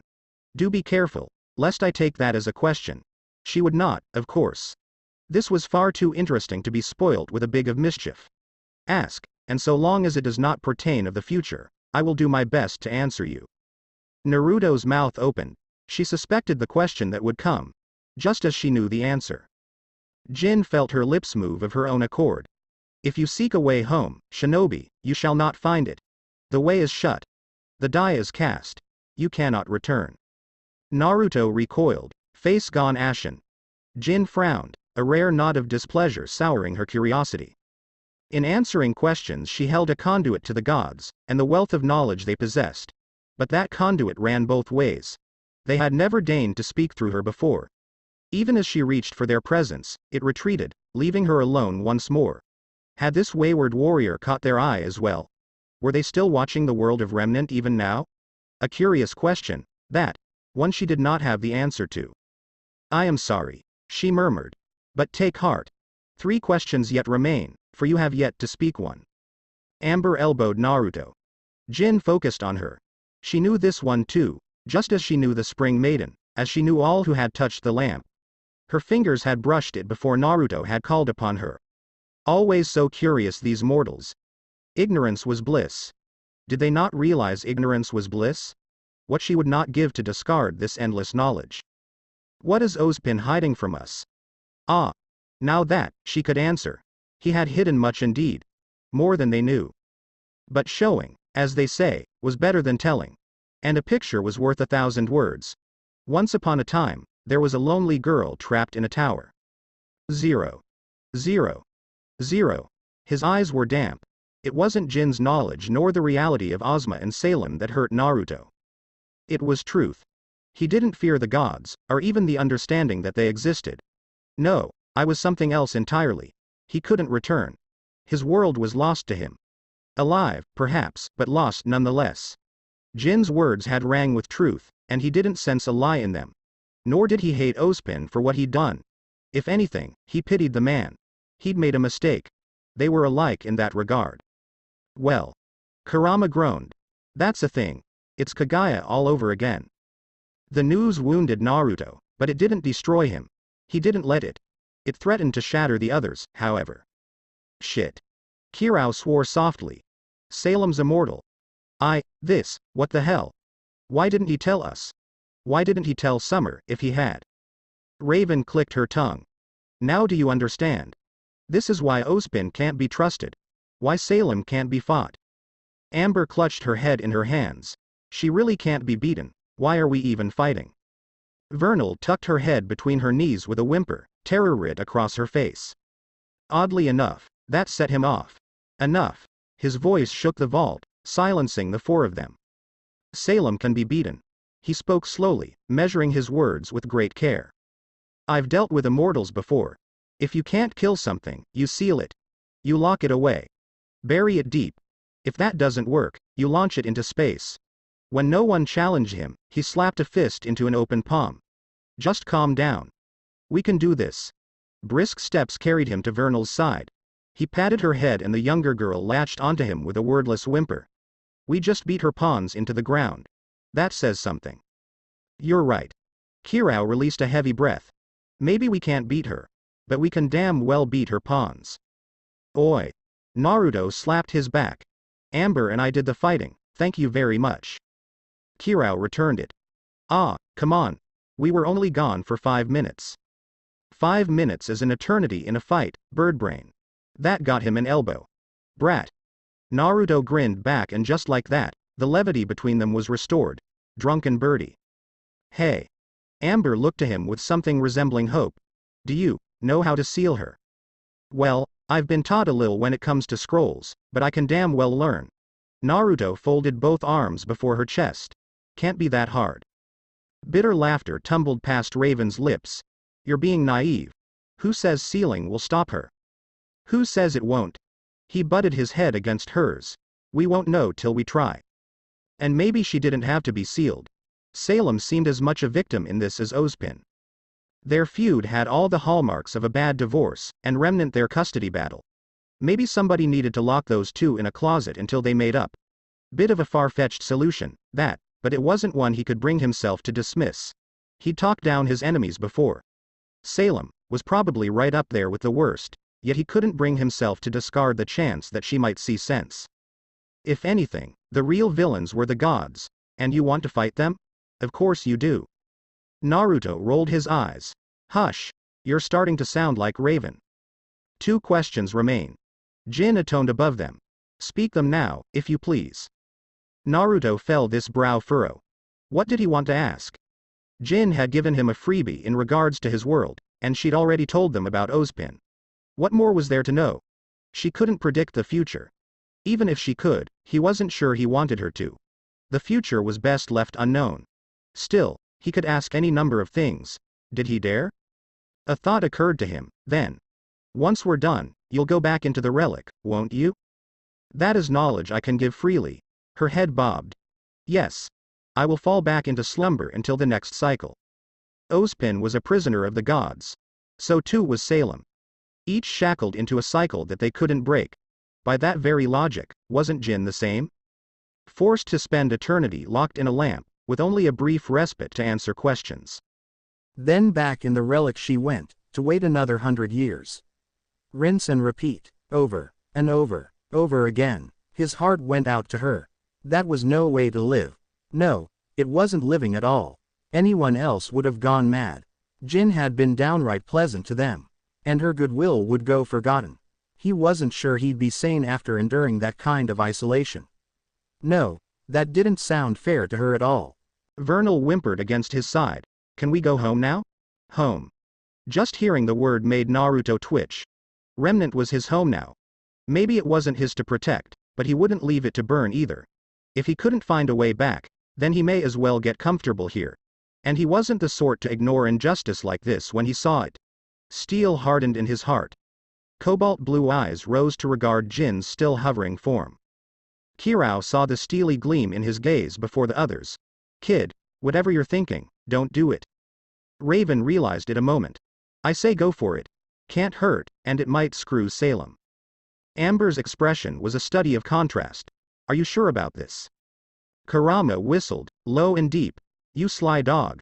I like it. Naruto inhaled. Exhaled. Spoke. How do I free you? Her lips parted, forming a small, perfect oval. Is that to be your second question? He stood his ground. Yes. As he looked on, Jin's expression changed. Her eyes widened.